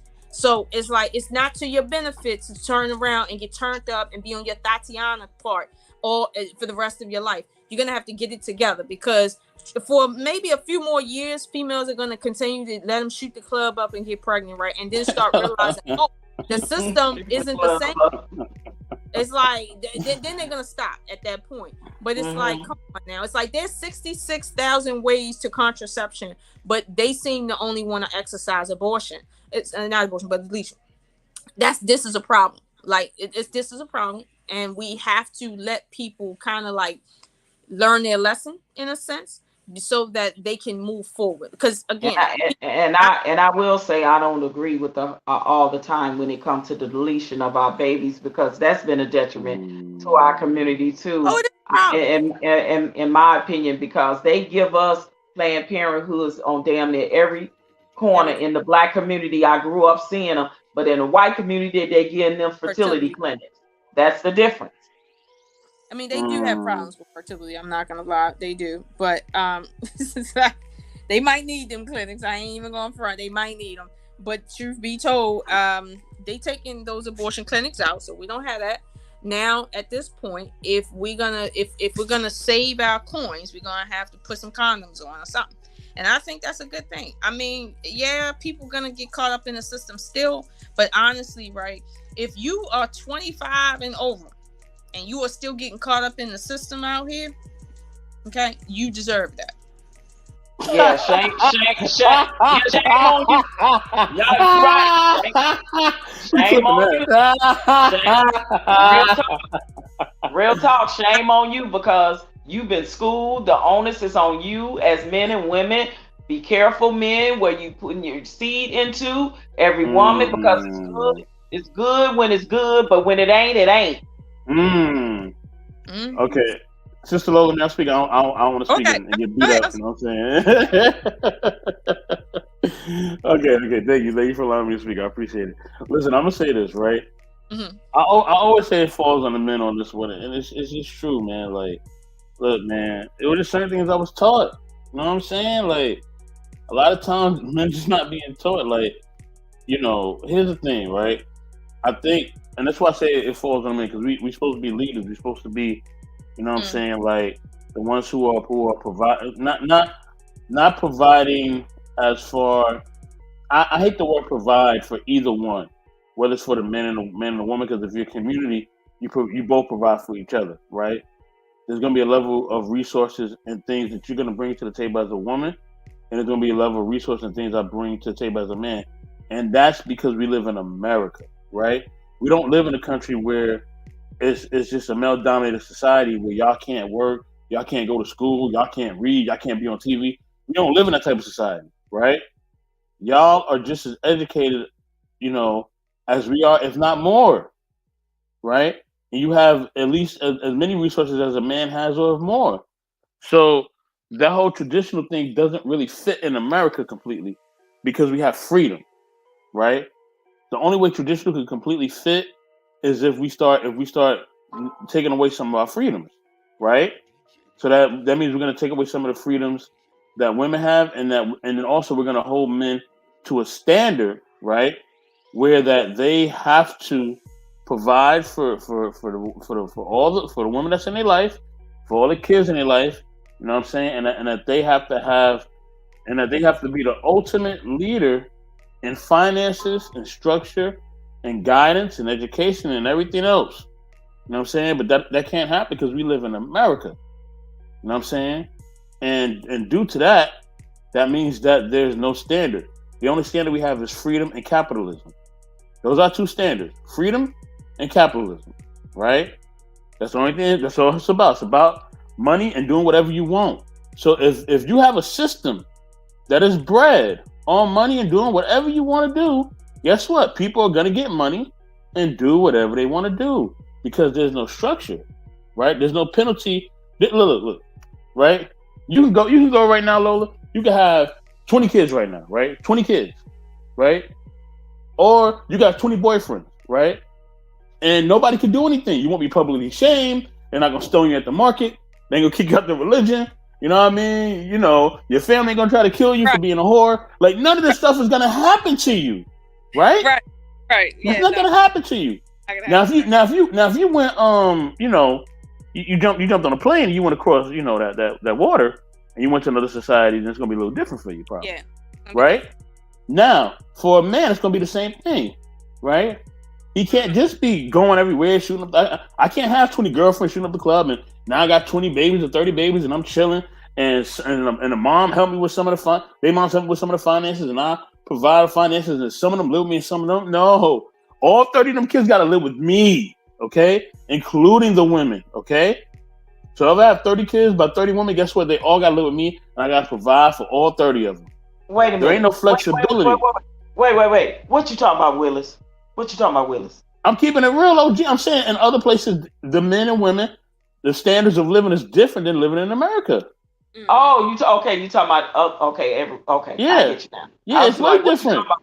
It's way different. That's true. You know what I'm saying? It's way different. You know what I'm saying? So because of freedom and capitalism, we have the flex power, right? And we know that, right?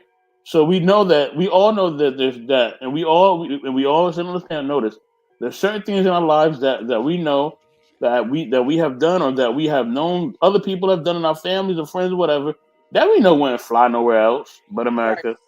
It only flies in America, right? Now, as far as men and women both protecting themselves when it comes to intimacy, I think that has to be something that is taught since it has to be taught here because of freedom. Like, I mean, other places, right? It's arranged marriages. It's also different type of structure, caste systems, whatever structure they have overseas is whatever they have, right? So I'm talking about non-Western culture, but we're dealing with Western culture predominantly, right? We have to, you know, show people, okay, this is where you get protection. This is how you protect yourself. These are the clinics that are around. You know what I mean? You know, we have to give all these guidelines for both the men and the women.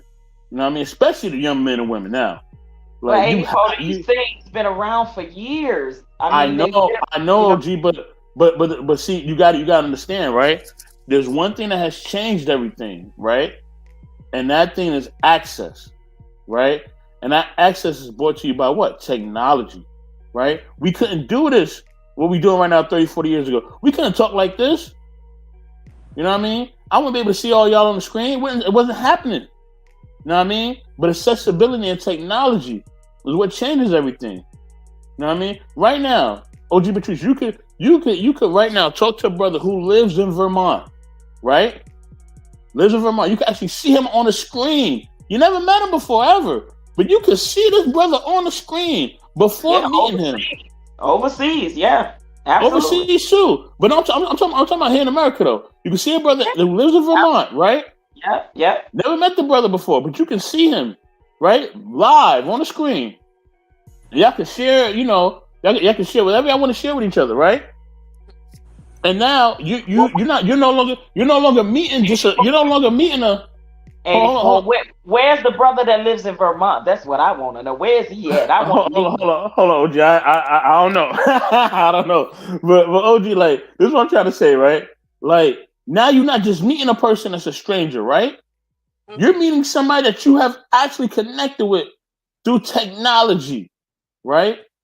And the accessibility of technology, it allows, you know what I'm saying, younger people now to just be like, yo, man, I could do this, I could do that. Yo, if I want to talk to this girl and she live in Utah and I live in Sacramento, I could do that. You know what I'm saying? I could live, you know, in Baltimore where Lola's from, and you know, and there'd be a man who lives in Tennessee, and I could talk to that brother. That wasn't happening back in the day. Right. You know what I mean? Queen wouldn't have been able to talk to, or get to know, or have a boyfriend in New York, or have a boyfriend then have a boyfriend in California, have a boyfriend in Texas, have a boyfriend everywhere. She wouldn't have been able to do that. Hold on. I'm just saying she wouldn't have been able to do that 30 years ago. I'm just giving examples. I wouldn't be able to have a girlfriend. I would have a girlfriend in Arkansas, then have one in North Dakota, then have one in Seattle. That wasn't happening. So it's the accessibility. Yes, it was. It just wasn't through modern technology, but people were having long distance relationships. They were having them. I know they were, but it wasn't to this scale, OG. That's what I'm trying to say. It went to the magnitude. Okay. You know what I'm saying? Okay. The magnitude that these people are doing, and trust me, I know this because I see men in my family do this. Right? The younger men in my family do this. The older men, yeah, some of them, if they're tech savvy, they know how to do it too, right? But when I look at the younger men and how they move and how they approach things in my family, they all on it. Oh man, it's this one. I'm like, man, okay, wait, hold on. Didn't you just say that you just talked to somebody on Thursday? How you talking to somebody on now? It's Monday, and you talking to somebody else? Like, what is going on? Like, it's crazy. But see, and the thing is, what adds to it is that both the men and women are living these type of lifestyles, right? It's just freelance, my body, my choice. I could mess with a man one day, then I can mess with a woman, then I can mess with a woman that dresses like a man, or a man that dresses like I could do anything right now, right? And it's all okay, right? So we got free will, capitalism, and technology. So you add those three in a society where people don't have to be publicly shamed. They don't have to think about anything. You know what I'm saying? Right? They can just do whatever they want. You know what I mean? They're not going to be brought before the government and be called different names and they family be ostracized by the town or whatever. Ain't none of that happening out here. Okay?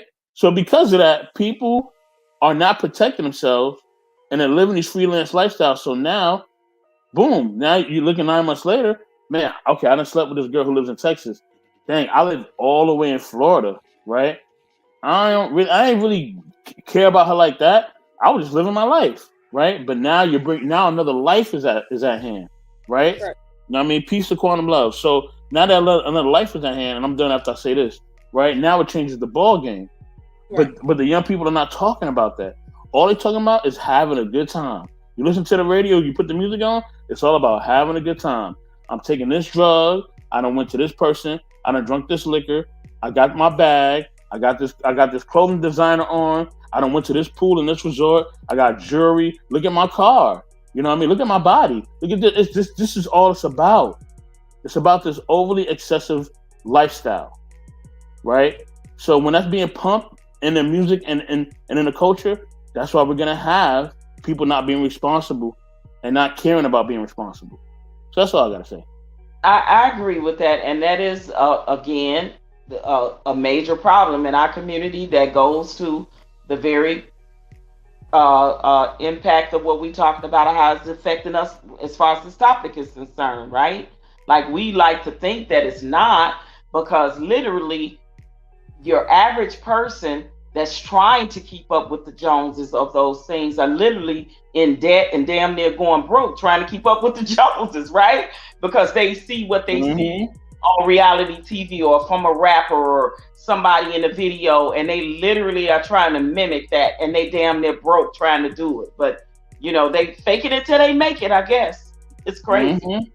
And that affects our culture too, because it's not showing us how to have financial literacy to build generational wealth, because we're too worried about the materialistic things, right? Instead of, passing the important things down for ourselves that, half of us not even financial literate like we need to be, right?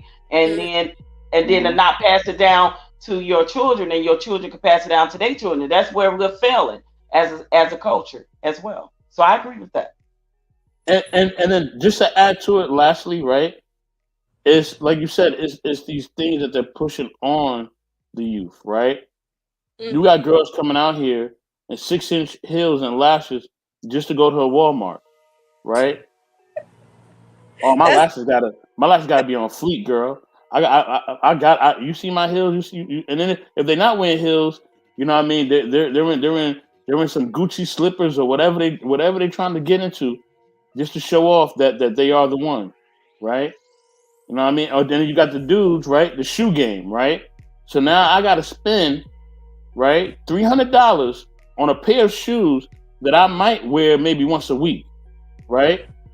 Remember, I still got to work. So what if I have a work uniform? I can't wear these shoes there. You know what I'm saying? Man, what's your shoe game looking like, brother?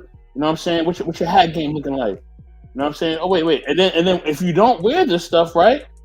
You know what I mean? If you're a man, you come in with the wrong shoe game, they point at your shoe, they say, oh, what are those? They make fun of you, right? If you're a woman, right, and your weave ain't done right, or something ain't done right, oh, man, look, she raggedy, girl. Look at her, blah, blah, blah. So we're shamed. We're shamed when we just try to just do the most normal things. I'm going into Walmart. Why I gotta dress like I'm going to a social event? I'm going to Walmart or Target or CVS or wherever else. Or like you going to the club. No. Exactly. No, they don't dress like that no more. If you notice, all the women wearing stretch pants and no panties and sports bra. Cause everybody they got workout code. Fabletics is making a killing.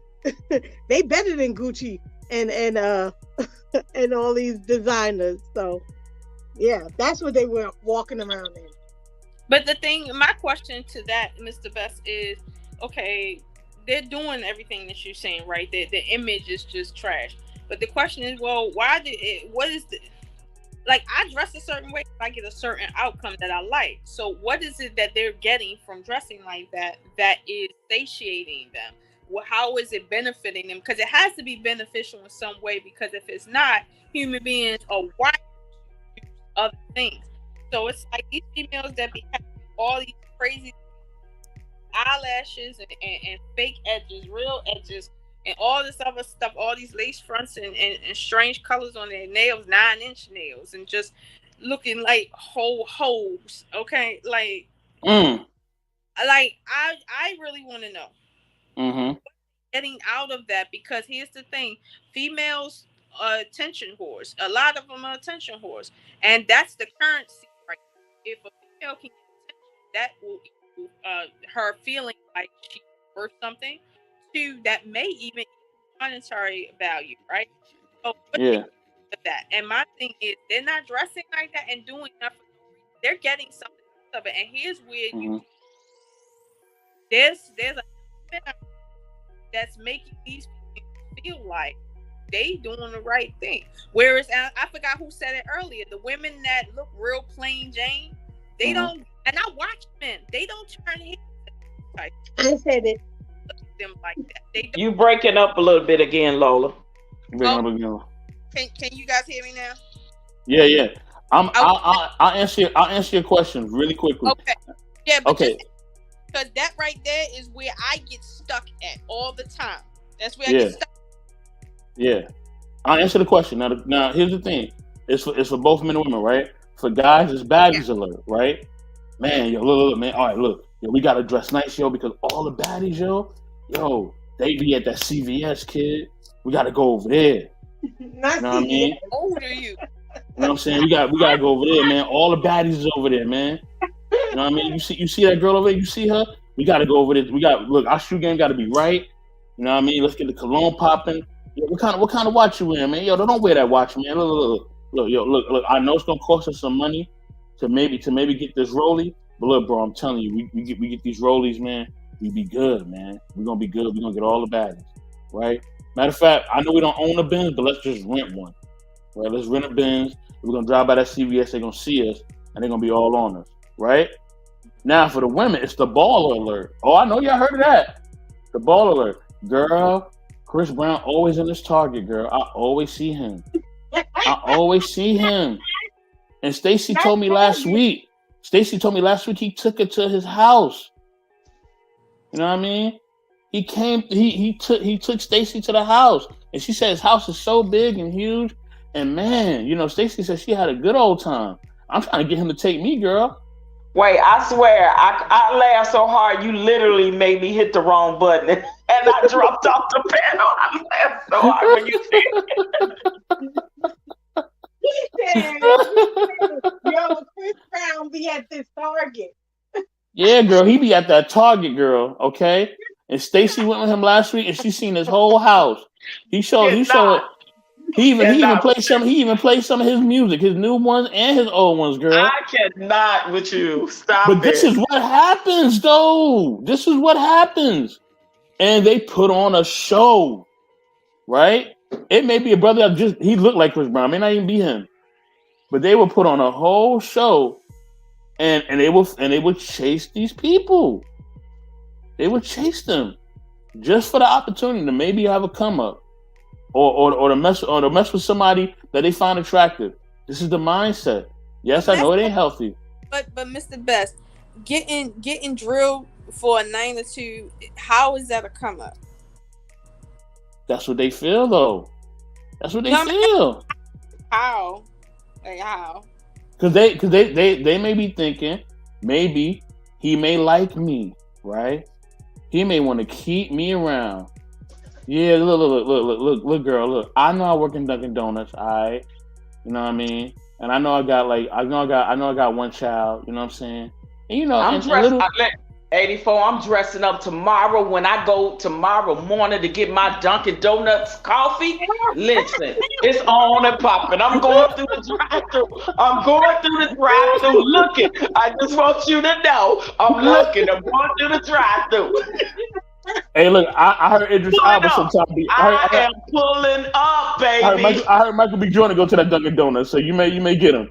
So with that being said, they believe that they can somehow pull these guys, or maybe a certain club or a certain lounge, and they know they're like, "Oh, girl, listen, I'm telling you, that's the lounge where all the basketball players go. The whole Detroit Pistons team be going to that club, girl. We got to go, okay? Look, I know our rent is due next week, but look, don't worry about that, okay? If we can get this baller, right, and we can get him, we ain't got to worry about our rent no more." I will say this: I do know for a fact when it comes to the guys in sports, yes, that's how a lot of the young girls they do get those guys because I have a couple of girlfriends whose daughters dated like Chicago Bears, Chicago Bulls guys.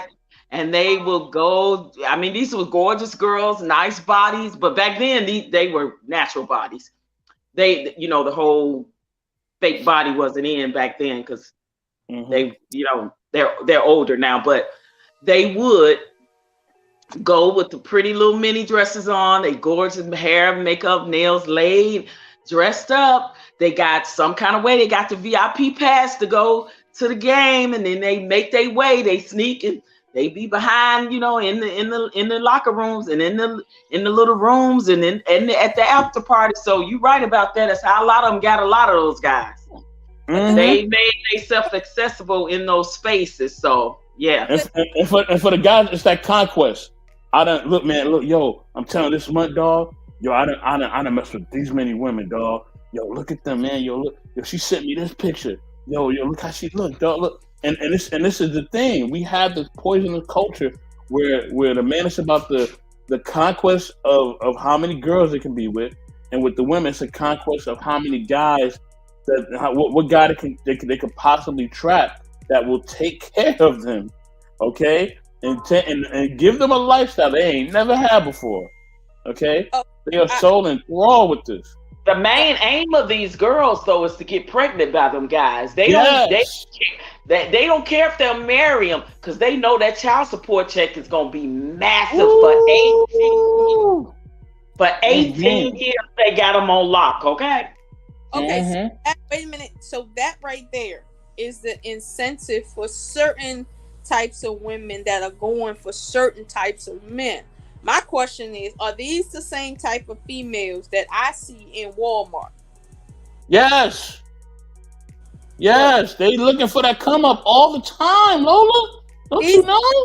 At Walmart, though. They looking everywhere. They don't care if it's Walmart. They don't care if it's Whole Foods. They don't care where it's at. They are always looking for a come up. Did you say? Oh, What you know? no, it's on tomorrow. Dunkin' Donuts drive-through, baby. It is on and popping. That's all I'm saying. Patrice, OG Patrice, pulling up, baby. The great Jasmine Sullivan has a song called Mascara, and she talks about how this girl goes through. She's jumping through all these hoops in order to just have a lifestyle.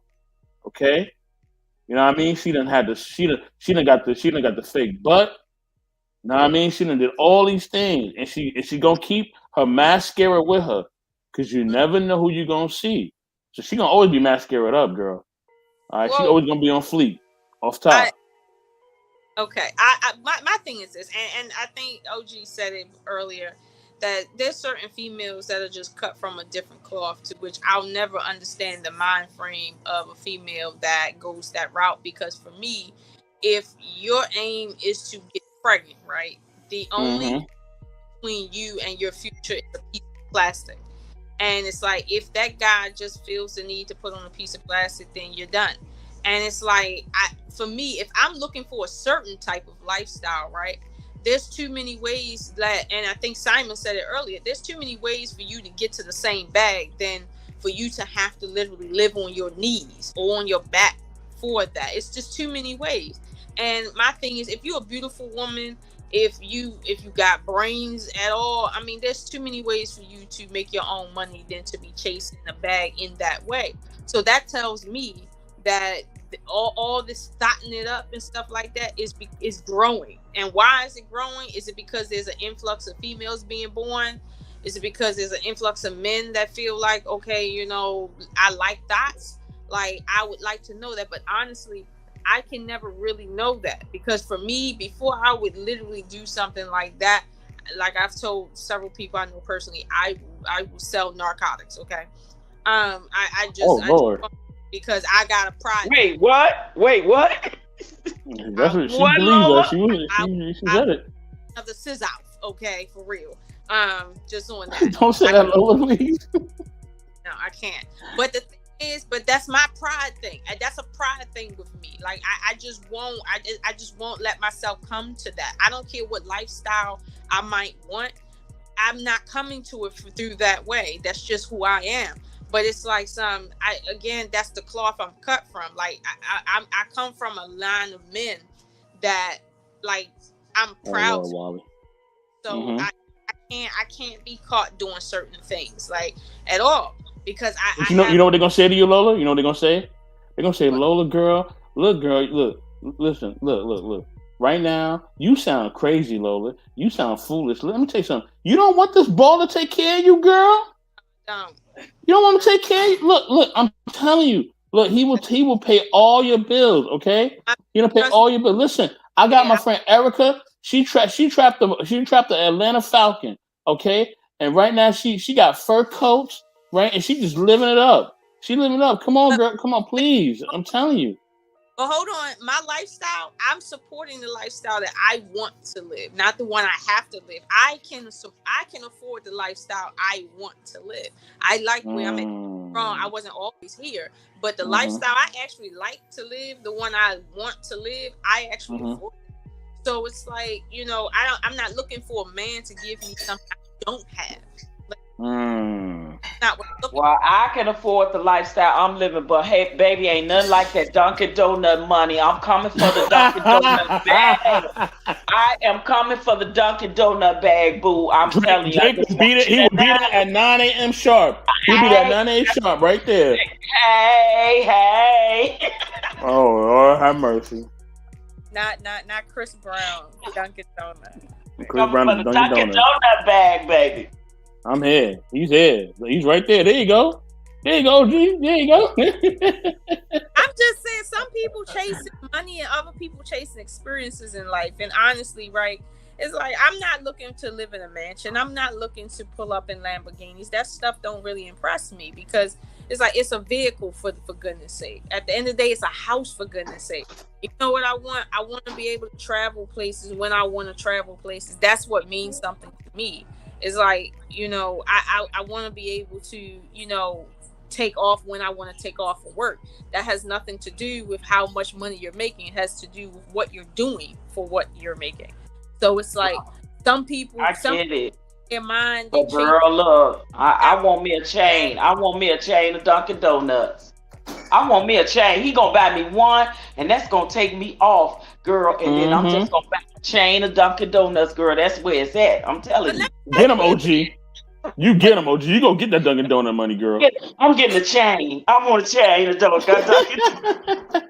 Even the females that get the money like that, right? The ones that actually get pregnant, you know, a few of those. Even them, I don't see them making any major moves out here. I don't see them starting any major companies making moves. I just seeing them still looking for a check, hoping children never age out or something. I don't see them making moves in money that they're getting. Because I'm gonna be honest with you, right? I could start a company based on, if I was making $30,000 a year, I could start a company that in 2 years I could really do something with if I had the right backing, right? I don't really need somebody to be giving me, let's say, what is it, $10,000 a month. $10,000 a month, you getting in child support, yet you don't own a multi-million-dollar business. Now listen, Sister Lola, everything you're saying is correct, but you gotta understand, right? These are people that's falling into the devil's trap. Yeah, right? they don't even know what to do with. Exactly. They want a lifestyle that they don't even know how to manage. Exactly. Because they want comfort. America is built on comfort, right?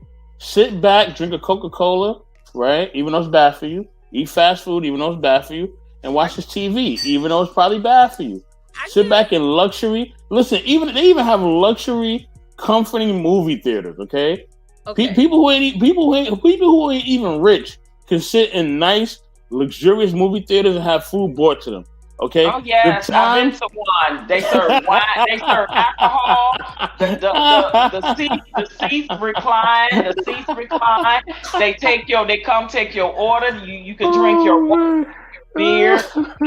Yes, I've been to one. Like, no, for real, I'm serious. I know. That's why I mentioned it, because I've been to one too. I was like, oh, I love this. I love it. I was like, I can get used to this.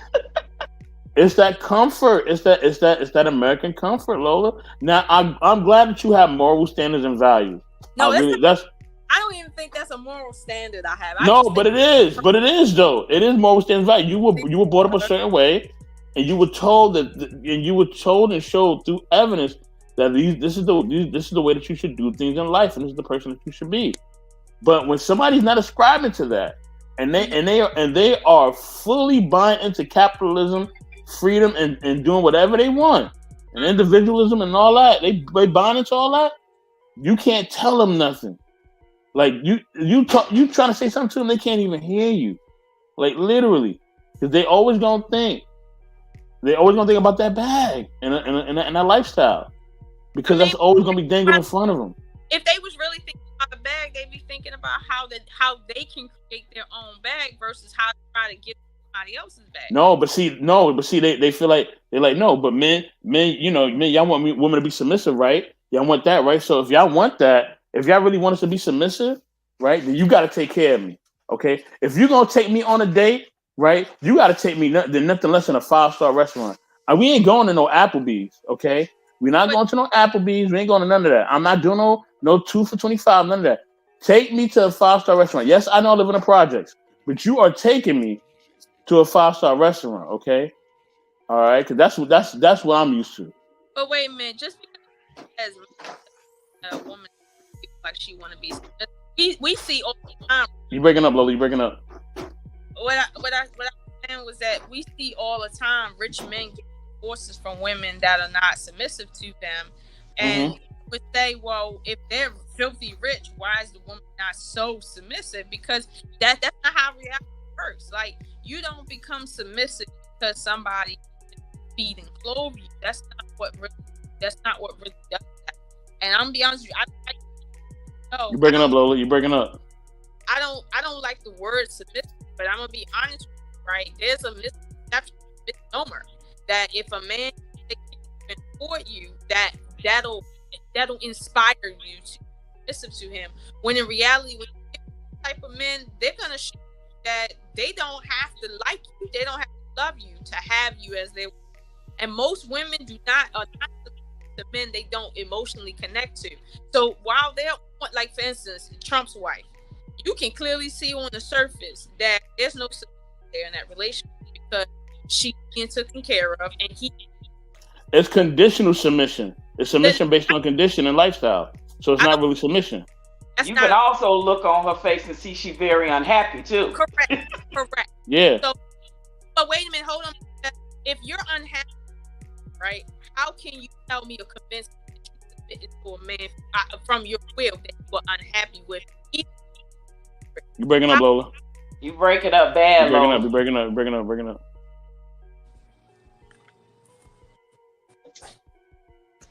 Can you guys hear me?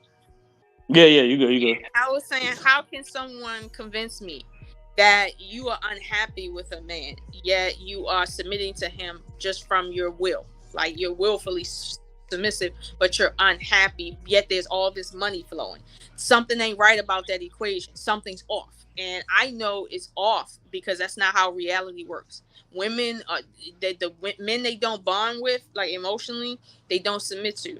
Men that they don't love, they don't submit to. Period. Respecting a man is one thing, but when you get to that emotional part, if you're not there with him, you will never submit to him. But you got to understand two things. But that's I'm gonna push back on that because she's doing it to live the life she's living, but she's unhappy. But she's doing it to keep living the life that she's accustomed to living now. Obviously, exactly. Let me say this, Lola. You ever heard of trophy wives, right? Yeah. There's trophy husbands. There's some women they just want to have a man there, right? He could be the scum of the earth. He could not even really want this woman. Hell, he could even be having other habits, other bad habits, other women, all types of things going on, and she will stay. She will put up with this behavior because she just wants to be a man. She wants to be with a man, and then don't add religion to it, and then it gets even deeper. It gets even deeper down the foxhole. I get but again, they're not that happy. And here's the thing: I'm not talking about these high-end females. I'm talking about these regular. No. I'm talking about regular people. Hold on. At Walmart, I know you are not chasing your happiness anytime you're sitting here dressed like that. Because, like, no, don't tell me you're chasing your happiness trying to get to a bag. Because I've never seen a chick dressed in those bodysuits where you can just see every crevice from the top to the bottom, getting that's taking care of them. I've never seen it a day in my life. So what in the world is going on out here? Lola got a question. What is going on out here? Like, listen. Like what am I missing out here? People are dressing and doing all this extra stuff because of what? What are they getting out of it? Because they're chasing the Joneses, though. They're chasing the Joneses, and they're chasing something that's not attainable, right? But in their mind, if they don't perceive, like if they don't have the image, right? Some people are listen. Some people will love the fact of having an image of something good, or having a man, or having a husband, or having whatever. They want the image of that than actual happiness. Some people will settle, right, to be uplifted, right, and to be publicly acknowledged. And people publicly treat them a certain way. That's what because they don't want to put the work in, right, and really go through the pain and really work through themselves to really be fulfilled and happy, right? Okay. So they try to leech off of other men and women to gain their happiness because they can't get it. They're not want to put the work in themselves, right? So that's where the trophy husband and the trophy wife comes from. But these females at Walmart that be walking around these furry slippers and these weird outfits and all these nails and bats on their eyelashes, I know they ain't getting no dudes that's just rich as I don't know what. But some of them are. It's less than 1%. I mean, listen. They feel. Their men are less than 5%. So if there's more, and you talking about a less than 1% chance, who in the world does anything on a less than 1% chance? I just need to understand. Look. I'm not. And shout out to APTV. What's going on, brother? Listen. I'm not saying that these women's success rate is high, right? But it's the delusion and illusion of grandeur, right? We go to a theme park. You see a roller coaster, right? We both see it. We like Mr. Best. Yo, that's the one that everybody's telling me about. We gotta get on that roller coaster. We gotta go, right? We get on that mug. That mug is 30 seconds and we out of there.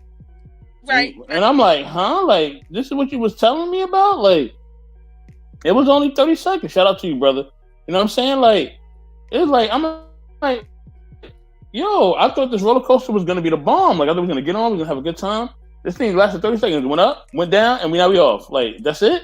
That's all that happened? So they're chasing what they see. They're chasing the illusion of grandeur, and it's being pumped to them every single place that they go. Right?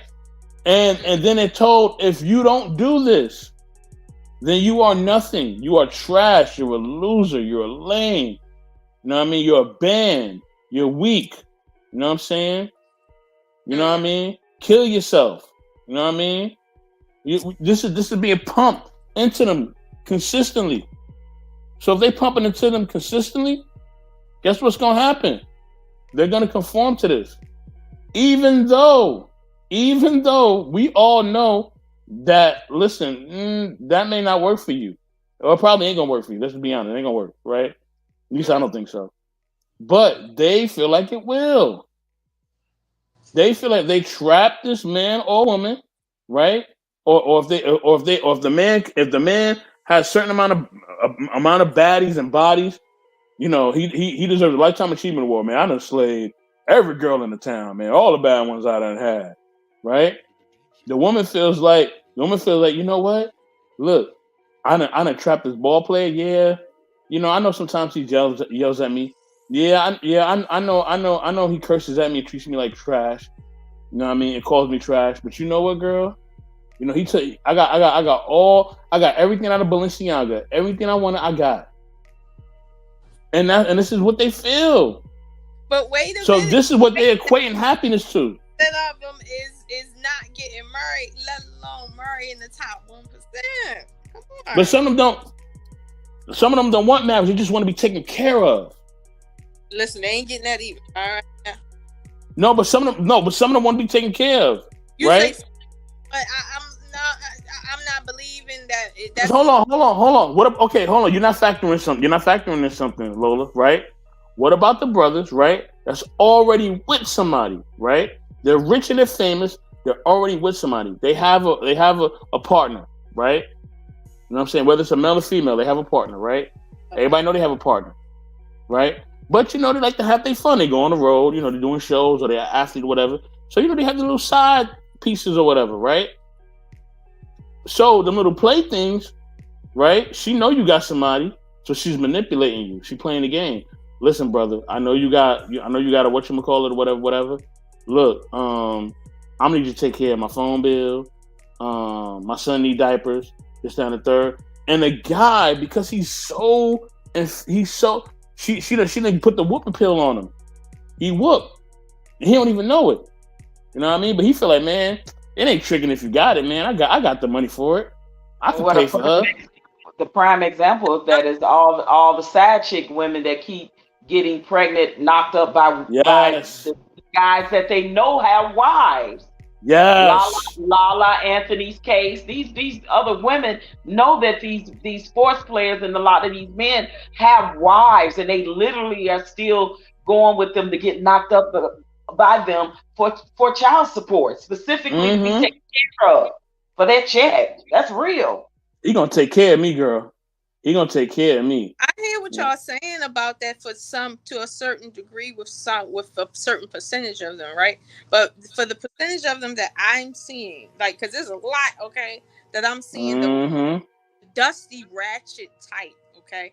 Yeah. All I'm saying is they not trapping no dudes that got money. Like, most of them, they poor. Most of them, they're in the lower class. Most of them, they live in lower class neighborhoods. Like, I'm not seeing the incentive. But they're gonna try the best to do that though, Lola. you said that they would get with a dude and then say, I need my phone bill paid, I need some diapers. Well, who paid it the month before? Don't you work? Like, I don't understand. Like, no, because the man is coochie whooped at this point, Lola. He's whooped. No. If you're gonna spend all your time working it out, trying to satisfy somebody, right? Wouldn't it be worth more than $100, like that you can afford yourself? No, but here's the thing: the man is not thinking logically at this point. He's trapped. I ain't talking about the guy. I'm talking about the woman. If you're gonna put all that work in to get him to just shoot the club up a little bit, not the club. Let's shoot outside the club, okay? If you're gonna go through all of that, okay, wouldn't you do that more than something you can afford yourself, like a cell phone bill? Like, if I'm gonna do that, I'm gonna need a down payment on the mortgage, at least $50,000. She's gonna get to that point, but right now she's starting with a cell phone bill. She's gonna climb that ladder now. These chicks that's like that, I don't see them at Walmart in these strange outfits. Okay, I don't know. I don't see them. Listen, they here, they out there, and they gonna do whatever it takes. I don't know about Walmart either. I don't know about Target and all them others, but they everywhere. They everywhere. I'm gonna be at Dunkin' Donuts. Now I don't know about all the other places. Oh my God! But I will be pulling up at Dunkin' Donuts. I just want y'all to already know. So when I come with the Dunkin' Donut chain and bag, don't hate. That's all I'm saying. Don't hate. What did I tell OG about? I should never have said that. Lord have mercy. I should never have said that. And for the men, it's like I said. It's about. Look, man, I don't. And here's the thing.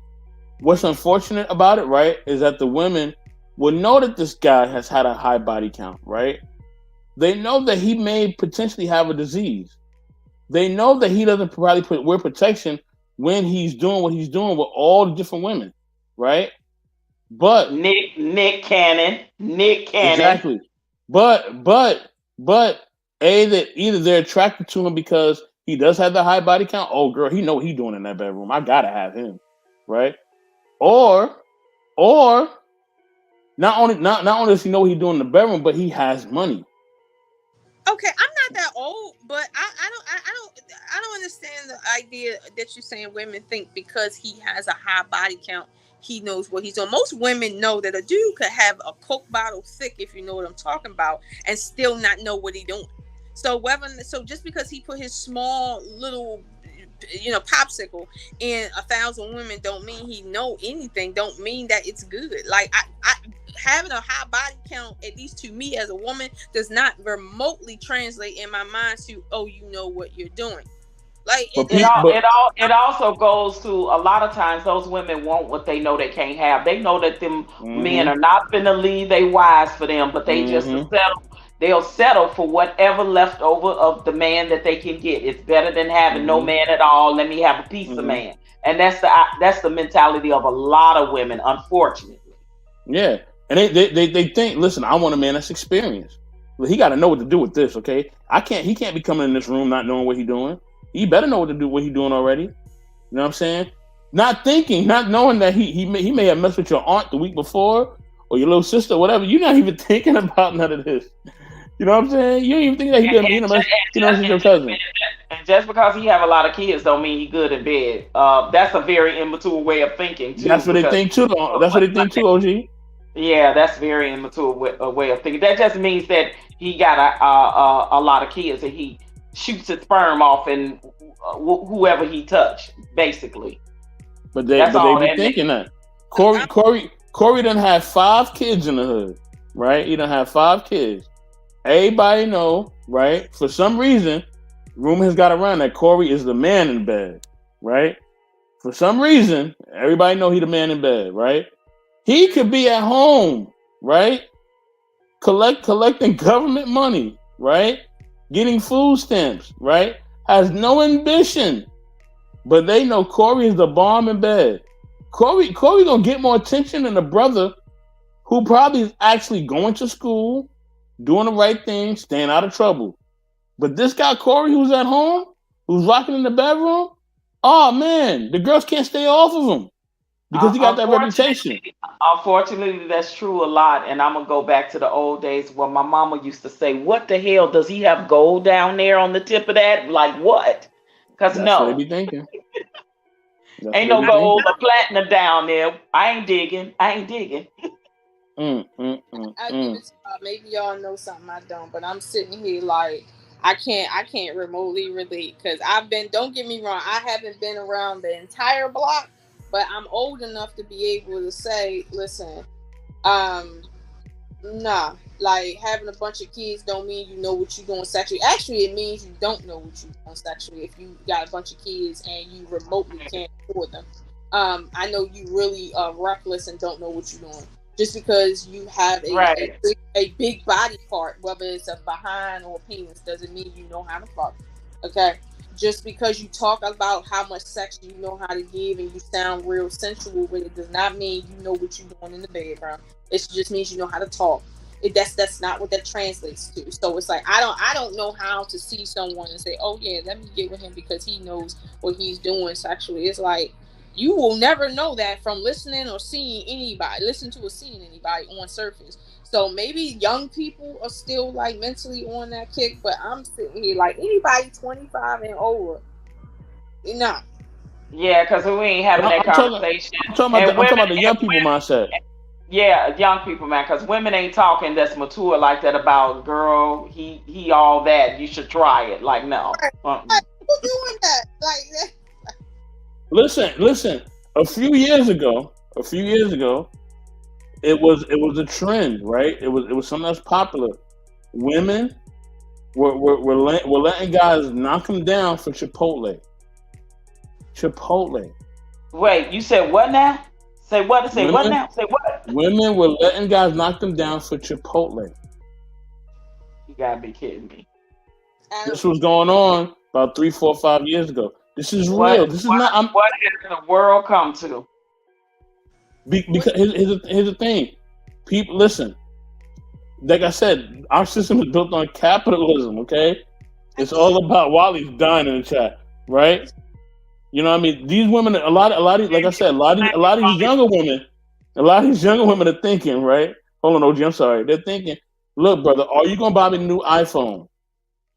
I want the new iPhone. Okay? I want the new iPhone. Can you give me a new iPhone? You give me a new iPhone, I'll do whatever you want. Just get me the new iPhone. And I cannot. I cannot. You really want the iPhone? I don't get why women are begging men for stuff like that. I could see if you were saying, listen, I need $100,000 because I owe taxes or something. But it's like, buy an iPhone. How much is an iPhone? $700? You don't got $700? Or write that check. I got it, but I want him to buy it. Purchase. Let me purchase this home, or let me buy this building, or let me. Can you back me to start my business? Like, if you gonna do that, girl, you got to come on now. What we doing out here? This younger generation, y'all sloppy. I'm just. Ooh. If I ask a guy for some money or expect him to just give me something because I want him to give it to me, I don't want to do it for myself. Trust me, it's gonna be worth my while. I'm not gonna be asking for dumb stuff like pay my phone bill, get my nail, my hair's done, give me a couple $100, fly me someplace on a ticket that might cost $300. Oh, fly me out? Woo! Listen. You tell me, girl, you Now, I done heard that before. Fly me out. Let me tell you something, Lola. You sent her that. You sent, if these brothers send that Cash App money, right? No. Oh man, they going crazy for that. Oh no. Like where we going? Where we going, Poppy? Where we going? We going to Puerto Rico? Okay, let's go. You paying for everything? I don't pay for everything, girl. You know, I mean, just be at the airport, all right? And she will go. She won't even know him like that. She will go. She will go. You talking about some really either poor females from like lower class? It's a mindset, though, Lola. It's not about what they have. It's a mindset. I say that. Or you talking about some women that really, really are really fucked in the head? Like they really are fucked in the head, no matter where they from. And I mean, I get it. Like they out there, I get it. But honestly, Walmart is full of too many of them, and it's not just black ones either. Okay? Walmart full of old people. That's why I'm like, why are they getting dressed up for Walmart? The greeters are older than me. They like my mama age. Like I ain't trying to holler at them. I mean, I don't. When I go to Walmart, I just be having on jeans, t-shirt, and like some shoes. I never decide to like get dressed up to go to Walmart or act like I'm going to the club or something. Like that don't never come to my mind. But maybe now, see, this is what I'm saying, Mr. Best. Maybe they think they gonna meet a guy in Walmart. Listen, It's not impossible, but it just like the caliber of guys that Correct. they're looking for don't seem like they'll be at a Walmart. It is in Walmart. if y'all not wearing the see-through leggings, if you ain't wearing the bodysuits, right? These young guys ain't looking at you. You know what I mean? You know what I'm saying? Disagree with that. I'm not going to disagree with that one. That's true. But see, they want to see what it look like. They want to see what it look like. That's their mindset. What it look like, girl? Let me see what it look like.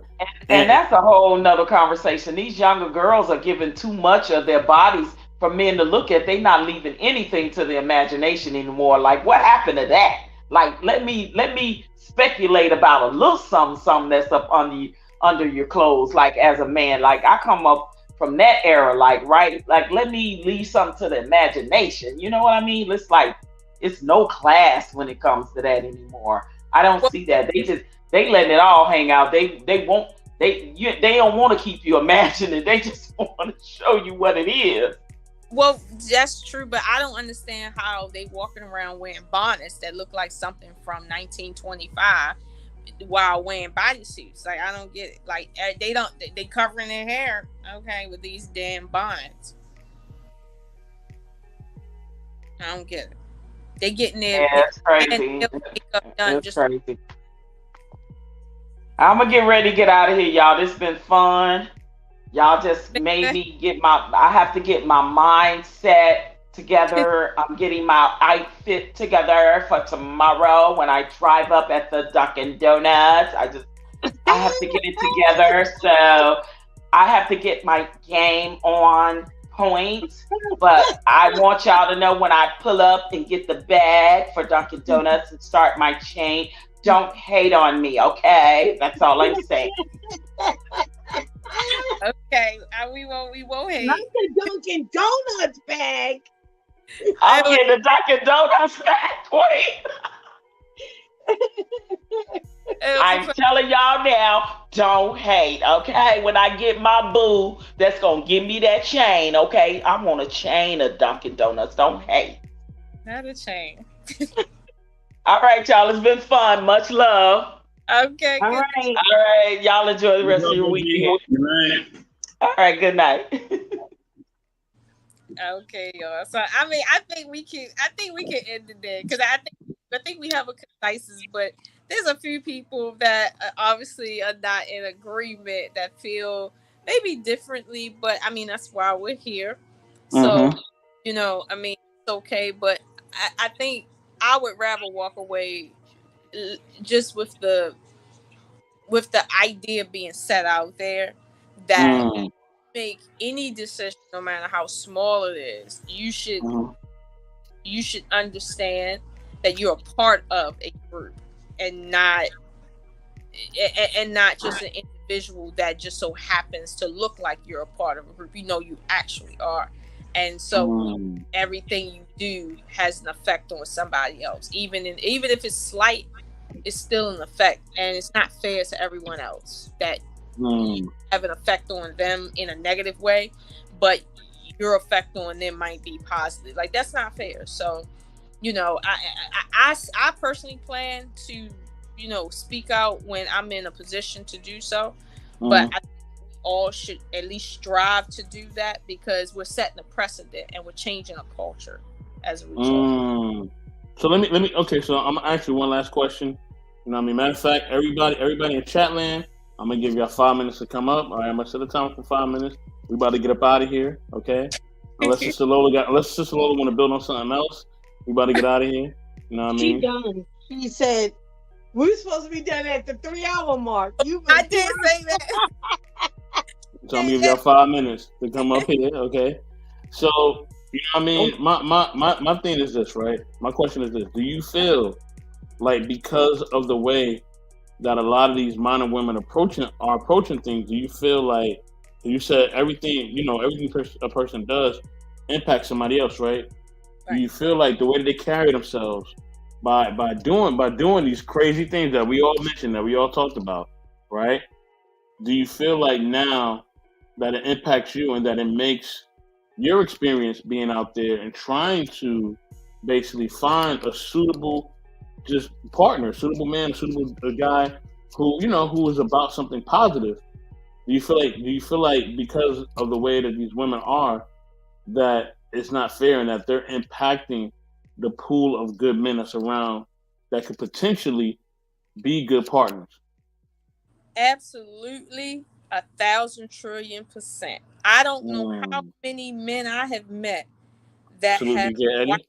that have wifed the 304, and now they can't love again because they're just traumatized behind some of these what these 304s done. And when they meet women like me, I gotta go heal them back past what happened in another relationship that should have never happened, because if you got basic respect for people, there's certain things you just shouldn't be doing. And so yeah, it's like that hurts me. Now it also hurts me because I have sons.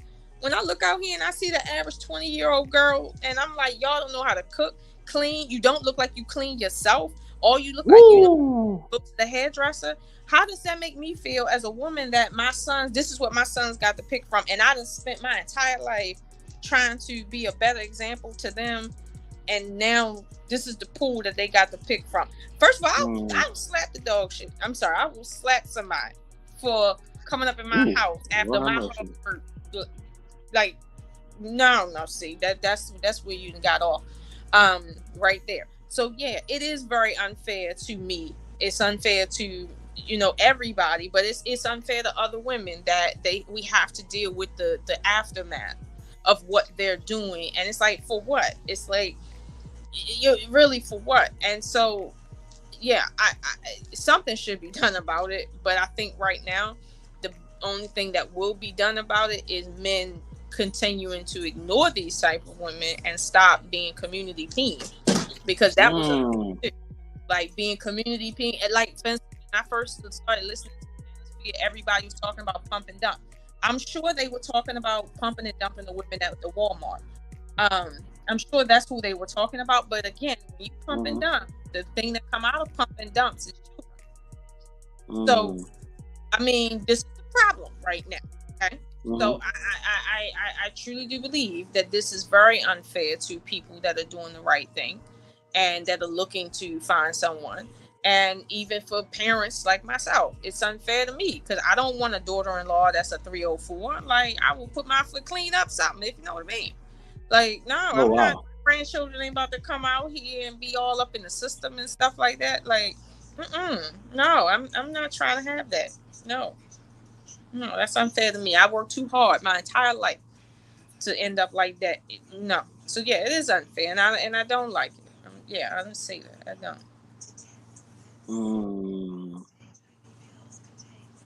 Say, hey, did you hear about the deletion of a female rapper in New York?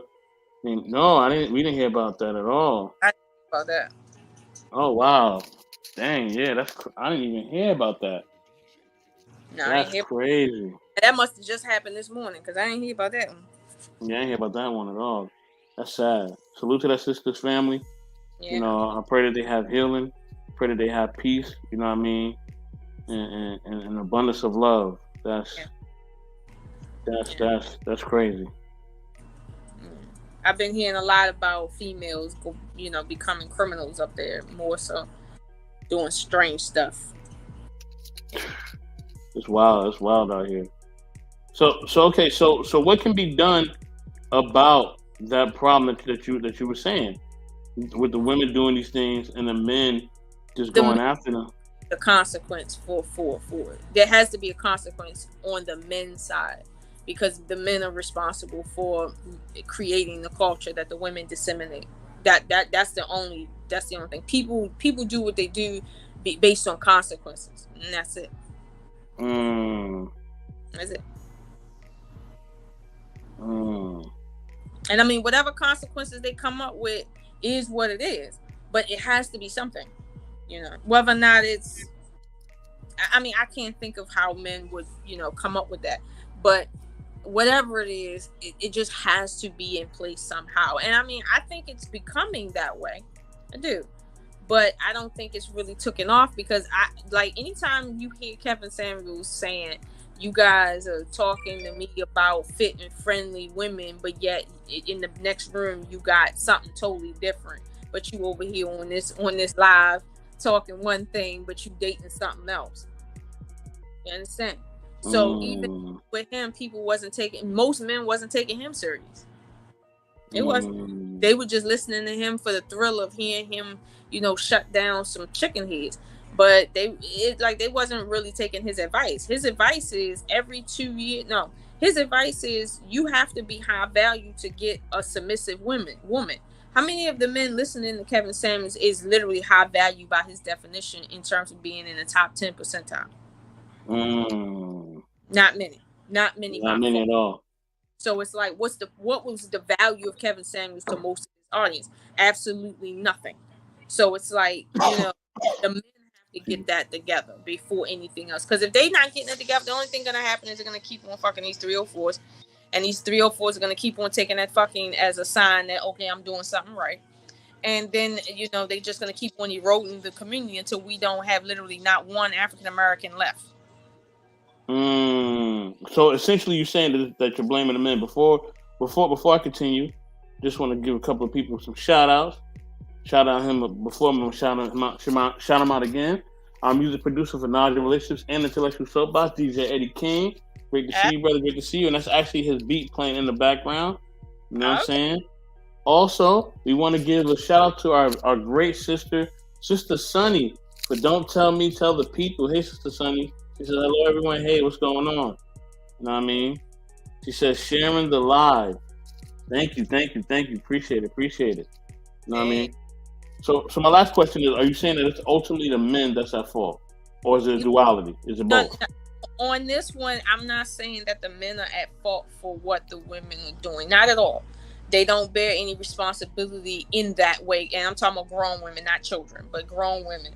But they do bear the responsibility of enforcing a code of conduct that has consequences for going against the grain. They are responsible for that. I'm not saying that they are at fault for that. They're responsible for making sure that, well, if somebody wants to go against the grain, listen, it's going to be hard for you. But that has nothing to do with blame for it. You see what I'm saying? It's like you the gatekeeper, so gatekeep. I'm not blaming you for somebody trying to get through. I'm just saying be the gatekeeper. Like just be that's all I'm saying. Like something. Like tell your homeboys, when you see your homeboys going on dates with 304s just trying to have sex, remind him sex leads to children, and Roe versus Wade is not in no more. So fall back and go find something that look a little more plainer. Go get a regular chick. Be happy with that regular looking chick. That number 6, go find her. So should people, right? So okay, so you're telling the young people essentially that that they should not experiment, but they should only have it kind of in mind if they're going to have experience with somebody intimately. It has to be within the confines of a partnership or marriage. Is that what you're saying? Here's the thing. I don't want to tell people what they should do, right? But I do want to remind people what the consequences is based on their decisions. If you decide to experiment all over the place, the consequences is when you do finally get tired of experimenting, right? You will be of no value to nobody because you've experienced too much. And trust me, a bunch of experiences comes with heartbreak. Like it does. If you're heartbroken coming to a relationship, what good are you? You're not. So there's gives and takes with that, right? When it comes to experimenting with any type of experience, right? At some point, right, what are you losing from doing all that? If you're okay with dying alone because nobody wants that type of nonsense when they get older, fine, die alone, but just be sure that you're okay with that, because that's exactly what's gonna happen. Like nowadays, men and the rise of MGTOW and all this other stuff. If guys have not like stopped dealing with certain types of females and stop impregnating them, right? You're gonna leave a lot of women on the table. That's what's gonna happen. A lot of women are gonna be left on the table, and men are gonna have to be okay with that, because that's the consequence. That should be the consequence of women basically living their life as if there is no consequence. There should be a consequence, but we can't leave that up to the government to enforce. No, that's a social issue. It's a cultural issue. That's not up to the government. The government has no responsibility in that. So it's like, as a man, the consequences for women, each man has to be responsible for that. So if, let's say, half men, just 50% are engaged, right? They're doing the other half a disservice, because you got half of men that's saying, you know what, I must abstain from this. I'm gonna hold myself together. I'm gonna wait. I'm not gonna give any of these 304s attention. Then you get the other half that will. You making it bad for everybody. And, you know, like I said, it's the men's job to hold the line in terms of the boundaries. But if half of them aren't sticking to, you know, the code, it's making it bad for everybody. So that's what I'm saying. Like, you know, it's a hard job. I get it. Right now, we talking about around completely doing a 180. I get that. It's going to be hard. But there has to be some consequences, and somebody's gonna have to enforce those consequences, and it can't be women, you know. Trust me, when these females stop getting the same attention they was getting, right, then it'll happen. Now, I've been seeing it happen though. I've been seeing women saying, you know, they don't want to walk out with a certain type of energy on them because of how they dress or how their bodies look or whatever the case may be. But it's like, that's not really a major thing right now. It's a thing, it's just not a major thing.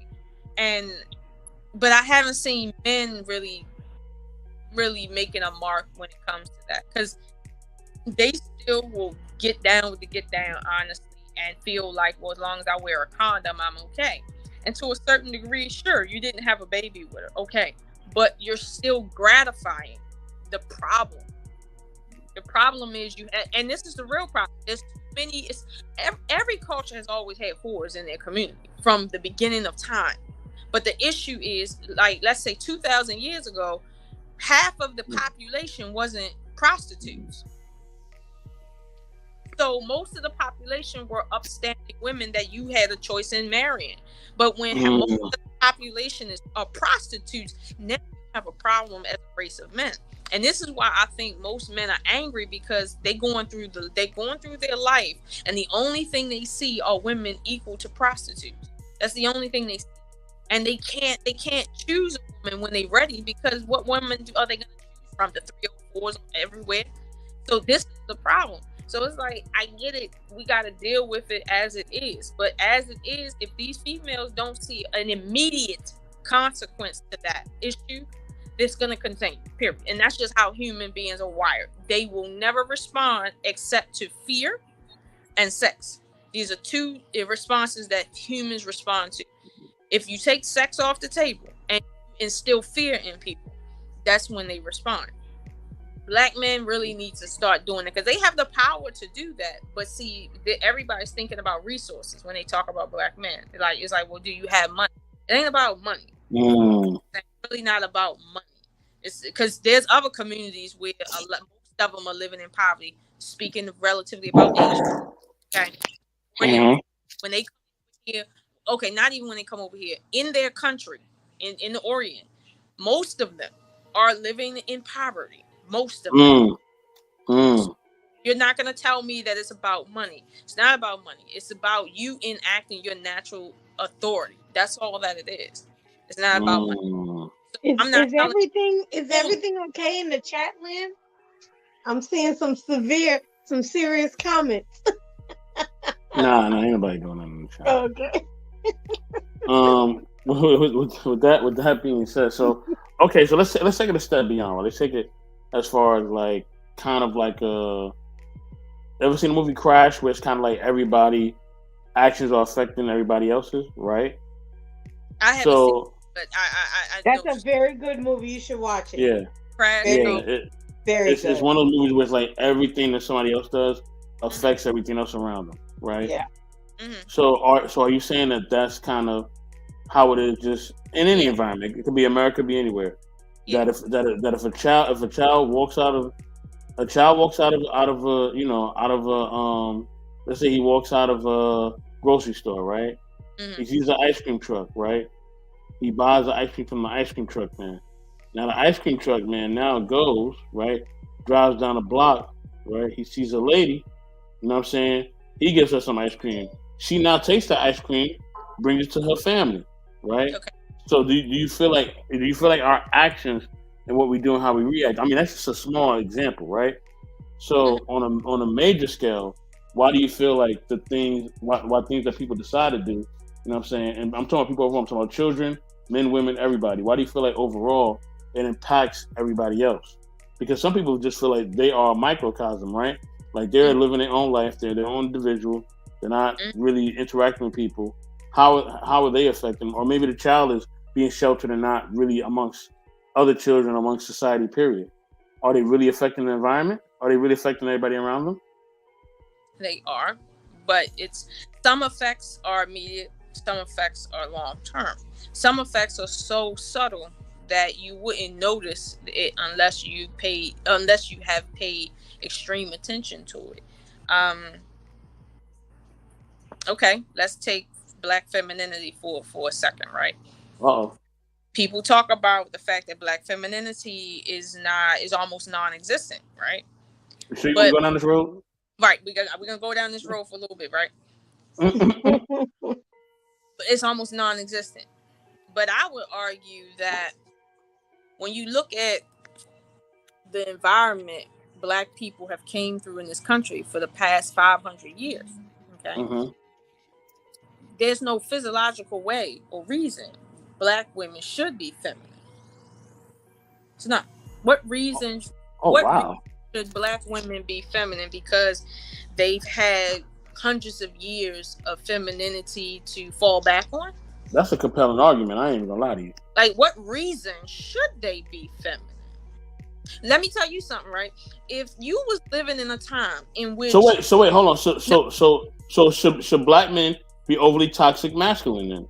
No, I'm not saying that. What I'm saying, like, just for the example, about the femininity piece. Well, Black women have came through something that other women have never had to really go through. Imagine living in a time in which you could be driving and you know your family could be stopped by regular people, and your husband could be hanging from a tree and nobody cares and there's no police to be called.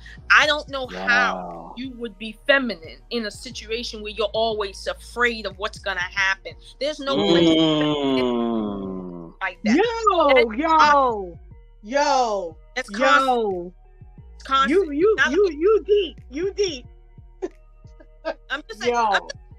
That's just not it. But this is what she does on a regular basis. I hope everybody knows this.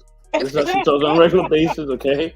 So I hope everybody knows this. And this is a constant thing, and it's not like it ever stops. But the thing is, all the way up to now, right? Most Black women live in environments that are not conducive to femininity. So, and I'm not saying that has anything to do with Black men. Most of it don't, because you're talking about America. America is bigger than just the Black community. So, but it's not conducive to femininity for Black women. So on what reason should Black women be feminine? If Black women are feminine, it's a fucking miracle. Okay, so when you see a feminine Black, you should be grateful as fuck, because unlike other groups of women that have had thousands of years to fall back on their femininity, Black women have had 0 minutes to do anything. So this is what I'm saying. I'm not putting all the blame on Black men. But when it comes to, for instance, that argument, right? When you look at the entire picture, just come out and just look at the entire picture, it starts looking different. Because we can talk about the females that are like real raw and real masculine, right? Like we could look at them individually and say, they're masculine, they're not going to get married, they're messing up the community. But then when you kind of pull back and start looking at not just the community, but the community over time, and then start looking at the reasoning for things, right? Just the subtle things. Notice how feminine a woman can be when her house can get broken into and her children can be killed in the house. And again, there's no one to be called for hundreds of years on end. You know what kind of genetic memory that creates within a people? There's no room for femininity for Black women, period. It's like at the end of the day, we're coming to a place where we're just now becoming aware that our femininity has been gone, and we're trying to figure out how do we bring it back. And I will give Black people credit. They're trying to figure out how to bring it back, and they have no example in front of them. It's like moving in the dark, but we're still moving. And I give Black people credit. Not too many other people on this planet is moving in the dark. They got lit pathways in front of them and in back of them. We have darkness in back of us, and we have darkness in front of us, and we see somebody else. I'm just saying. Yo, Lola. Speak that. I'm saying, yo. Where's my sound bite? Where's my sound bite? Yeah, where's my money sound bite? Yeah.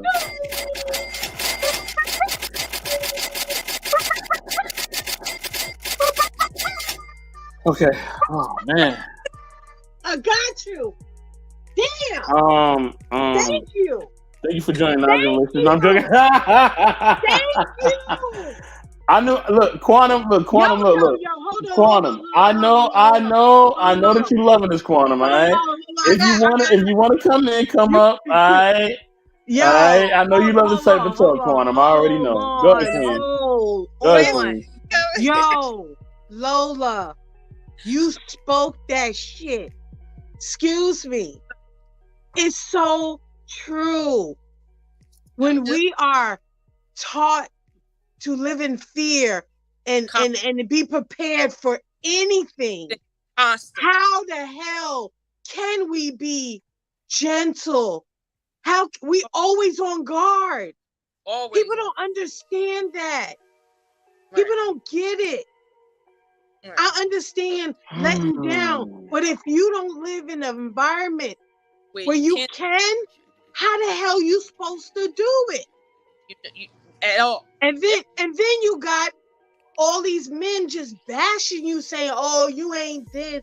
The white women, they soft. Asian women, they submit. How can you? How can you? It's so true. Darkness is all around us, and we still make our motherfucking way. Pretty much. Don't play yourself. Right now, Black women are strong. I will never apologize for that.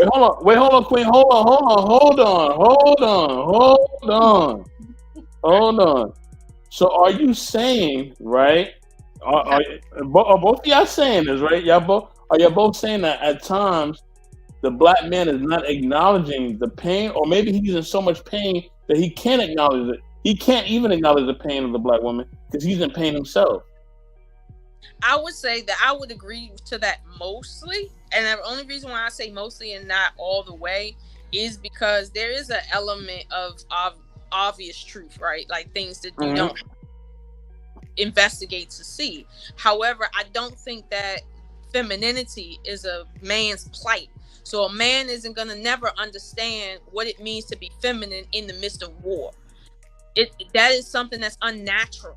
Like war, that's why women don't do well in war, in battle, because our nature that's not where we're supposed to be. Men don't have a concept of that because they're men. But at the end of the day, they're men and they understand that something's missing. Femininity is missing, but because they don't walk in our shoes, they don't necessarily understand our plight. That for Black women, when we're constantly on alert, whether it be on small things or big things, that alertness is the same alertness they have. That's a very masculine thing. And when you have to mentally be alert all the time, and I'll say this as a man, Mr. Best, if you had to live like constantly making sure somebody wasn't killing you, like everything you do, you got to look over your shoulder and just make sure somebody isn't there. That's a psyche by itself. And then over time, you start losing years on your life. You start getting grayer hairs faster. Your health starts to decline more. You start becoming more irritable, like faster. These things happen. You're a man. You're built for stuff like that. A woman isn't built for that. So what we go through is something very much different than what you go through under the same circumstances. And keep in mind, we coming up in the same hood as you. But are we really built for that? Because I think that's inhumane. I don't think nobody's built for that. As far as like just the stress of every day keeping up with everything, because it's a man's job to protect, right? So a man. But I think that's what. But I think that's where the cancer kicks in. That's where the diabetes kicks in. That's where all these things kicks in at a high rate for the black man as well as the black woman, but for the black man as well. I think that's in conjunction with maybe some other things, but I think naturally men are built for war, both mentally and psychologically and chemically and no physically. One is built for that. But they're not built for, let's say, every single type of war every day, but they are more built for war than women are, and that war is an everyday thing. Men are built to deal with stress, physical stress, more than women in that way. That's just what they do. Women, if we have to absorb the same amount of pain that men do every day, that's going to affect us differently. So I don't expect men to really understand our plight, but I do expect men to respect it, though. I don't expect you to know what I go through as a woman living in the hood, having to maintain femininity and be masculine. Wait, pause, Sister Lola, pause. Quantum, I'm getting mad at you, okay? If you don't come up here right now, I'm joking. I love this quote she put. Warriors and fighters are made and trained. And see, that's why I made my point, right? Mm-hmm. I don't think that that's something that's normal for anybody, right? Okay, this is why I say that, right? When you are born as a child, whether it's a man or a woman child, you're born innocent. You know what I mean? Mm-hmm. I would be afraid over here. I got you, right? You born as a man or a man child or a woman child. You're born innocent, right? Mm-hmm. All children are just children. They just want to be loved, cuddled, they diaper change, some kisses, they even laugh, you play with them. It's all the same across the board. You know what I mean? Nothing really starts to really kick in with them to really be different until really like puberty and all this stuff start kicking in. You know what I mean? Different biology things. But until then, they both just require love, affection, and attention. You know what I'm saying? And reassurance and guidance. That's all. That's both the man child and the woman child. Not a difference. So I think like what she was saying, like that warrior mentality, that's not innate in anybody. That's something that has to be trained in you. There's some female killers that are way more skilled than men killers. That could take out a whole room. Right? And go eat a sandwich. You know what I'm saying? Just because she was trained to do that. You know what I mean? So it's something that you have to be trained and indoctrinated in. You know what I'm saying? So if I psychologically take you, right? And it's also been studies showing this. It could be a child that's born in a regular location and a child that's born that's raised by wolves. I know that's an extreme example, but I'm using it anyway. Right? The one that's raised by wolves is gonna act different than the one that's born with regular people. They're just gonna act innately different, right? Because I have programmed you. Life is we are programmed to live certain ways, right? We're programmed to think certain things, right? Especially here, but just overall in the world, we're programmed to think and feel and do certain things. So with that being said, that skill set is something that you have to be trained for. It's not innate in everybody.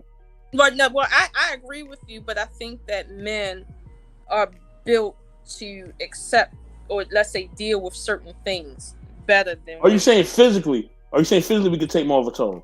Physically, yes. Okay. But that's where this femininity issue is coming from, because there's a physical toll that is taken out on women that have to always be in constant lookout mode or constant battle mode or constant, trying to fight or flight type of mode. It's like men absorb that differently than women physically. Yeah. So it's like what happens with us is our wombs take a toll, right? I think that's why sometimes we go through so many miscarriages, because of the stress prior to even get pregnant, right?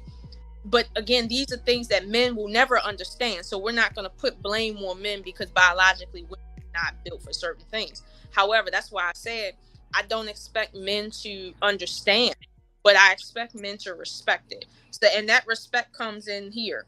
If you know that a chick has come from a lineage of like all the most debaucherous things you can name or think of happening to our people, and she hasn't had the chance to be feminine, meaning she hasn't been, let's say she's not a kept woman, meaning she hasn't had a father to protect her, or she doesn't have any protection around her at all, and she's came up in a impoverished circumstance. Don't look to her to be feminine. If you want to meet with her, meet her where she's at. Period.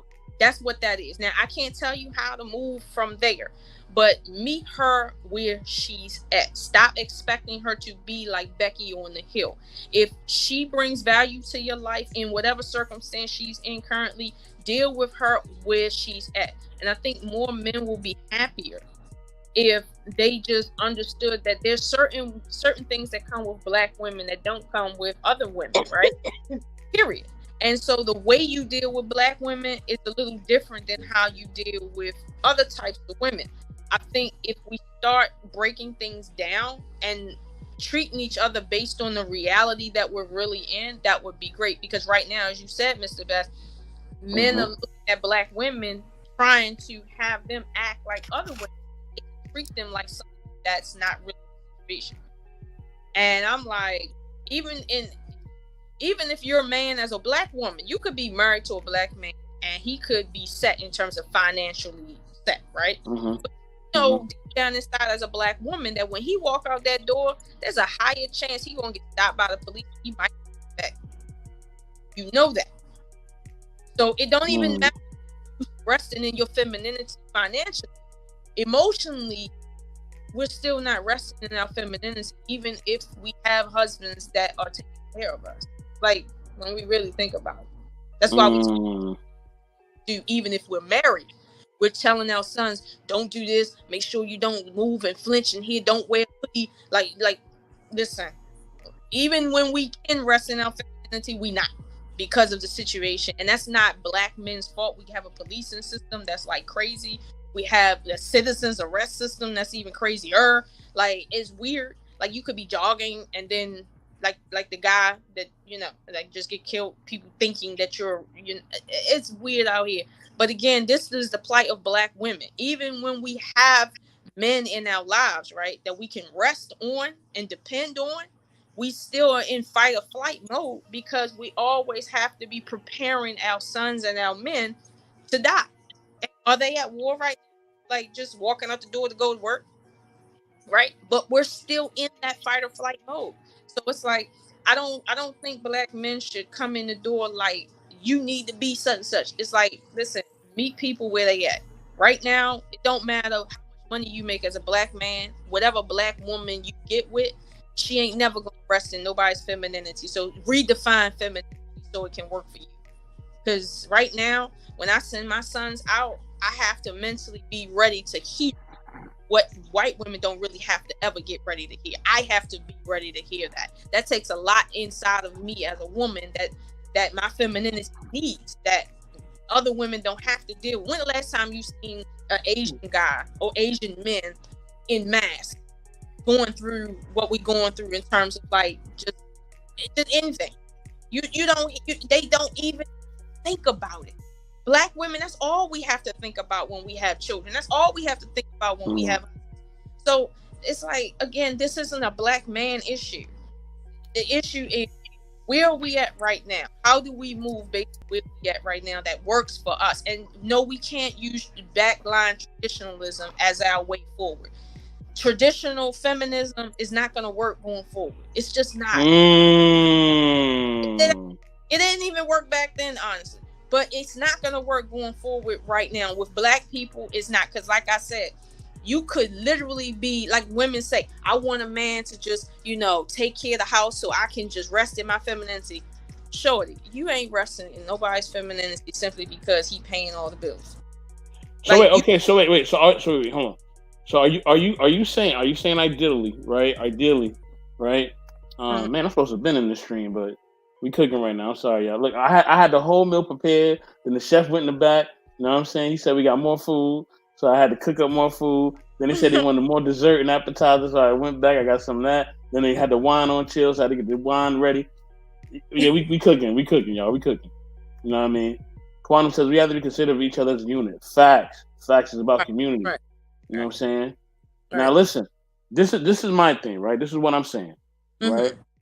Are you trying to tell me, just based on your definition? I'm just only based on your definition. Are you saying that the European standards or the colonizers and oppressor standards that we have for relationships or how we interact with each other, whether it's monogamous or whether it's poly, is not working because it's not our original. It's not our original identity. Is that what you're trying to say? And our family structure is not our original family structure. So that's why we have dysfunction. It's not our original, but let's suppose it was our original. It's not working anymore. Wow. Even if it was, it's not working anymore. It's not even working for white people anymore. As you can see, wow. They're breaking down.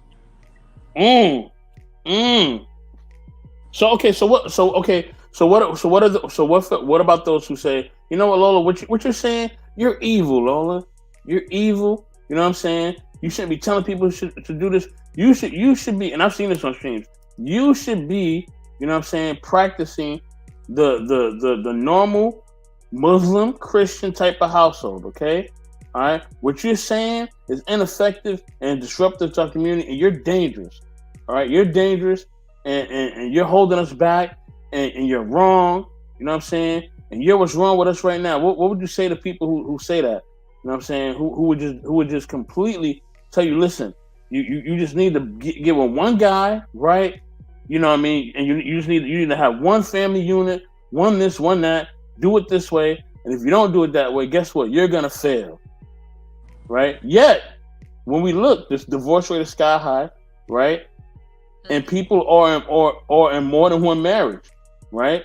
And that's the one thing that gets me. People always say, "Oh, this works," right? But yet, whether it's poly or monogamy, right? We see that it's failure when they get together. The divorce rate is sky high. So what would you say to that? Okay, to the Christians that would say that, right? I would say this. I was saying a regular Christian Muslim household, because they mirror each other. Right. They mirror each other, right? Now I'm a separated because there is a degree of separation, right? But okay, break it down here. To the Christian community, I would say if most of the world is Christian, right? And most of the world is single, never been married, right? And most of the world, even when they do get married as Christians, they have a 1 in 2 chance of not working out, which is something that the Bible does have stipulations on, right? That most Christians don't live by. Most Christians don't live by the Bible. They don't. And they don't read Jesus's words very carefully either, right? Like I'm not even gonna start quoting Bible verses and out of Jesus' mouth. No, you could go ahead. We here. But what I'm gonna say is this: if you tell me that what I'm telling you isn't going to work, because I'm telling you need to move as the circumstances change so that you can survive. If you want to go Christian on me, I dare any Christian to show me how they are abiding by the rules of the Bible and how that's worked for them. Because that's how you shut people down. Just have them explain the truth of themselves. When it comes to the Muslim community, right, they do have a social system that's pretty airtight when it comes to marriage relationships. Let me tell you this, right? Their marriage relations are only tight because they're sick. Like really sick in the head. That's why they're married. What? Wait. You wait, hold on. Number one, welcome DJ Eddie King to the panel. Did you just really say that? Yo, she is cooking. Lola, you is cooking. Oh my goodness, you is cooking in the kitchen, girl. Eddie, don't come up here instigating nothing. I'm gonna stay out. Look, Queen already Quick Don't already come being up here negative. instigating, Eddie. Quick already, and she already being negative. You see that? No, I didn't even say nothing. What's up, Quick? Hold on, let me Right. finish with the Muslim But Lola, stuff. you is cooking, okay? You No. cook. You go ahead, girl. I'm sorry. But let me finish with the Muslims. They sick because their own Wow. tells them that they can't marry their own biological mothers. Now we know that if it's certain things, as my father used to say, if I gotta tell you, I ain't telling your ass. Period. If you gotta tell somebody you can't have sex with your mother voluntarily, you are dealing with a people that are beyond. They're beyond helpable, right? And when you go to their countries right now, especially Iran, places like that, and you start looking at the way they have divorces out there and how they get married, it'll make you cry. Literally, just go on Google and type in Iranian divorces, Middle Eastern divorces, like or custody battles over that, right? Some of the stuff out there would make you wonder, what kind of people are we talking about here? Because this right here is not normal, and they got problems that Black people will never have because we don't have that history that they have. So when Muslims come and talk about, well, you just do it the Islamic way, show me one Islamic country where the divorce rate and the marriage rate is ideal. Just show me one, because I can show you more. I can show you more than a handful where it's just debaucherous on both ends, with the Quran being their law. So it's like I like Muslims. I give it to them. They got some rigid stuff out there that keeps people in line. I'll give them that. But outside of that, listen, that is nobody's standard for marriage and divorce. It just is not, period. Like, I ain't even gonna get into the specifics because then I'd be literally bashing people. So I'm not gonna do that. But all I'll say is that religious argument goes out the window real quick when people come at me like that. Now, for the secular people, let me tell you something. If you want to keep using old world tactics to solve new world problems, you already know the end of that solution, that equation right there equals 0. So, Damn. that's it.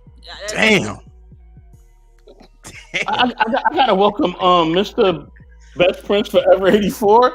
What's going on, man? Good to see you.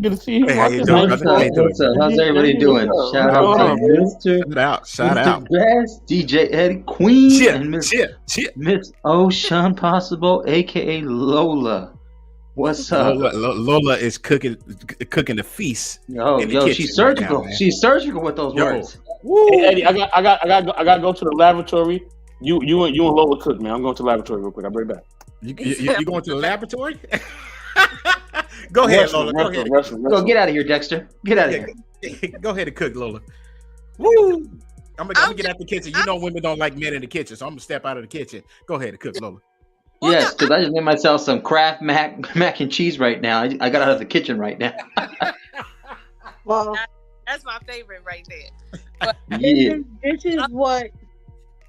This is what I will say is that I think it's so important for us not to forget where we come from, our origin. So when people say, oh, racism happened so long ago, slavery, blah, blah, blah, it's not about the action.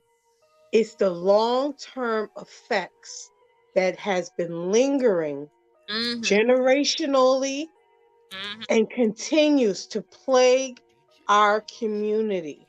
Right. People don't understand that. It's like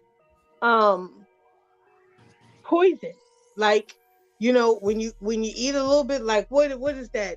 Flowers in the Attic, that movie. Them kids didn't get sick right away. What was it? Long-term effect of something small. Like when you think of a tsunami, how does a tsunami start?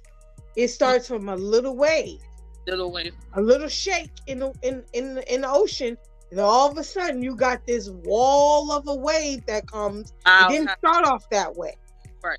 And that's what we have to deal with. And instead of bashing each other, we need to understand, like, every day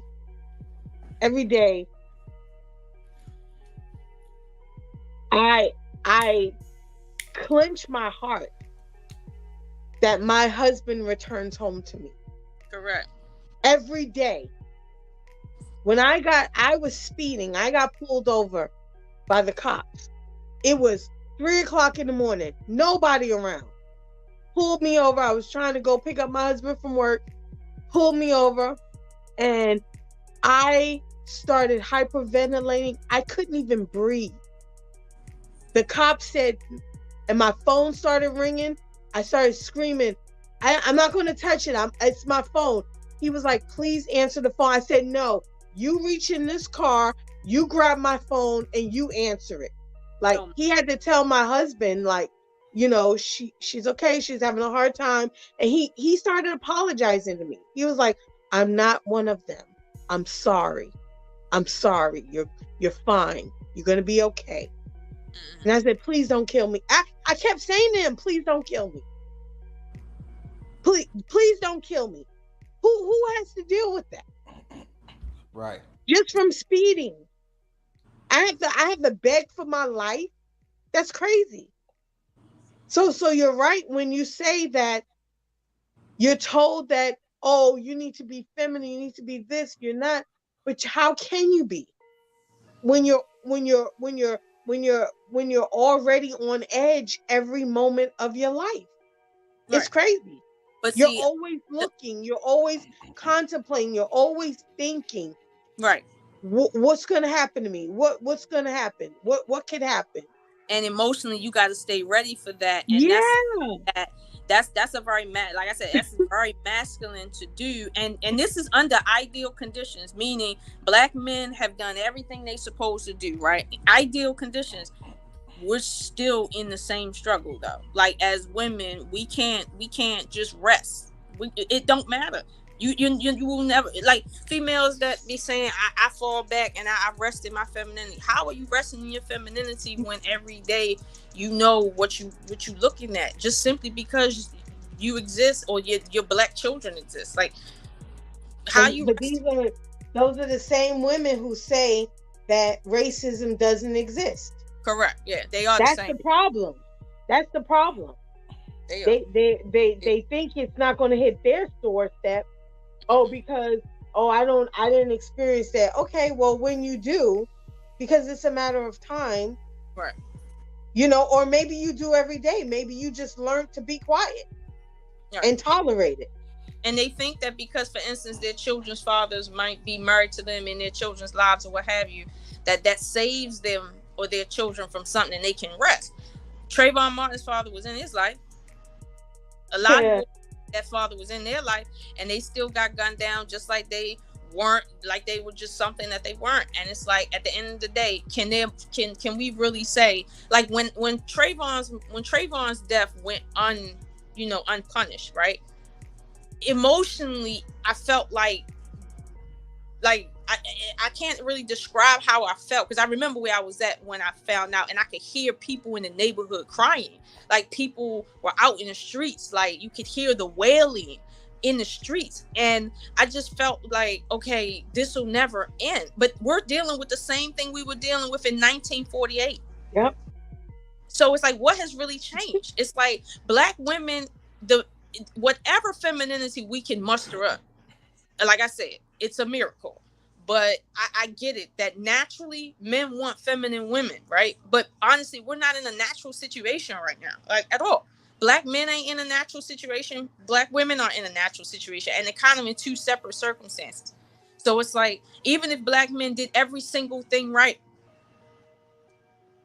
would that change our circumstance when it comes to who we're up against? Like, if every Black man was making average money, or more, taking care of a wife, as Black women, as wives, can we really sit here and say, oh, now it's time for us to rest in somebody's femininity? Mm-mm. Queen, and I have a question for you, Queen. Where did this situation happen? Did it happen California or New York? It happened out here. Oh, out here? Okay. Yeah, it happened out here. What was it? Because before maybe before the pandemic. Because Queen, I ain't gonna lie. Like I've met some New York cops over there, man, and they are they are a lot worse than down here. Oh yeah. And I've never had an interaction with New York cops. Oh, you haven't? Like Okay. that. You know, I've never had to. I mean, other than little stupid stuff, but I've never had it where they were like that. But we're, you know, culturally, you know, it's a lot of Italians, and so, you know, that's a whole nother story. Yeah, right. We're not right. even gonna get into that. I know that story. We ain't gonna get into that. But yeah, no, that happened out here. Okay. Yeah. And that was like one of the scariest feelings I've ever had. You know, I have this cop sitting here at 3:00 in the morning trying to talk me down off a ledge, and I'm crying, literally crying, saying, "Please don't kill me. Please don't shoot me." It was crazy. It was crazy. He was like, I'm sorry. That's all he kept saying. I'm sorry. I'm sorry. I'm sorry. I'm sorry. I'm not them. I'm not one of them. I'm sorry. Please be safe. Slow down. But I'm sorry. That's all he said. Yeah. I don't even think he gave me a ticket. But yeah, it was crazy. Yeah, crazy. you know, I heard like you know, a lot of officers, they did a lot of videos like on YouTube, and they were talking about how they said the truth is that they're scared of us, and that's why they pull out their guns so quick and shoot, because they're so scared of us, they're frightened. In my mind, I'm like, if you're that scared, why do you take this job? Of course, right. You know, Well, that would even, we already you could we save a lot of lives already if you work down at Burger King. You could save a lot of lives. You know, just saying. Or you could be a 911 Did not just say dispatcher. Burger King. Right. I'm just saying it's ridiculous, you know. And they literally are on YouTube talking about this, like, yeah, we're terrified and all this stuff. I'm like, wow. Yeah. Okay. Well, that I didn't know. But that means that the system is not doing a good job at psychologically doing these evaluations to hire these people. We're putting you in a situation where you are over someone's life. You are supposed to protect and serve. So therefore, I can't just throw anybody in this situation. So that means that they're not doing a great screening process. I say any job where you have to face emotional, mental stress situations should be reevaluated every 6 months. Yeah. Forget a year. You need to be evaluated every 6 months to see if you are equipped mentally and emotionally to do your job. Because what you can become is, when you see the repetitive behavior, you become desensitized. Right. You know, you can become so desensitized. I mean, I remember when I had my first job as a social worker, I almost quit. You know, I saw something crazy, and you know, I had this little girl. She just, I don't know why her parents were taken, but she latched on to me and she started screaming because, you know, I became her mother. She immediately attached because I'm a Black woman. She's already traumatized as to the situation, as to why she's at the center with me. And she's around a bunch of strangers, and she's 3 years old. So I had to put this little girl in the car with a stranger, and they said, pretend like you getting in the car with her. So I get in the car, I put her seatbelt on, and she said something like, "You coming with me?" You know? Yeah. I said, "Yeah, we're going." First of all, I had to lie to her. And then, you know, I strapped it in and I slipped out real quick. You can hear this little girl screaming in the car. And I was like, and my boss was like, "You want to go home?" I said, "Yeah, I think I should go home." I was traumatized. I wanted to take her home with me, but I can't. You know, I wasn't a foster parent, but still, it was, I mean, that's just an easy one. I've seen some crazy stuff to make me go, what the hell am I doing? I'm in the wrong. I am not built for this. But I was an emotional basket case, but you know. But to your point, Queen, about the traumatization, right? Yes. Now, and I don't mean to equate people down to animals, right? But when you encounter a dog, right, that's been traumatized, you kind of naturally understand that you have to approach that dog a certain way. You can't sudden moves. You have to give it time. You have to understand, like, its natural nature and the nature that it's learned to deal with, you know, certain things. You can't take things personally. You have to, like, there's a lot that go into it, right? We can strangely adopt traumatized dogs and understand how to deal with them, but we can't deal with each other based on worse or trauma and things like that. I'm just saying, like, I'm noticing that. And so you know, when black men and black women talk about each other, right, it's usually devoid of any trauma we've been through. It really is. It's devoid of what we have to go through daily, what we've been through, like, as a people, what we're going through as a people, even right now. So it's like, you know, where is the line being drawn at? Because at some point we can't complain about Pookies and Ray Rays and how black men are, right, if we're gonna ignore the elephant in the room. We can't do that. I'm gonna tell you exactly how we deal with it, right? If we don't commit no crime or nothing, that's how we get them out of business. You know they can't really work or anything without crime. So if we didn't do any type of crime, we would put police out of business. But black men aren't in jail because they're doing real crimes, though. You said they aren't in jail because of what? Most black men are not in jail because they've committed any real crimes. Most black men are not in jail because they didn't commit most crimes. Meaning, like, most black men are in jail for non-violent offenses. Are we talking about like it? Well, that depends. Are we talking about like back in like the 90s, the 80s? Because I remember in the 80s, you'll get 50 years just for 3.5. You get 50 years. People are catching cases now for firing off rounds in their house and not shooting anybody. Yeah, but see, you also can't do that too, because somebody did that before, and the bullet actually came down and hit somebody in the head, and the person. No, I know what you're saying. Like, it can hit somebody, but you still do time even if it don't hit nobody. So again, we got people in jail that haven't committed any crime. Well, so you're saying there's a bunch of them that haven't done really. It's a lot of black men mainly in jail for non-violent offenses. Like, okay, you didn't come to court, you in jail. You fired off a round of a gun that you own legally, but you know you wasn't supposed to misfire or something stupid like that. Or you got into a fist fight with a dude and nobody wanted to say who hit who first, or like dumb shit like that, like non-violent offenses that really the public is paying for, that is a burden on the public. But it's like most of the men are catching cases and backgrounds behind that, stopping them from employment. So it's like you're saying, well, if we don't commit crimes, but a lot of black men don't be committing crimes when they get stopped on the road. Sometimes it's because they got a nice car.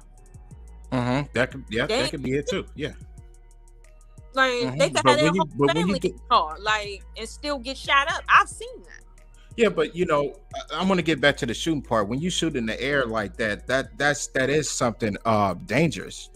We can't just let that pass up. That's why is he shooting? Why is he doing that in the first place? No, I get what you're saying, but it could have been a mistake. But still, if it hasn't resulted in somebody getting hurt, in my opinion, right, that's not a violent crime. Like, if the only thing that got hurt is the walls. I don't think you should be taking up space in federal prison or state prison. Well, I agree with that. Yeah, like I agree. Like, that's the space, and that's one less black man taking care of a family because the walls got holes in them. And I hear what you're saying on that. Like something petty. It's like really petty stuff that it's like, okay, are we really gonna Like, they could have paid a fine for that, for goodness sake. But it also depends on what state you in too, because every state is different. Like New Orleans, they throwing away the kids over there. The policy in the counties change within each parameter of their state. So, like, for example, it's like it's one of many layers when it comes to like the law and the court system, because it isn't just because a person did that. Sometimes the previous record history, public defenders, they don't always help. They usually don't help at all. Then you got you gotta go either pro bono or private. And then like the statutes, policies, sometimes depending on the mayor of each city, it changes to what they want to do. And then just like it's tough because you have a lot of nonviolent crimes, but then lately what they've been doing a lot is they have a process called Fed kick, so you get kicked out if you have a nonviolent crime, if you're in county, if you're serving, if usually sometimes when you're already convicted, but sometimes they do the 2 for 1 or 3 for 1. So for every day there, it counts for 2, maybe 3, depending on where you're at. So all that stuff counts. Yeah, and then also we got to look at the paperwork. I see a lot of times people get on the internet and they compare one guy to the other. They go, well, he did this and this did that. He's doing this much time. Well, you got to go to the paperwork. Well, why are they totally different? Well, look, you got this guy over here on the left side that has a criminal history, a long rap sheet of criminal history, and this guy doesn't.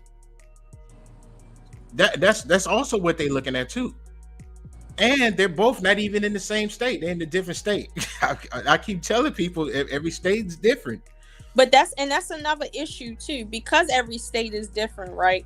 It's gonna affect, at least in this conversation, minorities and or the Black community harsher than it would if all of them had the same laws. Because when you have a high concentration of Black people in one particular state, but it just so happens that state has the harshest gun laws, like what they doing with that. And then it's like you have states where for instance, prostitution is nearly legal. Then you have other states where if they catch you with your penis out and they suspect you paid for it, you're gonna do time in jail. Right. This is the dumb shit I'm talking about. So, but again, how am I as a woman to take living in this society with the men that I have to, you have to consider as my protection, right? How am I supposed to live knowing that even when he's protecting me, right, we're still in a battle? Yeah. Like, we're still there. Seriously. Like the movies we see about the civil rights era and the Reconstruction era and like what people had to go through just on a daily basis, that's exhausting. Like, and then to think we're still going through it now, but we don't really feel it because it seems like things have changed. It seems that way, but we know it really hasn't. Like, at the end of the day, like I think we all should treat each other knowing the circumstances. I'm not saying to let Black women or Black men off the hook when it comes to their responsibilities. I'm not saying that.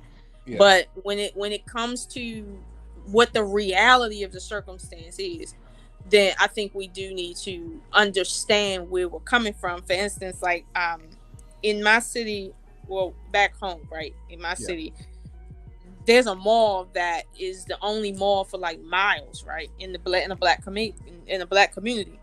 When you go in there, the only thing you see in terms of clothing are stripper clothing. It's the only type of clothing you will see in that mall.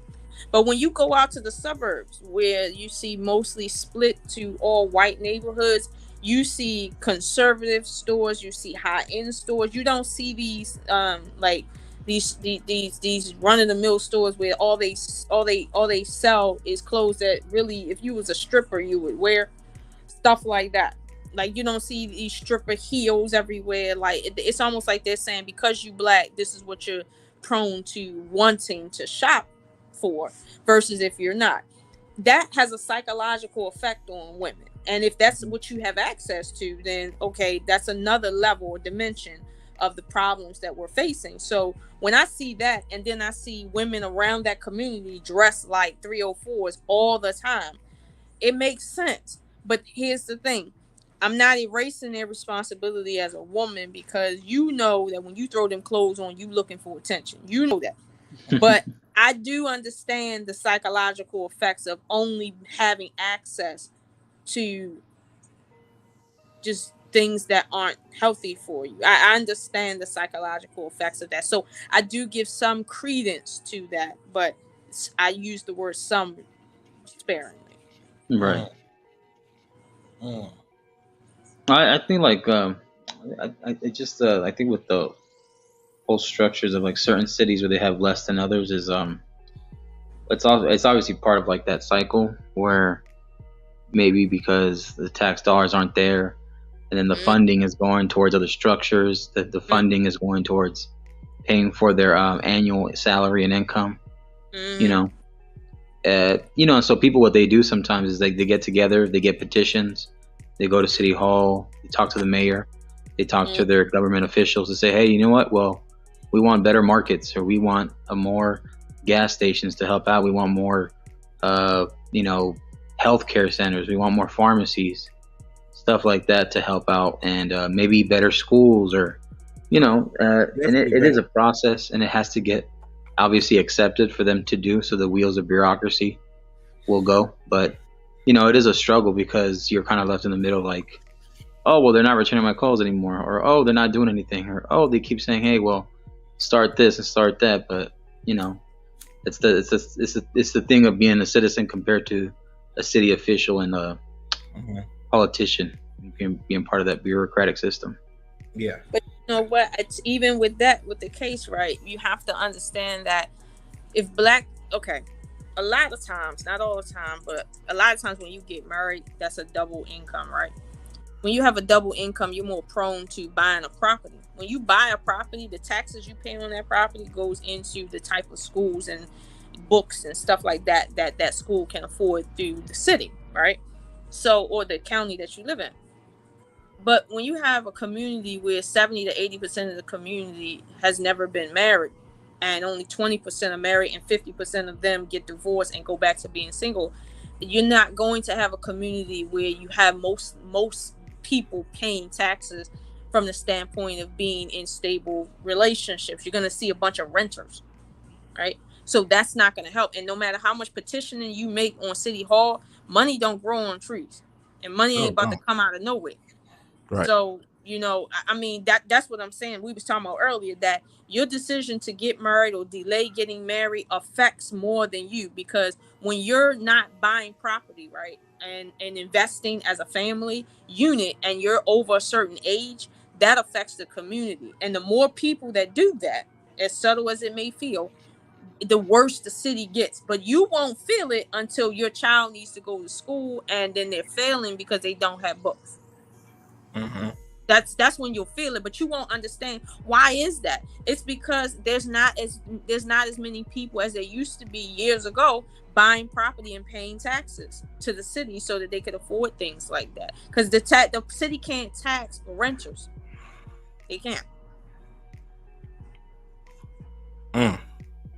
Not property tax. Do you believe that our biggest problem is not being on code? Do you believe that, Lola? I think that's one of the bigger problems we have, not being on code. I think we are on code when it comes to certain stuff, right? Because we're known for certain things. Like I heard, I forgot what group it was. It wasn't Black people, but it was another group talking, and they were talking about how Black people, how we've monopolized our position in society, and that's how we stay in play. And they were explaining Black people in America. Monopolize. What does that mean? Right. I'm sorry. Go ahead. No, I'm just saying monopolize. Like what right, does that monopolize the circumstance. But the way they was explaining it, you could tell they're explaining it from a position where they see where we fail at, right? But they also see where we win at as well. Whether we see it or not, they see it. Yeah. And so, that's what I'm saying. Like, we on code when it comes to certain stuff, right? But in other areas, no, we're not as on code. But the problem is it's not so much that we all individually are not on code. It's the right people are not on code. It's not so much every single person need to be on code. No, it's only certain people that aren't on code that should be on code. Certain people. That's the issue. Yeah. Certain not people. It's just the wrong people are not on code, because you don't need every single black person to be on code for your for something for you to make stuff shake. You don't need every single person on board. You really don't. For instance, the civil rights era, right? Most black people wasn't even a part of that. Mm-hmm. That was a small group of people that you see it on TV and it looks like everybody was a part of it. No, only a small group of black people actually cared. Mm-hmm. But you see the effects, right? Yeah. Yeah, it wasn't 50% of black people out there marching, signing petitions, voting. It wasn't that. It was about maybe 20 to 15% of black people that gave shit. Yep. And now you see the effects of it all. So you don't need everybody on board. You just need the right people on board. Okay. Yeah. Got you. Marcus, was you about to say something? Lola. Mm-hmm. I just want to say to you, put the ingredients down, put your Tupperware away, and step out of the damn kitchen, girl. But okay, Lola, I'm just saying. I'm about to. Lola, I mean, like, far as respecting each other, loyalty, and all that, should we be on that code? Like to help our community. Okay, that was gonna be my question. Like, what? Or Eddie was like, what do you mean by code? Because to some person, to one tribe, it could mean code. It could be another. To another set of individuals, it could be different. That's an example of code, right? Somebody sent me a little video or something where they was talking about that. I don't know if you know what jumping the broom is, right? I know what that is. Okay, so somebody said, well, there was white women with black men and black women with white men in a wedding ceremony, right? Jumping the broom, right? And they asked me, do you feel that this is disrespectful? And I said, first of all, jumping the broom isn't a wedding ceremony. It's not something you just see at weddings. It's deeper than weddings, right? Jumping the broom was symbolic of our people being human despite what we were being treated as. That's what jumping the broom meant, because black people were not allowed to see themselves as married. Actually, they couldn't even call themselves married. They could say they have what's called a contractual bond. They couldn't say they had a marriage certificate, right? Jumping the broom was an internal cultural ritual to let the community know, despite what you've been told, you are human, right? Yeah. For you to utilize that ritual, and that's what it is. It's a ritual to instill a certain mindset with a white person, right? Yeah. That means that you are not educated on your history. That means that you are literally taking something that's sacred and you're turning it into a shit show because you think it's cute. Because and that's disrespectful. If that white man is German, right? Why is it that you're not doing a German ritual for their marriage? You wouldn't take and use the Jewish rituals in your marriage ceremony with someone who's not Jewish. You wouldn't do that. So why is it that you allow white people to use your cultural rituals that honestly have nothing to do with them and parade it around and make a mockery of it? Now, somebody else said to me, well, the ritual it don't have nothing to do with white people per se, right? But how is it that they getting married to the black person? Shouldn't they get married in a black fashion way, right? Right. And my position on that is this: there are some rituals in every culture, right, that can only be performed by the people in that culture. And that's not reserved for black people. Every culture has certain rituals that you have to be of a certain ethnic background to take part in. That's we are no different. So for people to act like black people don't have a right to say this cultural ritual can only be performed by people within the culture or the ethnic group, that is another form of alienation, to say you don't got a right to be human. we got a right as French people, as Germans, as Swedes, as white South Africans, to have our rituals and only for us. But when it comes to you, you better share yours with us. That's just another way of saying I'm still white now. Lord. Lola. Did I tell you to get out of the kitchen? You have to get out. You have to get out the kitchen. You're cooking. Girl. You cook a lot of food. It's too much to eat here. It's too much to eat here.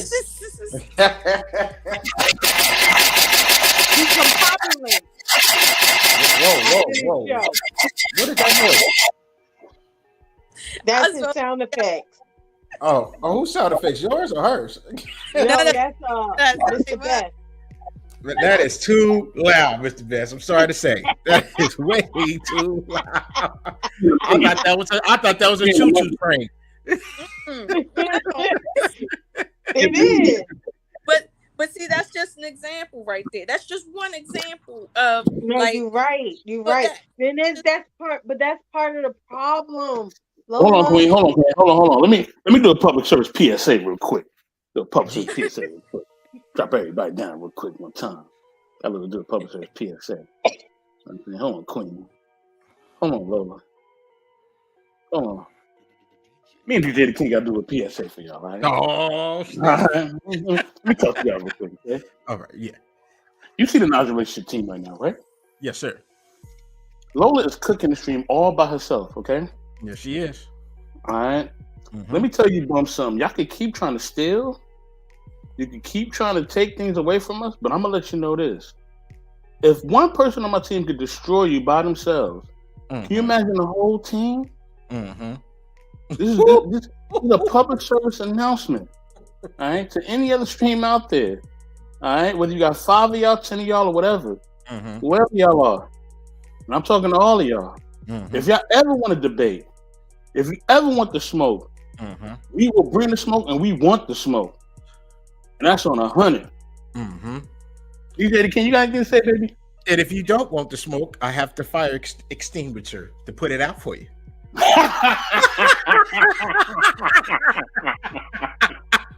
The public service announcement by knowledge and relationships. Man,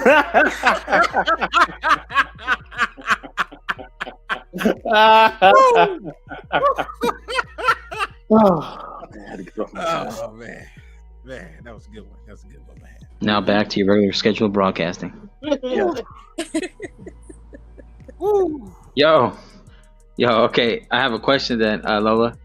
Can I? Is it okay if I ask you a question? Okay? Go ahead. So like I've been on, I'm not that, I'm kind of new to StreamYard, especially like the last year or so, and I've been up on certain panels. How do you take it when you hear women in your community say, "Hey, black women, divest from your black men and go and choose the Chads or the Brads, or go to a different space and leave them alone"? How do you take that when you hear that coming from, Oh, yeah, I heard that too. How do you, as a person, honestly, respectfully, how do you take that? Okay, here's on the surface, right, without getting too deep into the psychology of the person that's saying it, right? On the surface, it feels like somebody saying, that pot is hot, jump in that pot over there. That's what it sounds like. Because it's like, I know white men have just as many issues as black men. They will put their foot in your ass just as quick as black men. They will cheat on you just as quick as black men.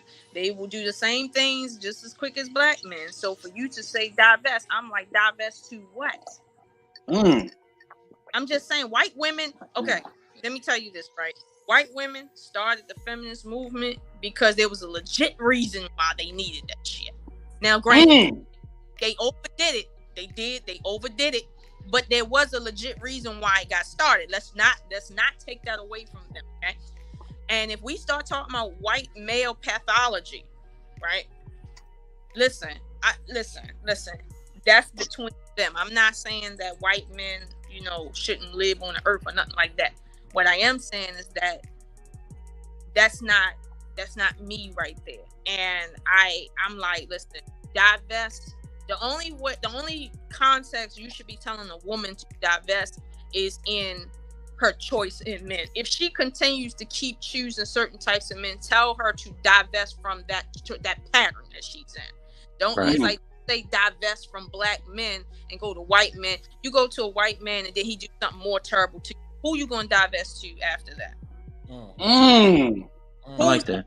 After that, after the white man treat you a certain way, and he might even slip up and call you a nigga, or say something about your hair texture, whatever the case may be. Okay, who are you gonna divest to next? Because if it's just about divesting because you wasn't treated right, okay, well divest now. Now who's next? So it's like no. If you're gonna divest from your pathology as a woman. You keep choosing certain types of men. Stop choosing them types of men. It's just that simple. Like the world is not an easy place to be. It's harsh. Reality is harsh. So it's like no. You don't have to go to another race of men to just stop choosing men.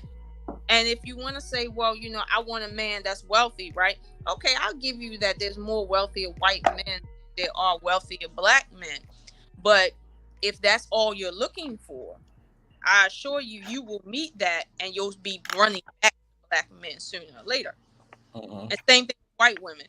You leave your white male counterpart who literally conquered the world for you, okay, and you sleeping with whoever. After a while, right, you gonna go back because that's your natural counterpart. And I've seen that too many times, and I know that to be true. It's so many times women will slum around with black men, white women that is, and when that police get in the rear view, suddenly they know what side they on. Like, I've seen that with my own two eyes, and it's like no, like they get to a point too where the dick just ain't good enough. They get to a point where they need more than dick. Like they just get to that. So it's like divesting. It's like no, I wouldn't even tell a white woman divest and go with any other type of man. Divest from what you've been doing that's gotten you where you at. That's what pattern of characteristics. Right, that's what you do. Like I had to do the same thing. I was choosing the same type of man in different tax brackets. Like, and I had to divest from my pathology. But it's like at the end of the day, who I'm attracted to. But for me to literally say I'm gonna go to a white man because black men won't do certain stuff. I've only dealt with a certain number of black men. I haven't dealt with all black men, half of them, or even a tenth of them. So I can't sit there and say that. And then I consider where I'm at. Yeah, I definitely haven't met many black men for real, at least intimately. So it's like, no, I don't like when people say, women in my community say, you need to divest because these men ain't this, that, and the third. It's like, look, no, shorty, you got problems. And here's the thing. If I was a white man, I wish I would have you as my chick, right? And every day you getting up talking about black men. You wouldn't be my woman as a white man if every day you wake up talking about, another man. Like that ain't about to happen. No, on principle, no. If you really into your new man who just so happens to be white, wake up and talk about how great he is. Don't wake up and talk about your ex. Or yeah, I get you on that. I see some chicks, I be like, damn, shorty, yesterday you did a stream about black men and how they pookies and ray-rays. Now you're doing another stream and this been going on for months now. Like, shit, shorty, I get it. You think they all pookies and ray-rays. Now what?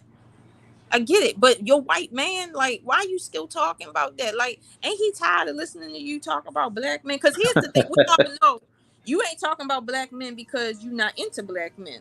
Like, because I don't talk about certain men that I don't encounter. Like, I don't encounter. Yeah, it's like I don't care because they're not a part of my world. They're not a part of my situation. So I'm not gonna complain about men I don't have in my immediate contact. So if you waking up every day to complain about black men, that says that you're really in love with black men and you're mad you can't get one. So how would, if I was a white man, I would feel some kind of way about that. If I'm in a relationship with you, it's like, the fuck? Like, if you really want a black man, go be with a black man, but don't get up and be with me and then want to act like because you with me that every day now this is your go ahead to just always be throwing up black men, black men, black men, black men. It's like, shorty, like, you with me now. If I'm white, that's how I would feel. So it's like all the way around. The shit is embarrassing when black women say divest, and they talking about that race thing. I can see them, like, for instance, with Cynthia G. She says divest, right? But she's never talking about divesting towards white men. She's saying, listen, divest and withhold. That's what she talking about. Now I can understand that, but it's like this whole divest and go. Talking about Cynthia G, the same woman who said delete black babies. Yeah, her. She's the one that talks about divestment a lot, but when she says divest, she doesn't mean as in go to another race. I can understand that argument, but outside of that, like, I can't rock with the divestment movement because it doesn't make any sense. It's like white women have problems with white men for a reason. You going over black woman, ain't solving no problems because you over there with them now. They got different issues that now you gonna walk into and deal with too. And what you gonna do? Be happy with the problems that you're dealing with over there? It's like, come on now, like, just chill out. It's not that serious. It's like, if you can't find a suitable partner, then that's your business. But it's like, don't act like white people are better because you can't find somebody. Don't act like black men are better because you can't seem to garner a respectable white man as a white woman. I heard a white woman say that she prefer black men because they like her being fat. And I'm sitting here like, no, bitch, black men don't like fat women. They like curvy women. Get it straight. Yeah, there you go. Oh, shit. I ain't never seen a black man say, oh, I like a fat woman, just a fat woman. No, it's like they like hips. They like curves. And it just so happens they don't like it to be small, like, all the time. But that don't mean they just into sloppy shit. And she was sloppy. And I'm like, nah, but that's why you with black men, because you think that their expectations are low. That's what you think of black men. That, oh, well, I can get with them because they don't expect me to be healthy. They're okay with me being shit.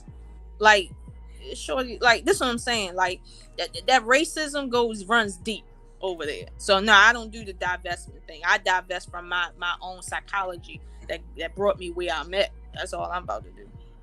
Right. I feel like racism does exist also, even if we don't want it to be, but it does. I appreciate you answering the question. Queen, would you like to answer, or are you good? What was your question? The question was, how do you feel or hear when you hear the women in your community say, hey, black women divest from black men? They go with the whole rhetoric of, like, they ain't ish, all this and that. How do you feel, or when you see that? What is your take on it? Shut the hell up. Tell me what the hell to do. Y'all do know where that come from, right? What? My view? Who? You said what comes from? I'm talking about the term that, when women said that they don't need us, black women will say that they don't need us. Not all of you, but they will say that we don't need a man. We get the bag, and those type of women. You know where that comes from? I'm like, okay. Well, do you know where that comes from? Go let that bag take care of you and reproduce with that bag. Let's see how far you get. I know too many. I know too. Huh? Go ahead, Eddie. What? I'm sorry. I'm sorry. No, I'm just saying. Go ahead. Do you think that that's the wrong message to send? I'm Hell not just. Yeah. Okay. Hell yeah. I got a bag and a man and the ring. Vic, so what up, baby? So what? What's up, water? Come in here, H2O. What's up, Vic? But it's stupid. It's so stupid. I watch so many professional women climb these corporate ladders and be at the epitome of, making 6-7 figures, blah, blah, blah. I went to one of my professors. We had a class and she had beautiful, I felt like it was a damn mansion, beautiful house up in the hills somewhere. And she was like, one of the students said, oh, where's your family? And I didn't know you had kids. She had pictures of kids. She said, those are my nieces and nephew. I never married. And you should have seen her face when she said it. I don't care. Ice water. What's up, Ice Cube? Ice water. But she was like, I put so much into my career. I didn't make time for me. I didn't make time for a family. So, I don't have a family. I was like, and you should see, she tried to hold it together, but you should have seen the look on her face. Like, it's stupid. Shut up. Chase your own bag. What's wrong with chasing a bag together? I don't want to be alone, damn it. I don't. Shit. I love the ring. I may not always like the person I'm with sometimes, but I'm good. I'm good. It's called life. We've been together. Right. We've been married 11 years. Shoot. I know he don't like me half the time either, but that's all right. We here. Congratulations. And I ain't going a damn He said congratulations. Thank you. I appreciate that. Hey, anything that's more that last 10 years or longer, it's like, gotta give congratulations. Salute to the hubby, man. He's a good dude. I just think they need to shut up. I think it's buffoonery, and my mom always told me. Well, my grandmother used to tell me this too. When I was little, she was like, "Look, baby, when you get older, make sure you whatever man you choose, make sure he can use your brush. If he can't use your brush, you need to leave him alone." And I'm like, okay, I ain't think nothing of it, but I was cracking up. But I believe in the Black family. I believe in the Black community. It's not trash. Our culture is amazing. That's why so many people replicate and steal from us from the day we were born. I was watching this cooking show, and it's a clip. It's a reel. Somebody put it on Facebook. And it's one of those cooking challenges show, right? And this Asian lady says, "Oh yes, Asian culture makes the best fried chicken." You know what this white man told her? He said, "Yes, you do." And you want to know why? Because in World War II, the Black soldiers taught the Asian soldiers how to make the chicken. Dang. Put some respect on my name, goddamn. That's all I'm gonna say. Keep stealing from us. Right. In a minute, we gonna start keeping that stuff to ourselves. All our everything that we invented, all our ideas, we gonna start keeping. Hold on. I like fried chicken. You're not gonna share some of that fried chicken? Listen. You with us? Y'all with us? What are you talking about? you right along with us. Hey, sharing is caring. I'll share my. I don't know if Marcus woke up yet. I don't know if Marcus ready to see that light yet. I don't know ready to see that light yet. I don't know. You ready? You ready to come down? You ready to come? Hey, you ready to come? Al Pastor. You were asking me about Al Pastor carnitas. You needed some help yesterday or the other day in the menu. I did need that. Listen. We got many languages. I don't know all them all. Okay, I don't know them all. No, I know we invented them all, but I don't know them all. Right? But look, if you're ready to come to the light, Marcus, let me know. I'll open the door. I got you, bro. I got you. That's sweet potato pie. Yes, come on in. Lola, I just want to say thank you for the show tonight. I don't know where you came from. I just want to say thank you. I know you popped up on Clubhouse, and then all of a sudden, I'm just saying thank you, because yo, I'm just saying.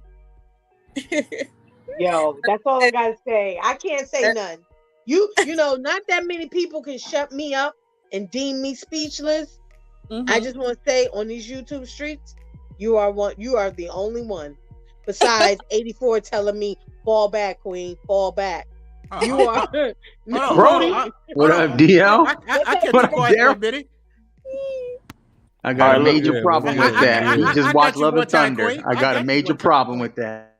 Hold on, y'all. Hold on, Sister Lola. How much time can you give us? Literally, how much time can you give us? I got about 10, 15, and then I have to end there. Okay, like 10, that 15 minutes sweater, will man. end. That You know what I'm Michigan saying? State That's what it's sweater, hard, man. man. I like that, man. That's a dope sweater, homie. Be Bill with us, man. What you got to say, Yes, brother? sir. What you got to say? No cap, bro. I just got finished watching Love and Thunder. Wasted like Trash. trash, bro. Watched like, bro, I wrote 2 3.5s, and I'm saying got high as hell for no reason. No reason at all, bro. Like, I'm sorry, like, for disconnecting the conversation, but I just want to say that, like, if y'all don't go spend no money on that shit, bro. That shit was a waste of my time. But I did have a good time with my family, you know what I'm saying? We was drinking, got some wine, you know what I'm saying? But yeah, what y'all up here talking about? Oh, he sparked it up. I had to smoke me an after blunt. I was like, God damn, I just wasted a whole half an ounce on this fucking movie. Sister Lola, do you want to tell them what we're talking about real quick before we close out? Yeah, the conversation, the topic was about essentially, do you believe that everything you do affects someone else? And we were just exploring the different dimensions of your life that affect someone else that you may think is your personal business or your private business, but essentially it translates into affecting someone else essentially. Therefore, you don't have a right to just say, I do what I want, right? And so we kind of drifted into just the ideological issues of like Black women, for instance, with the femininity piece, right? Everything that we've been through, right, as a people affects how we react to the world, how we move in the world. And I had said that essentially Black women, even if Black men did everything correct, right, and Black men had every single Black woman laid back, house, pay, they paying all the bills, right, everything is perfect, Black women would still be in a position to which they would have to be somewhat masculine, more so than what a man would want, simply because if we're in the same circumstance politically, then we're still at war, and women biologically aren't built for that. And therefore, for instance, like every Black mother and Black wife know that when their husband leave or when their sons leave out, we know we gasp a little bit because we know they might not come back. And that right there, white women don't have to deal with that. So they're laid back in their femininity in a way that Black women will never be. And that's under ideal circumstances. Like a Black woman married, husband paying the bills, everything cool. White woman, same thing. But the Black woman still has a certain element of fear that she has to kind of like walk around with. And fear and femininity don't jive together.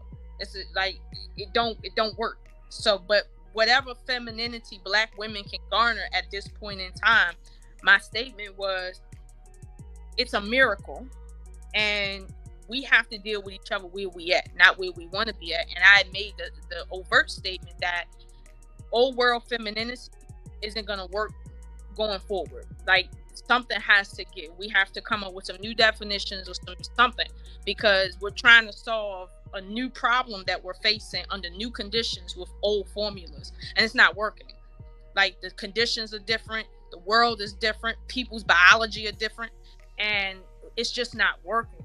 And so we were just kind of discussing, like, the what ifs, but ultimately, we are where we are, right? And we're not, right, I'm not saying that it's a Black man's fault that as a woman I can't really rest in my femininity no matter what the fuck.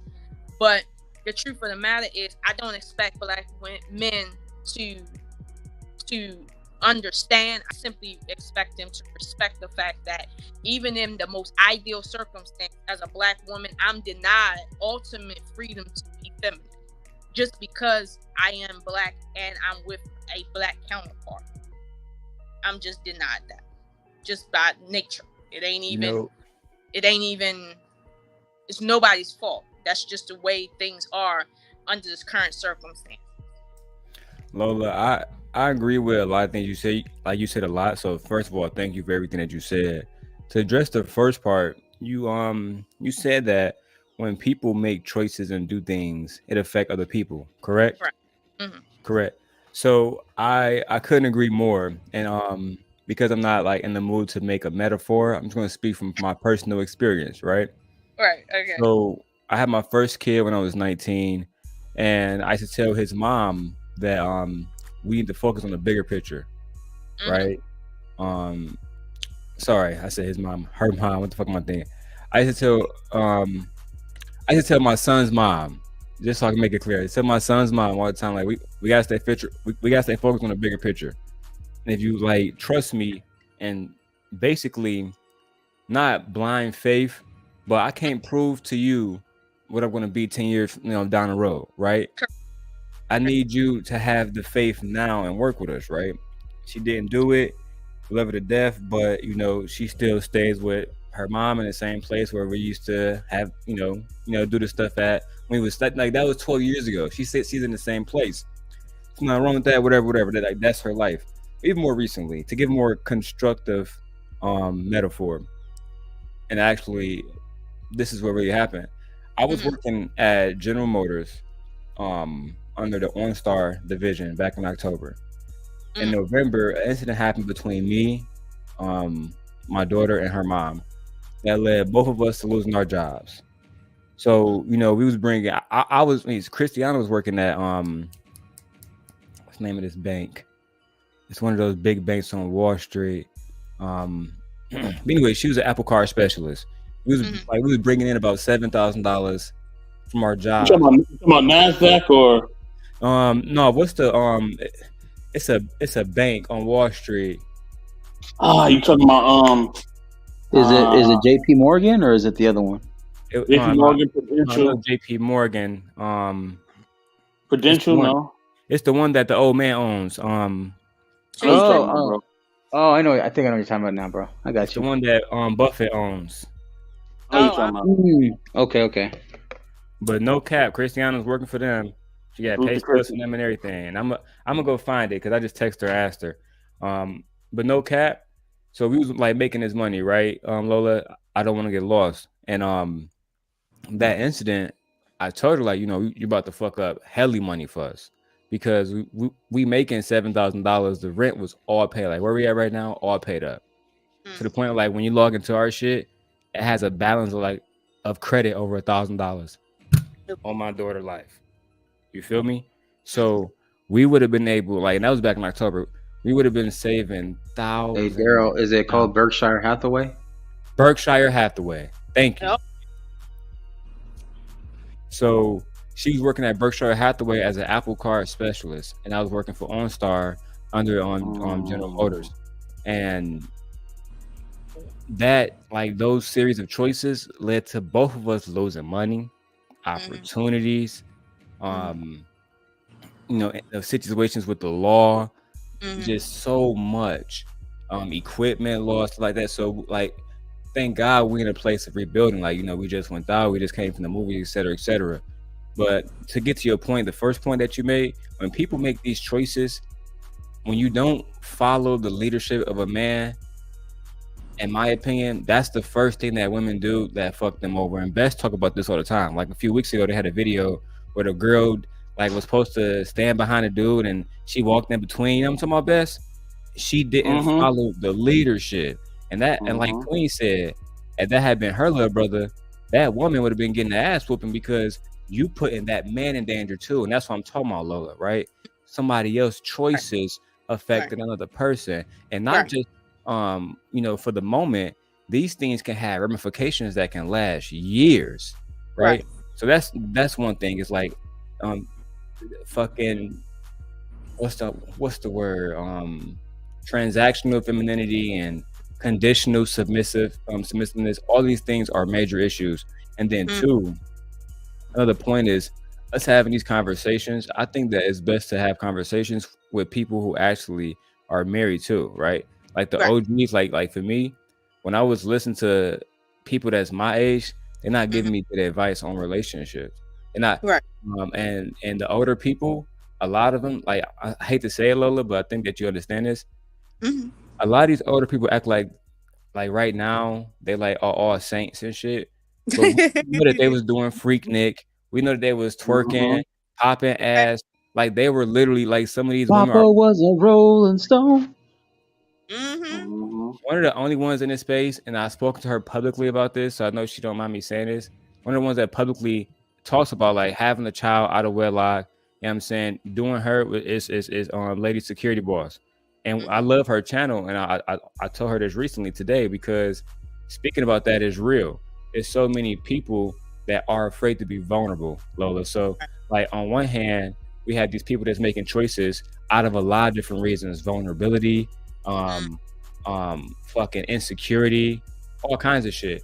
Right. And their choices is affecting others. Now, luckily, in me and Christiana's situation, we came back together. We was able to glue everything back together. But there's a lot of people who don't have exactly, or the choices we made didn't have permanent ramifications. Correct. Right. Correct. There's some people that once you cross a line, it's over. You've placed, like, I had people that I let in my life recently that, right, their choices affected my daughter, right? And I celebrated a win recently. I got this major case closed, but it still affected my daughter nevertheless, right? So, and then so that's just very important to me, is realizing that our choices have like ramifications that can last not only months, but sometimes years, or be like a permanent type situation. You know what I mean? That's all I want to say. Sorry for like the being long-winded. No, it wasn't. But I'll say this, right? When it comes to a woman, right, the first choice we make for our children is who their father is going to be.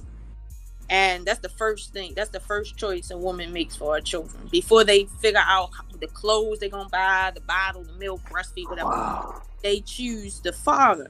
Now, if, let's suppose a woman chooses a guy that, okay, he's not really that great or whatever. If she's any kind of woman, she'll understand the gravity of how quickly she needs to mitigate that mistake. I've had to do that. I've had to mitigate mistakes because I'm like, okay, if I don't, it's going to affect my children in this way. So I got to mitigate. And it's like, I know that there's to a point where I can't mitigate. I have to just accept the bed that I made and lay in it and accept it. Not so detrimental on my children that it'll take away from my grandchildren's upbringing. I have to just hope that I have to, there's to come a point I can't mitigate past everything. So, you know, I think as a woman, right, like you said, everything you do affects someone else. If you see a woman that can make a mistake, but she can come back and understand, okay, I need to ensure that this mistake is not going to impact someone else. That's a woman that, in a sense, can be salvaged, regardless of, you know, what happened. But if she's the type of woman where she just feel like she wants to be able to just do what she want to do because, I guess, out of some sense of ownership to herself, to be able to say, I did what I wanted to do. These are the type of females that are reckless, and if you put them in the right position and put them up against the right wall, they'll do some very let's say scandalous stuff. Like my father said, you never know what somebody gonna do to their back is up against the wall. Like, my father told me stories about women and their kids that would make you cry. And I'm like, yeah, you really got to be careful where you place your seed at with females, because I mean, and I don't mean to sound like a pimp or nothing, but you do have to test females, like you do. Like my wait, hold on. You should call her pimp. wait. I'm trying. Wait, Lola. You say you wanted to land this plane, but you keep flying. Wait, hold on. My mind's telling me no. I don't even know what to say right now. I don't even know what to say right now. But the detriment to the rest of the community, though, if you don't test a female, right, you're going to end up figuring it out later on down the line. And like my sister said, she said, listen, don't ever, like, she said, if you with a dude and he's solid, she said, and another dude try your arm in like a way that you like you know, like what the fuck. She was like, never fall for it, because solid men will send other men to test you. And she was like, trust me, I know. Oh, and she's man. a whole prostitute, okay? Oh, So are you man. saying a man's Oh, pimp hand gotta be man. strong? Huh? Are you saying a pimp hand gotta be strong? Listen, Lola, What's it's up, like Daryl? Lola What's read up, my Daryl? life story. walk away. But I'm just saying, I'm not saying be a pimp. I'm just saying that the tactics are in place and they What are does it good. matter? She's a mind reader. Hey, Yo, what is at going Lola, on? the end of the day, the last thing you want to do is find out you married to a chick, right? And she the type that would know if she make one wrong move, it's gonna fuck the whole family up for 2 years, and she just go ahead and do that shit because she just feel like it. Like, Lola, hey, Lola, Lola I got couldn't one be more line for you, right. Lola. You're as cold as ice. Wouldn't even have sufficed my Couldn't be love. more right on some real shit. listen to me. I am trying to be diplomatic here. That's gone. That's over. I'm trying to be diplomatic. Anybody could build. Go ahead, build, y'all. What y'all want to say? I know y'all want to say something. Shit, I was gonna say she completely right. Like I've dealt with a lot of women in my life, and what she just said was completely right. You gotta test them. But look, this is the key, Lola. See, the problem with us men, and I can admit it, in myself, and my old self at least, right? What's that? We test them, they fail. Oh, man. And instead of us saying, you're out of here, they keep them. We give them a first, you know what I'm saying? Boom. You the motherfucking girlfriend, or we're gonna give you a place in a roster, right? Mm-hmm. You starting point guard, right? Mm-hmm.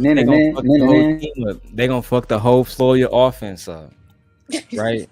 That's what you saying, and you knew it all off in the beginning. So we ignore the signs, is what I'm trying to say. Okay. What we need to do is actually humble ourselves, and once we say, "Oh damn, she failed the test," but then she got a fat ass, then she cute, right? Then she said she like doing this. Is it worth it? No, Money, your body start playing them tricks on you. I'm being real because, right? She failed the test, but then she gonna send you the news. She gonna be looking. She failed the test, but then so what you gotta do is stay. You gotta, for one, you gotta go through it to know the lesson. All dudes gonna go through this. It's gonna be a baddie that you can't resist. Mm-hmm. Once you go through it, you can't do it again, right?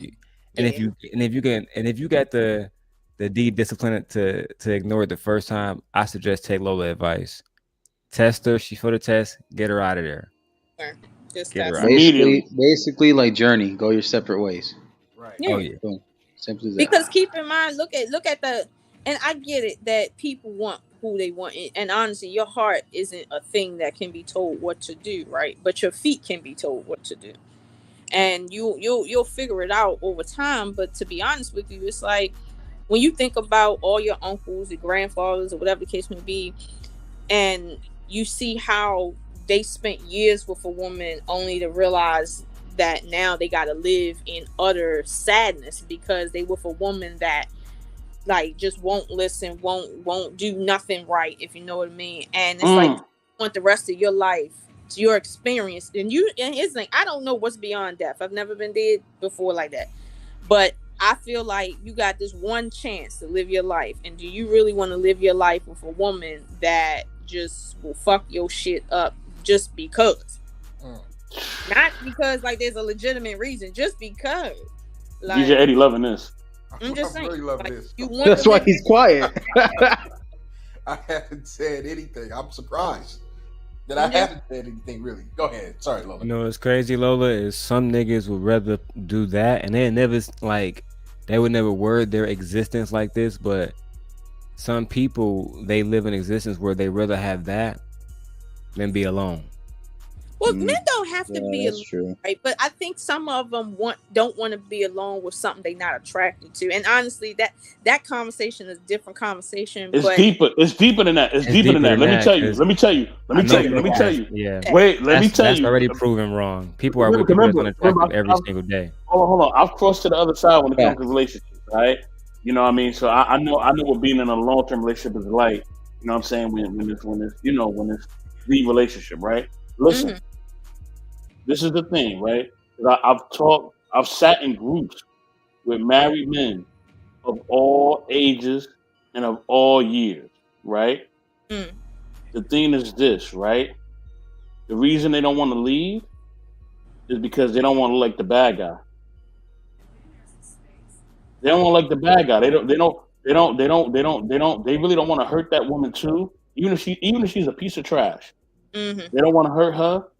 And they know that that some of the people that they really love and care about is gonna turn their back on them, even if they know that woman ain't no good. Mm-hmm. They're still gonna turn their back on them because they feel like as a man he should still stick it through no matter what. You know what I mean? Especially if they got kids. So a lot of times these guys do want to leave, but they don't want they don't want to like the bad guy. And if you mix religion into that, it's even crazy. Ooh. Mm. Oh yeah, I went through that personally, Bess. I went through that personally where people demonize me for not wanting to be with somebody, and the thing is like I'm gonna say this because I was in that situation at 19. When you stick it out for children and you with somebody who, like Lola said, is gonna purposely so Lola, my grandmother told me like this: everybody is either a hindrance or a burden. Right. There is no in between. Right. So every single day, either the choices that they make are helping or hurting. It's just that simple. There is no in between. Choice. I mean, down to does she get up and make you lunch? That's a choice right there. Like that helps or hurts. Like does she wake up and she think about, okay, well, when you get off, do you have an appointment, and is she really the type that would remind you? Oh man. What up, Grizz? Grizz in the building. Grizz, speak your mind, because I know you got something to say about this, Grizz. Okay, speak your mind. What's going on, man? Hey, so Mr. Best in the World, I just want to let you know. So to cap on what you just said, I read this quote off of IG, and it says, and you are going to be deemed the bad guy in someone's story. You can do the greatest thing in the world, but you're going to be deemed the bad guy in someone's story. And also another thing too, like I'm putting this. Not a lot of people like me, and one of my friends also tells you too. If you're deemed the bad guy, if it's necessary, then you know what, so be it. And I'm playing this. I've been deemed the bad guy since. Guess what? I don't care. But the thing is that I'm still gonna remain me at the end of the day. I've been married for 15 years, and I've had good times, bad times. And so like that. But I just want to say, like, shit, I forgot the topic. But yeah, you're gonna be a bad guy, and you're gonna be a bad guy in someone's story at the end of the day, whether you're doing good or bad. Damn. But we was in the show like 8 minutes ago, man. Goddamn, man. Oh my gosh, man. Oh no, you caused. Hey, bro. You know what? The reason why I also came here is because I missed your season finale, so I wanted to make up for that and show y'all support as well. You know what I'm saying? Thank you, Rookie. You about to be a sophomore next year. I hope you're ready. Ah, shit. I thought I was a junior by now. Bro, hope you're ready, bro. August 1st, dog. Sophomore. Hope you're ready, dog. Yeah, too. Man, I gotta make Lola the sandwich. Yeah, because Lola was spitting gems. She was spitting gems. Instead of me saying making a sandwich, we had this conversation about the sandwich thing a long ago. Oh, I'm gonna make the sandwich. All right, you deserve this sandwich. All right. I mean, but it's just a matter of thoughtfulness. It's like my father used to say before my late stepmother died. He said that my late stepmother was the least attractive woman that he's been with, right? He's been with some quote unquote baddies, but he said the thing that he liked about her above all the women that he was with, right, is that she was the type that he didn't have to tell her what to do. When he go right, she automatically understands why she's going left and why she meets him back in the middle, and nothing gets dropped. And like she was just ahead of things, and he didn't have to think about so much with her. And the thing that she did is she understood like what he needed on a daily basis, like physically, emotionally, and maybe sexually. And she just kept that routine that he liked. And like she understood, okay, this is what he likes, so this is what I do for him. I don't do what I did for him with nobody else, but this is what he liked. And my father liked that consistency. And so, I feel like sometimes we over romanticize relationships because, again, it's about thoughtfulness. If you're a female and you with a guy, right? Obviously, you with him for a reason. You should be trying to keep him. Like my father said, what you don't do she done unleashed the dogs now. Go ahead and continue to spit that flame. If you gonna be up in the mix like that with a dude, like, you need to act like you trying to keep him. Some females not acting like they trying to keep him, so they do dumb shit like in Daryl's case. He's doing one thing to hold him down, and he needs her to do one thing, but she I just feel like doing something else, and not thinking that everybody else now has to be affected by that, and now she got to deal with the ramifications of said effect. And it's like, why would you do that unless you're extremely selfish and you just like absent-minded on top of that? So, Sister Lola, is that when the hoes come into play? Is that why they come into play? Good question. In my opinion, right? I think, I'm gonna say it. I think that is when it does come into play. Easy picking and kind of it in the moment.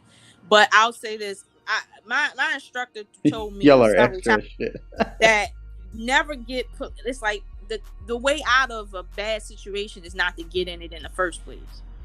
Exactly. So it's like don't get in a submission hole in the first place. Like, don't let somebody get close enough to you to put you in a submission hole.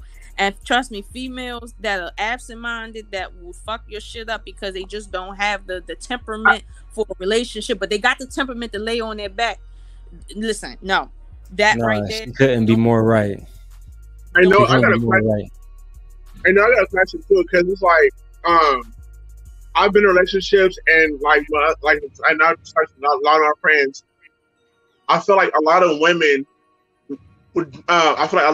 like to keep testing the guy, keep testing them, testing them, because of what happened to past traumas. I get it, yeah, past traumas, I get it, but when the guy is trying to show you, hey, I'm solid, I'm here, hey, do you want this? Do you want that? And he's constantly showing the woman, hey, I'm different from these other dudes. Like, I don't know nothing about them. I get you've been hurt, but he's like my friend's constantly trying to get at this girl, and he's showing her, hey, I'm here for you. But she's kind of giving him a little bit by a little bit, but he's still testing him though. Well, here's the thing with that, right? First of all, there's certain things you have to test everybody with. It doesn't matter who they are. You have to test everybody, because there's certain things you won't know unless you know. But there's a point to which if you're a solid female, right, you can come in the presence of a man and understand what the truth of the matter is. You don't need to test him on certain things if you solid within yourself first. So if you gotta keep testing, it's because you don't know the answer. Period. Right. That's what. Yeah, because it's like, but here's the thing: like, she knows that he's solid, but it's like that's enough. Wait, I'm sorry, what? She might not be able to understand that if she has to continue to be told the same thing after test after test. Can I add to what Lola just said? Grizz, for your friend. Sure. For your friend, this is all due respect, bro, but like when a person is constantly being tested, but then they don't like the answer, it's to that point where does it even matter anymore? Just move along and go on to the next person, because maybe that person will understand it more.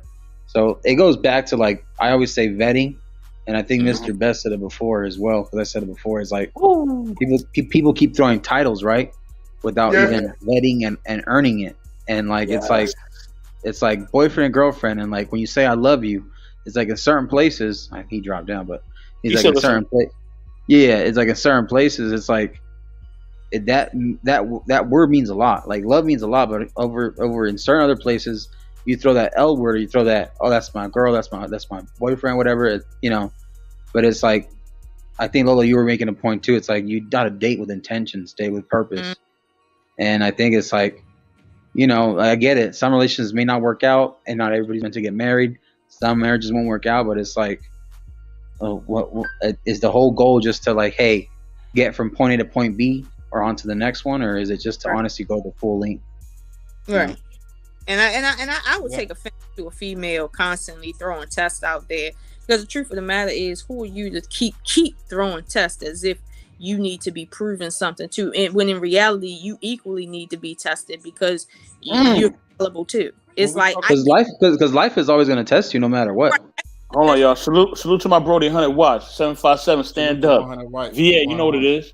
What up, Watts? Hold on. Before anybody say anything, what kind of tests are we talking about? Are we talking about like relationship wise tests, or are we talking about like you would know, bro, Eddie? You would know when a person is testing you, especially your significant other.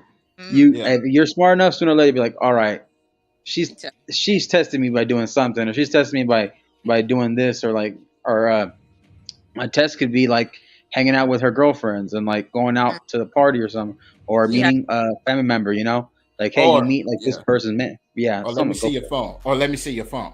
Yeah. Let me see that. Oh shit. And and I said this over, man. I keep telling you fellas, man. Well, I always say this, DJ Eddie. I say this. If you want to pay my phone bill, listen, they really believe, like they go at me with this phone shit, man. I'd be like, yo, just ask her for her phone and see what she say. And then I got a major problem with that. They got a major problem with that. They do. And it's like, damn, you see that type of energy that coming at you, like, man, why is she acting like this? Man, I just need to call the folks real quick, you know. But now you're curious, so you really want to see her phone now. Let me see what's in this thing, man. You know, I'm telling y'all, it's gonna work. That's all the answers right there. Well, you know, if she don't just give it to you, if she don't just give it to you, we got a problem. This is the thing, bro. On some real shit. If a woman, like, if you even feel like you got to go through her phone, right? No, it's just a test. It's just a test. It's just a test, D.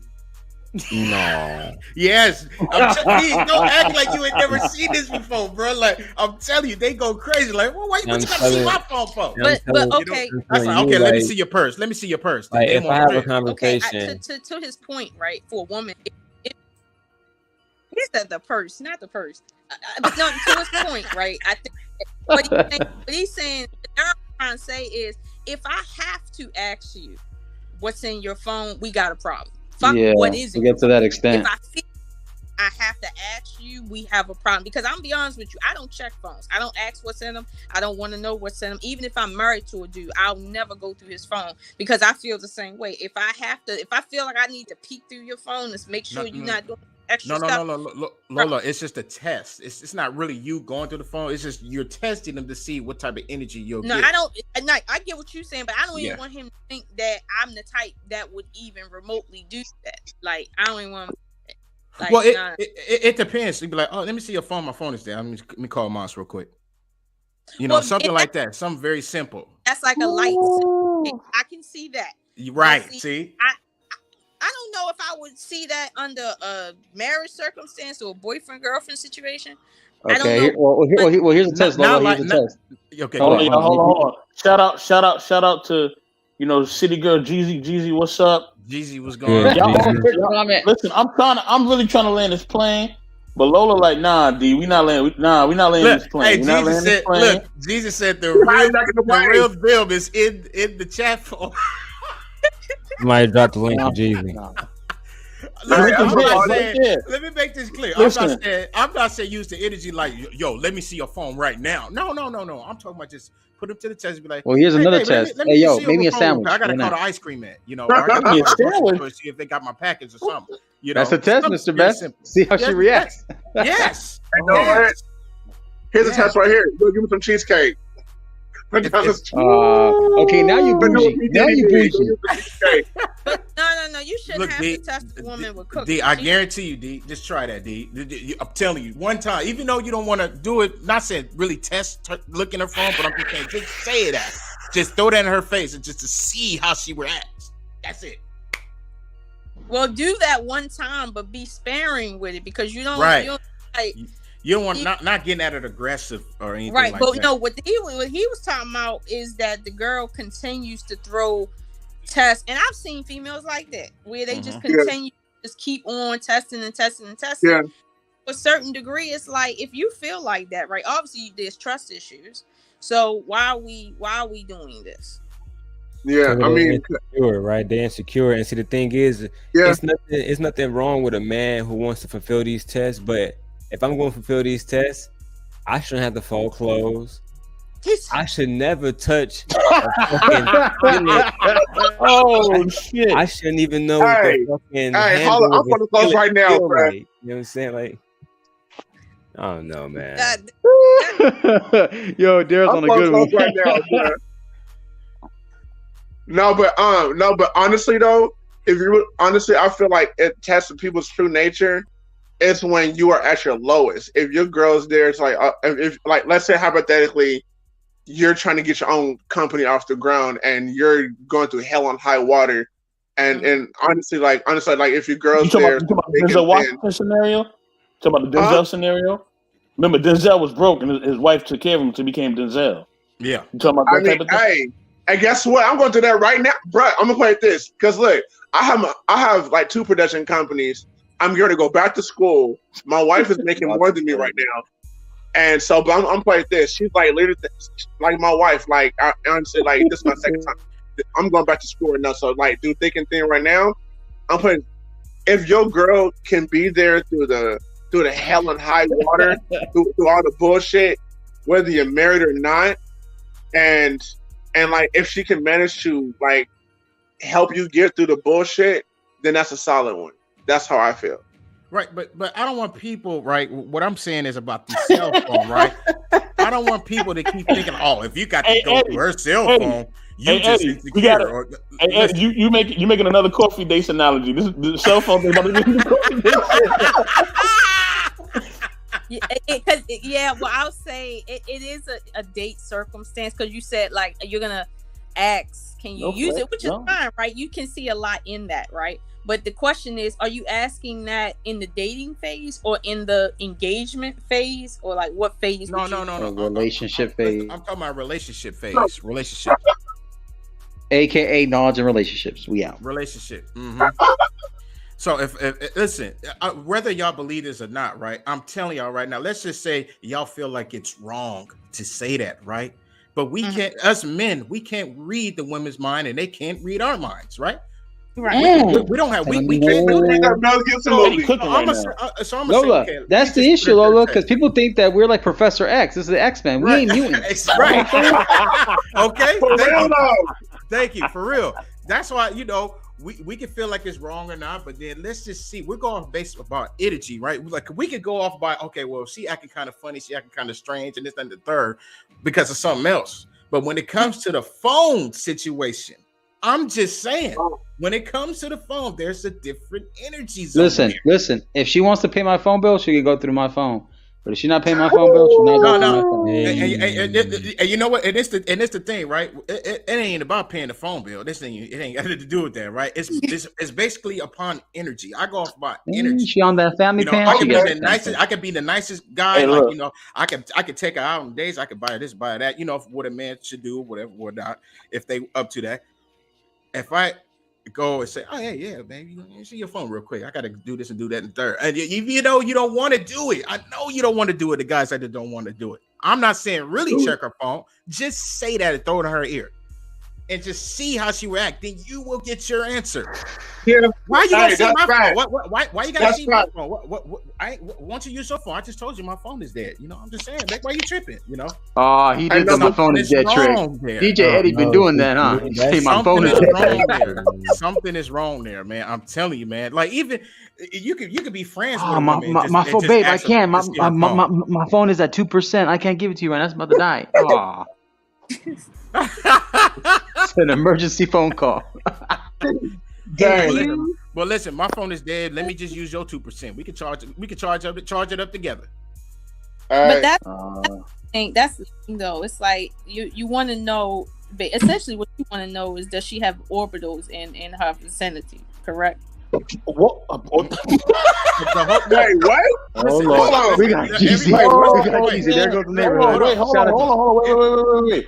I gotta welcome Jeezy to the panel. Jeezy. Lola finish your point, and then Jeezy drop the bomb. Jeezy, I know you're already gonna do it, right, so I'm just gonna fall back. Yeah, I'm falling back. Go ahead, Sister Lola. Go ahead. No, I was saying he's checking the phone, or he's doing the little thing because he wants to know, does she have men that is still involved with her? Come on, watch. She had 304 activity. No, it's not. You will know when that energy flies through your brain. I'm telling you, you will know all of that. You don't even have to figure her out. You don't have to figure out. Just be like, let me see your phone. Man, you ever heard of Travis Scott? Don't you open up that window? Not just a woman, a man too. A man would definitely have a stroke, just like the woman. They will have a stroke. You ask them for their phone, okay? True. I'm telling you, man. You have your answers there. You can sit up and say, "Well, listen." Hunter Watts in the building. Hold on, y'all. We got to welcome my man Hunter Watts in the building. You know what I mean? Definitely after Eddie keep cooking, Jeezy and Watts. Go ahead. Yeah. Now I'm not. Listen, I'm gonna say this again to make it clear. I'm not telling you guys to really check her phone. I'm not telling you guys to do that. Give her phone. I'm telling you just to throw it in her ear, like respectfully, say it in a nice way. Oh, baby, let me see your phone. Now, if you do it aggressively, then she could be like, "Well, what you want to see my phone for?" Do it in a nice way and see if she's now. If you see what you find in that phone, energy. Okay, if she's still going to feed you that energy, why you need to see my phone? What's going on? You see something is wrong there. Regardless, what you guys think, or is something wrong there? Now, all of y'all, I don't know if all of y'all, but the majority of y'all up here have tried this. Y'all have done this before. Not saying purposely. Y'all probably been just have your phone just been probably having issues. And you probably just like, yeah, baby, let me see your phone for a minute. My phone I've been tested and tried. Hold on, Jeezy and Watch. Y'all cook. Go ahead and cook. Go ahead and cook. Go ahead and cook, Jeezy. You in the kitchen. Eddie, I'm not gonna lie. I definitely agree with you. Like if you mention something and they she done switched up. Let's go. I'm a heavy advocate of going through that phone. My friends tell me I'm crazy. Don't do it. You're gonna lose weight, bitch. You ain't gonna. Ain't nobody gonna say nothing to her big ass. I don't need Yo, Jeezy, if you want to pay for my phone bill, you can go through my phone. But if you're not paying, you ain't going to do shit. I got $100. If it's you want me, I got you. Hold on. But wait a minute. She's not coming at you aggressive, Marcus. She said, hey, they just. No. I'm just adding context. No, but just adding context. I'm not asking you to go through your phone. I would never ask, because if you prep somebody for something, what they gonna do? Get ready for that exam. No, this is an open book test. I'm going through that phone on my own. She's going to give me the answer. Pop quiz. That's what she said. It's a pop quiz. Pop quiz. I'm going to give you the answers right here. Really? Hello. The women will go through that phone. Your ass to sleep, and while you sleeping, I'm gonna take my time. She's gonna say, "Sign." I'm gonna fuck around and I'm going through that phone because I need to go. I don't need to go through nobody's phone and somebody over my head. I need to go from the top. Right, I need to see, and you could go in the messages. You could put love. When you could put Marcus. Yeah, because he's wilding out right now. Don't play with me. I can't hear it. Go ahead. You could go right in them text messages. If they got an iPhone, you could put dick up there, sex up there. Anytime they talked about dick, sex, pussy, fuck, anything, that shit pop right up. I'm going through that phone. I'm sorry. I'm not going to wait till you done made a whole new relationship with somebody else, and I'm sitting here boo-boo the fool, and now it's like, oh my God, I never even noticed it happened. Bitch, if you'd went through his phone, you would have been privy to that shit 2 weeks ago. Right. I'm going through your phone. Let's go. I'm sorry. Let me tell you something. And these men will dog you to these bitches, and you're not even a bad woman to them. I need to know you're not going to be talking about me, because all you got is your name. So you're going to allow this sucker to be playing with you on his phone just because you don't want to go through it, because you don't want to see something that you're going to find. All right, then go find it, because you know what's in there. Talking about, if I need to see it, come to the light. I am the light. I'm shining. Have you seen that on the other side too, Jeezy? If I saw what? Have you seen that on the other side as well? What you mean? Instead of men, you've seen women do that. Have you seen that as well? What, women go through men's phones? No, men catching their women through their phone. What they do. It's been a time he went through my phone, saw something too. Sometimes you gotta leave them a little something too, because nigga, you think you the only one who lit? I got a coochie. This shit is going to pop. Let me tell you something. Women always be like, oh, I get niggas. Of course. All bitches get niggas. You got a coochie. Well, that's easy. Yeah, it's so easy for a woman to just say, hey, I want some dick. That's not an issue. That would never be an issue for a nigga to go through a female phone to see something, because a nigga will write you anything. You could have your YouTube page. Somebody going to be on it. Oh, my God, I want to drink your bathwater. Of course, because I'm a woman. Regardless. So it's not as easy for men. Men have to go out there and go get that shit. Yeah. Yeah, women it's just tougher. don't It's tougher for end men. up on a nigga YouTube like, oh my god, you was just talking about some of the greatest stuff on YouTube. Just wanted to say hey. Bitches don't do that. So we not even gonna sit here and fake the funk. And I've been looking through this man's phone, and I have not seen nothing crazy. And I don't even think he know I'm going through his phone. And if I do see something, if it's that serious, I'm bringing it up. If it's not, then it's not that serious. Because everybody quick to say like, oh, I'm gonna leave him X, Y, and Z. Grass ain't always green on the other side. You gotta water your shit. You feel me? Right. So even if you don't say you gonna need something, some fertilizer.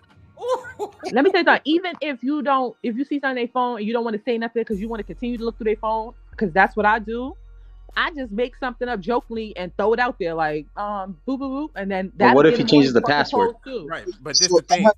No, men are dumb. right? They're not doing that. This is what you do, right? Don't even talk about it. Even if you see something wrong, you need to get the full document. You need to get the full story. No, facts. Before all of that. Yeah. Facts. Well, of course. all right, You know what? I see you saying, but as long as you pay for the phone bill, you're good. Criminal justice, and he knows that. Excuse me, I have a I have a random question for y'all. All of this that we talking about shit testing our partner, like, do y'all do this same shit before you go apply for a job? Y'all gonna run your job through all these tests before you go? Like, how many people? No, because we gonna quit our job regardless. I'm just saying. That's not really the same thing. That's not actually the same thing. Right. That's a job. That's working for somebody else. Job. This money coming. This is my heart you playing with, nigga. I'm gonna kill you. Yeah. Whoa, we can't say the K word up here. I'm trying to kill you. You don't want to fuck with me. Right. Like, man. I don't want nobody ever feeling like I'm a sucker to them. Like, leave me alone, sir. Right. And sometimes you got to go on their phone to see what let me tell you something. I done heard. I hear you as long as you pay for the phone bill. I hear you. I will pay for the phone bill. Who don't got first of all, my phone bill is $50 for me and my phone. A paying phone bill don't mean shit to me. I'll pay that shit for the month, the year. Give it to me when I want it then. Right. So if you want to pay your bill just to go through it, I will do that. Nigga, I pay for subscriptions I don't even use. Who pays for the gym and don't go? Everybody. I know what though. I pay for the gym. I actually go. Well, kudos to you, because I know I paid for a year at one time and I didn't even go. I was like, who the hell can so waste of money? I know, but you know what though? No, but it's like my wife actually went to my phone one time and she was like, who is this? Who are you talking to? I'm like, I'm a filmmaker, photographer, right? She's wondering about prices and so basically like she getting like sometimes I'll be on the phone with a female and she's like, so who you talking to? I'm like, I'm talking to an actress. Why are you on the phone with them? She wants to know when the next film shoot is.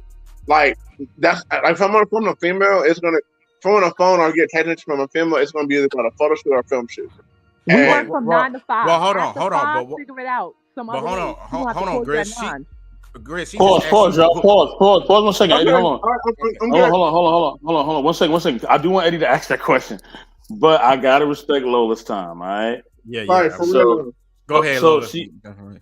So Lola, you know this is your show. Whenever you're ready for us to land, just give me the signal. We landing. So it's up to you. I have to get some sleep. But if you guys did want to continue, I definitely didn't mind. But I have to get some sleep. Okay. So what I'm gonna do is let me see. I'm gonna be respectful. You know what I mean? I'm gonna land the plane. We could still keep talking, y'all. Like we just not live, but we can still keep talking. 100 Watts didn't even get to answer his question. Yeah, we can still keep talking. I'm just closing the live, but we can still keep talking. But because she gotta go, and I wanna definitely be respectful. But listen, y'all, Yeah, I got you. thank you for joining Knowledge and Relationships. Much love to everybody up on here. Y'all know what it is, man. You know what I'm saying? Everybody stick around. We about to have some very interesting private conversations. So that being said, much love to y'all. You know what I'm saying? I know y'all hear the beat in the background. That's the music producer, DJ King. You know what I mean? Stream y'all file the music up there. You know what I mean? You know how we do. Shout out to the team, man. We're not playing with y'all, all right? We really here. All right, and I know we on break, but we ain't on break, if you feel me. You know what I'm saying? Holla at me, man. Now the relationship we here, the dynasty continues. Y'all die. We out. Let's go. We out.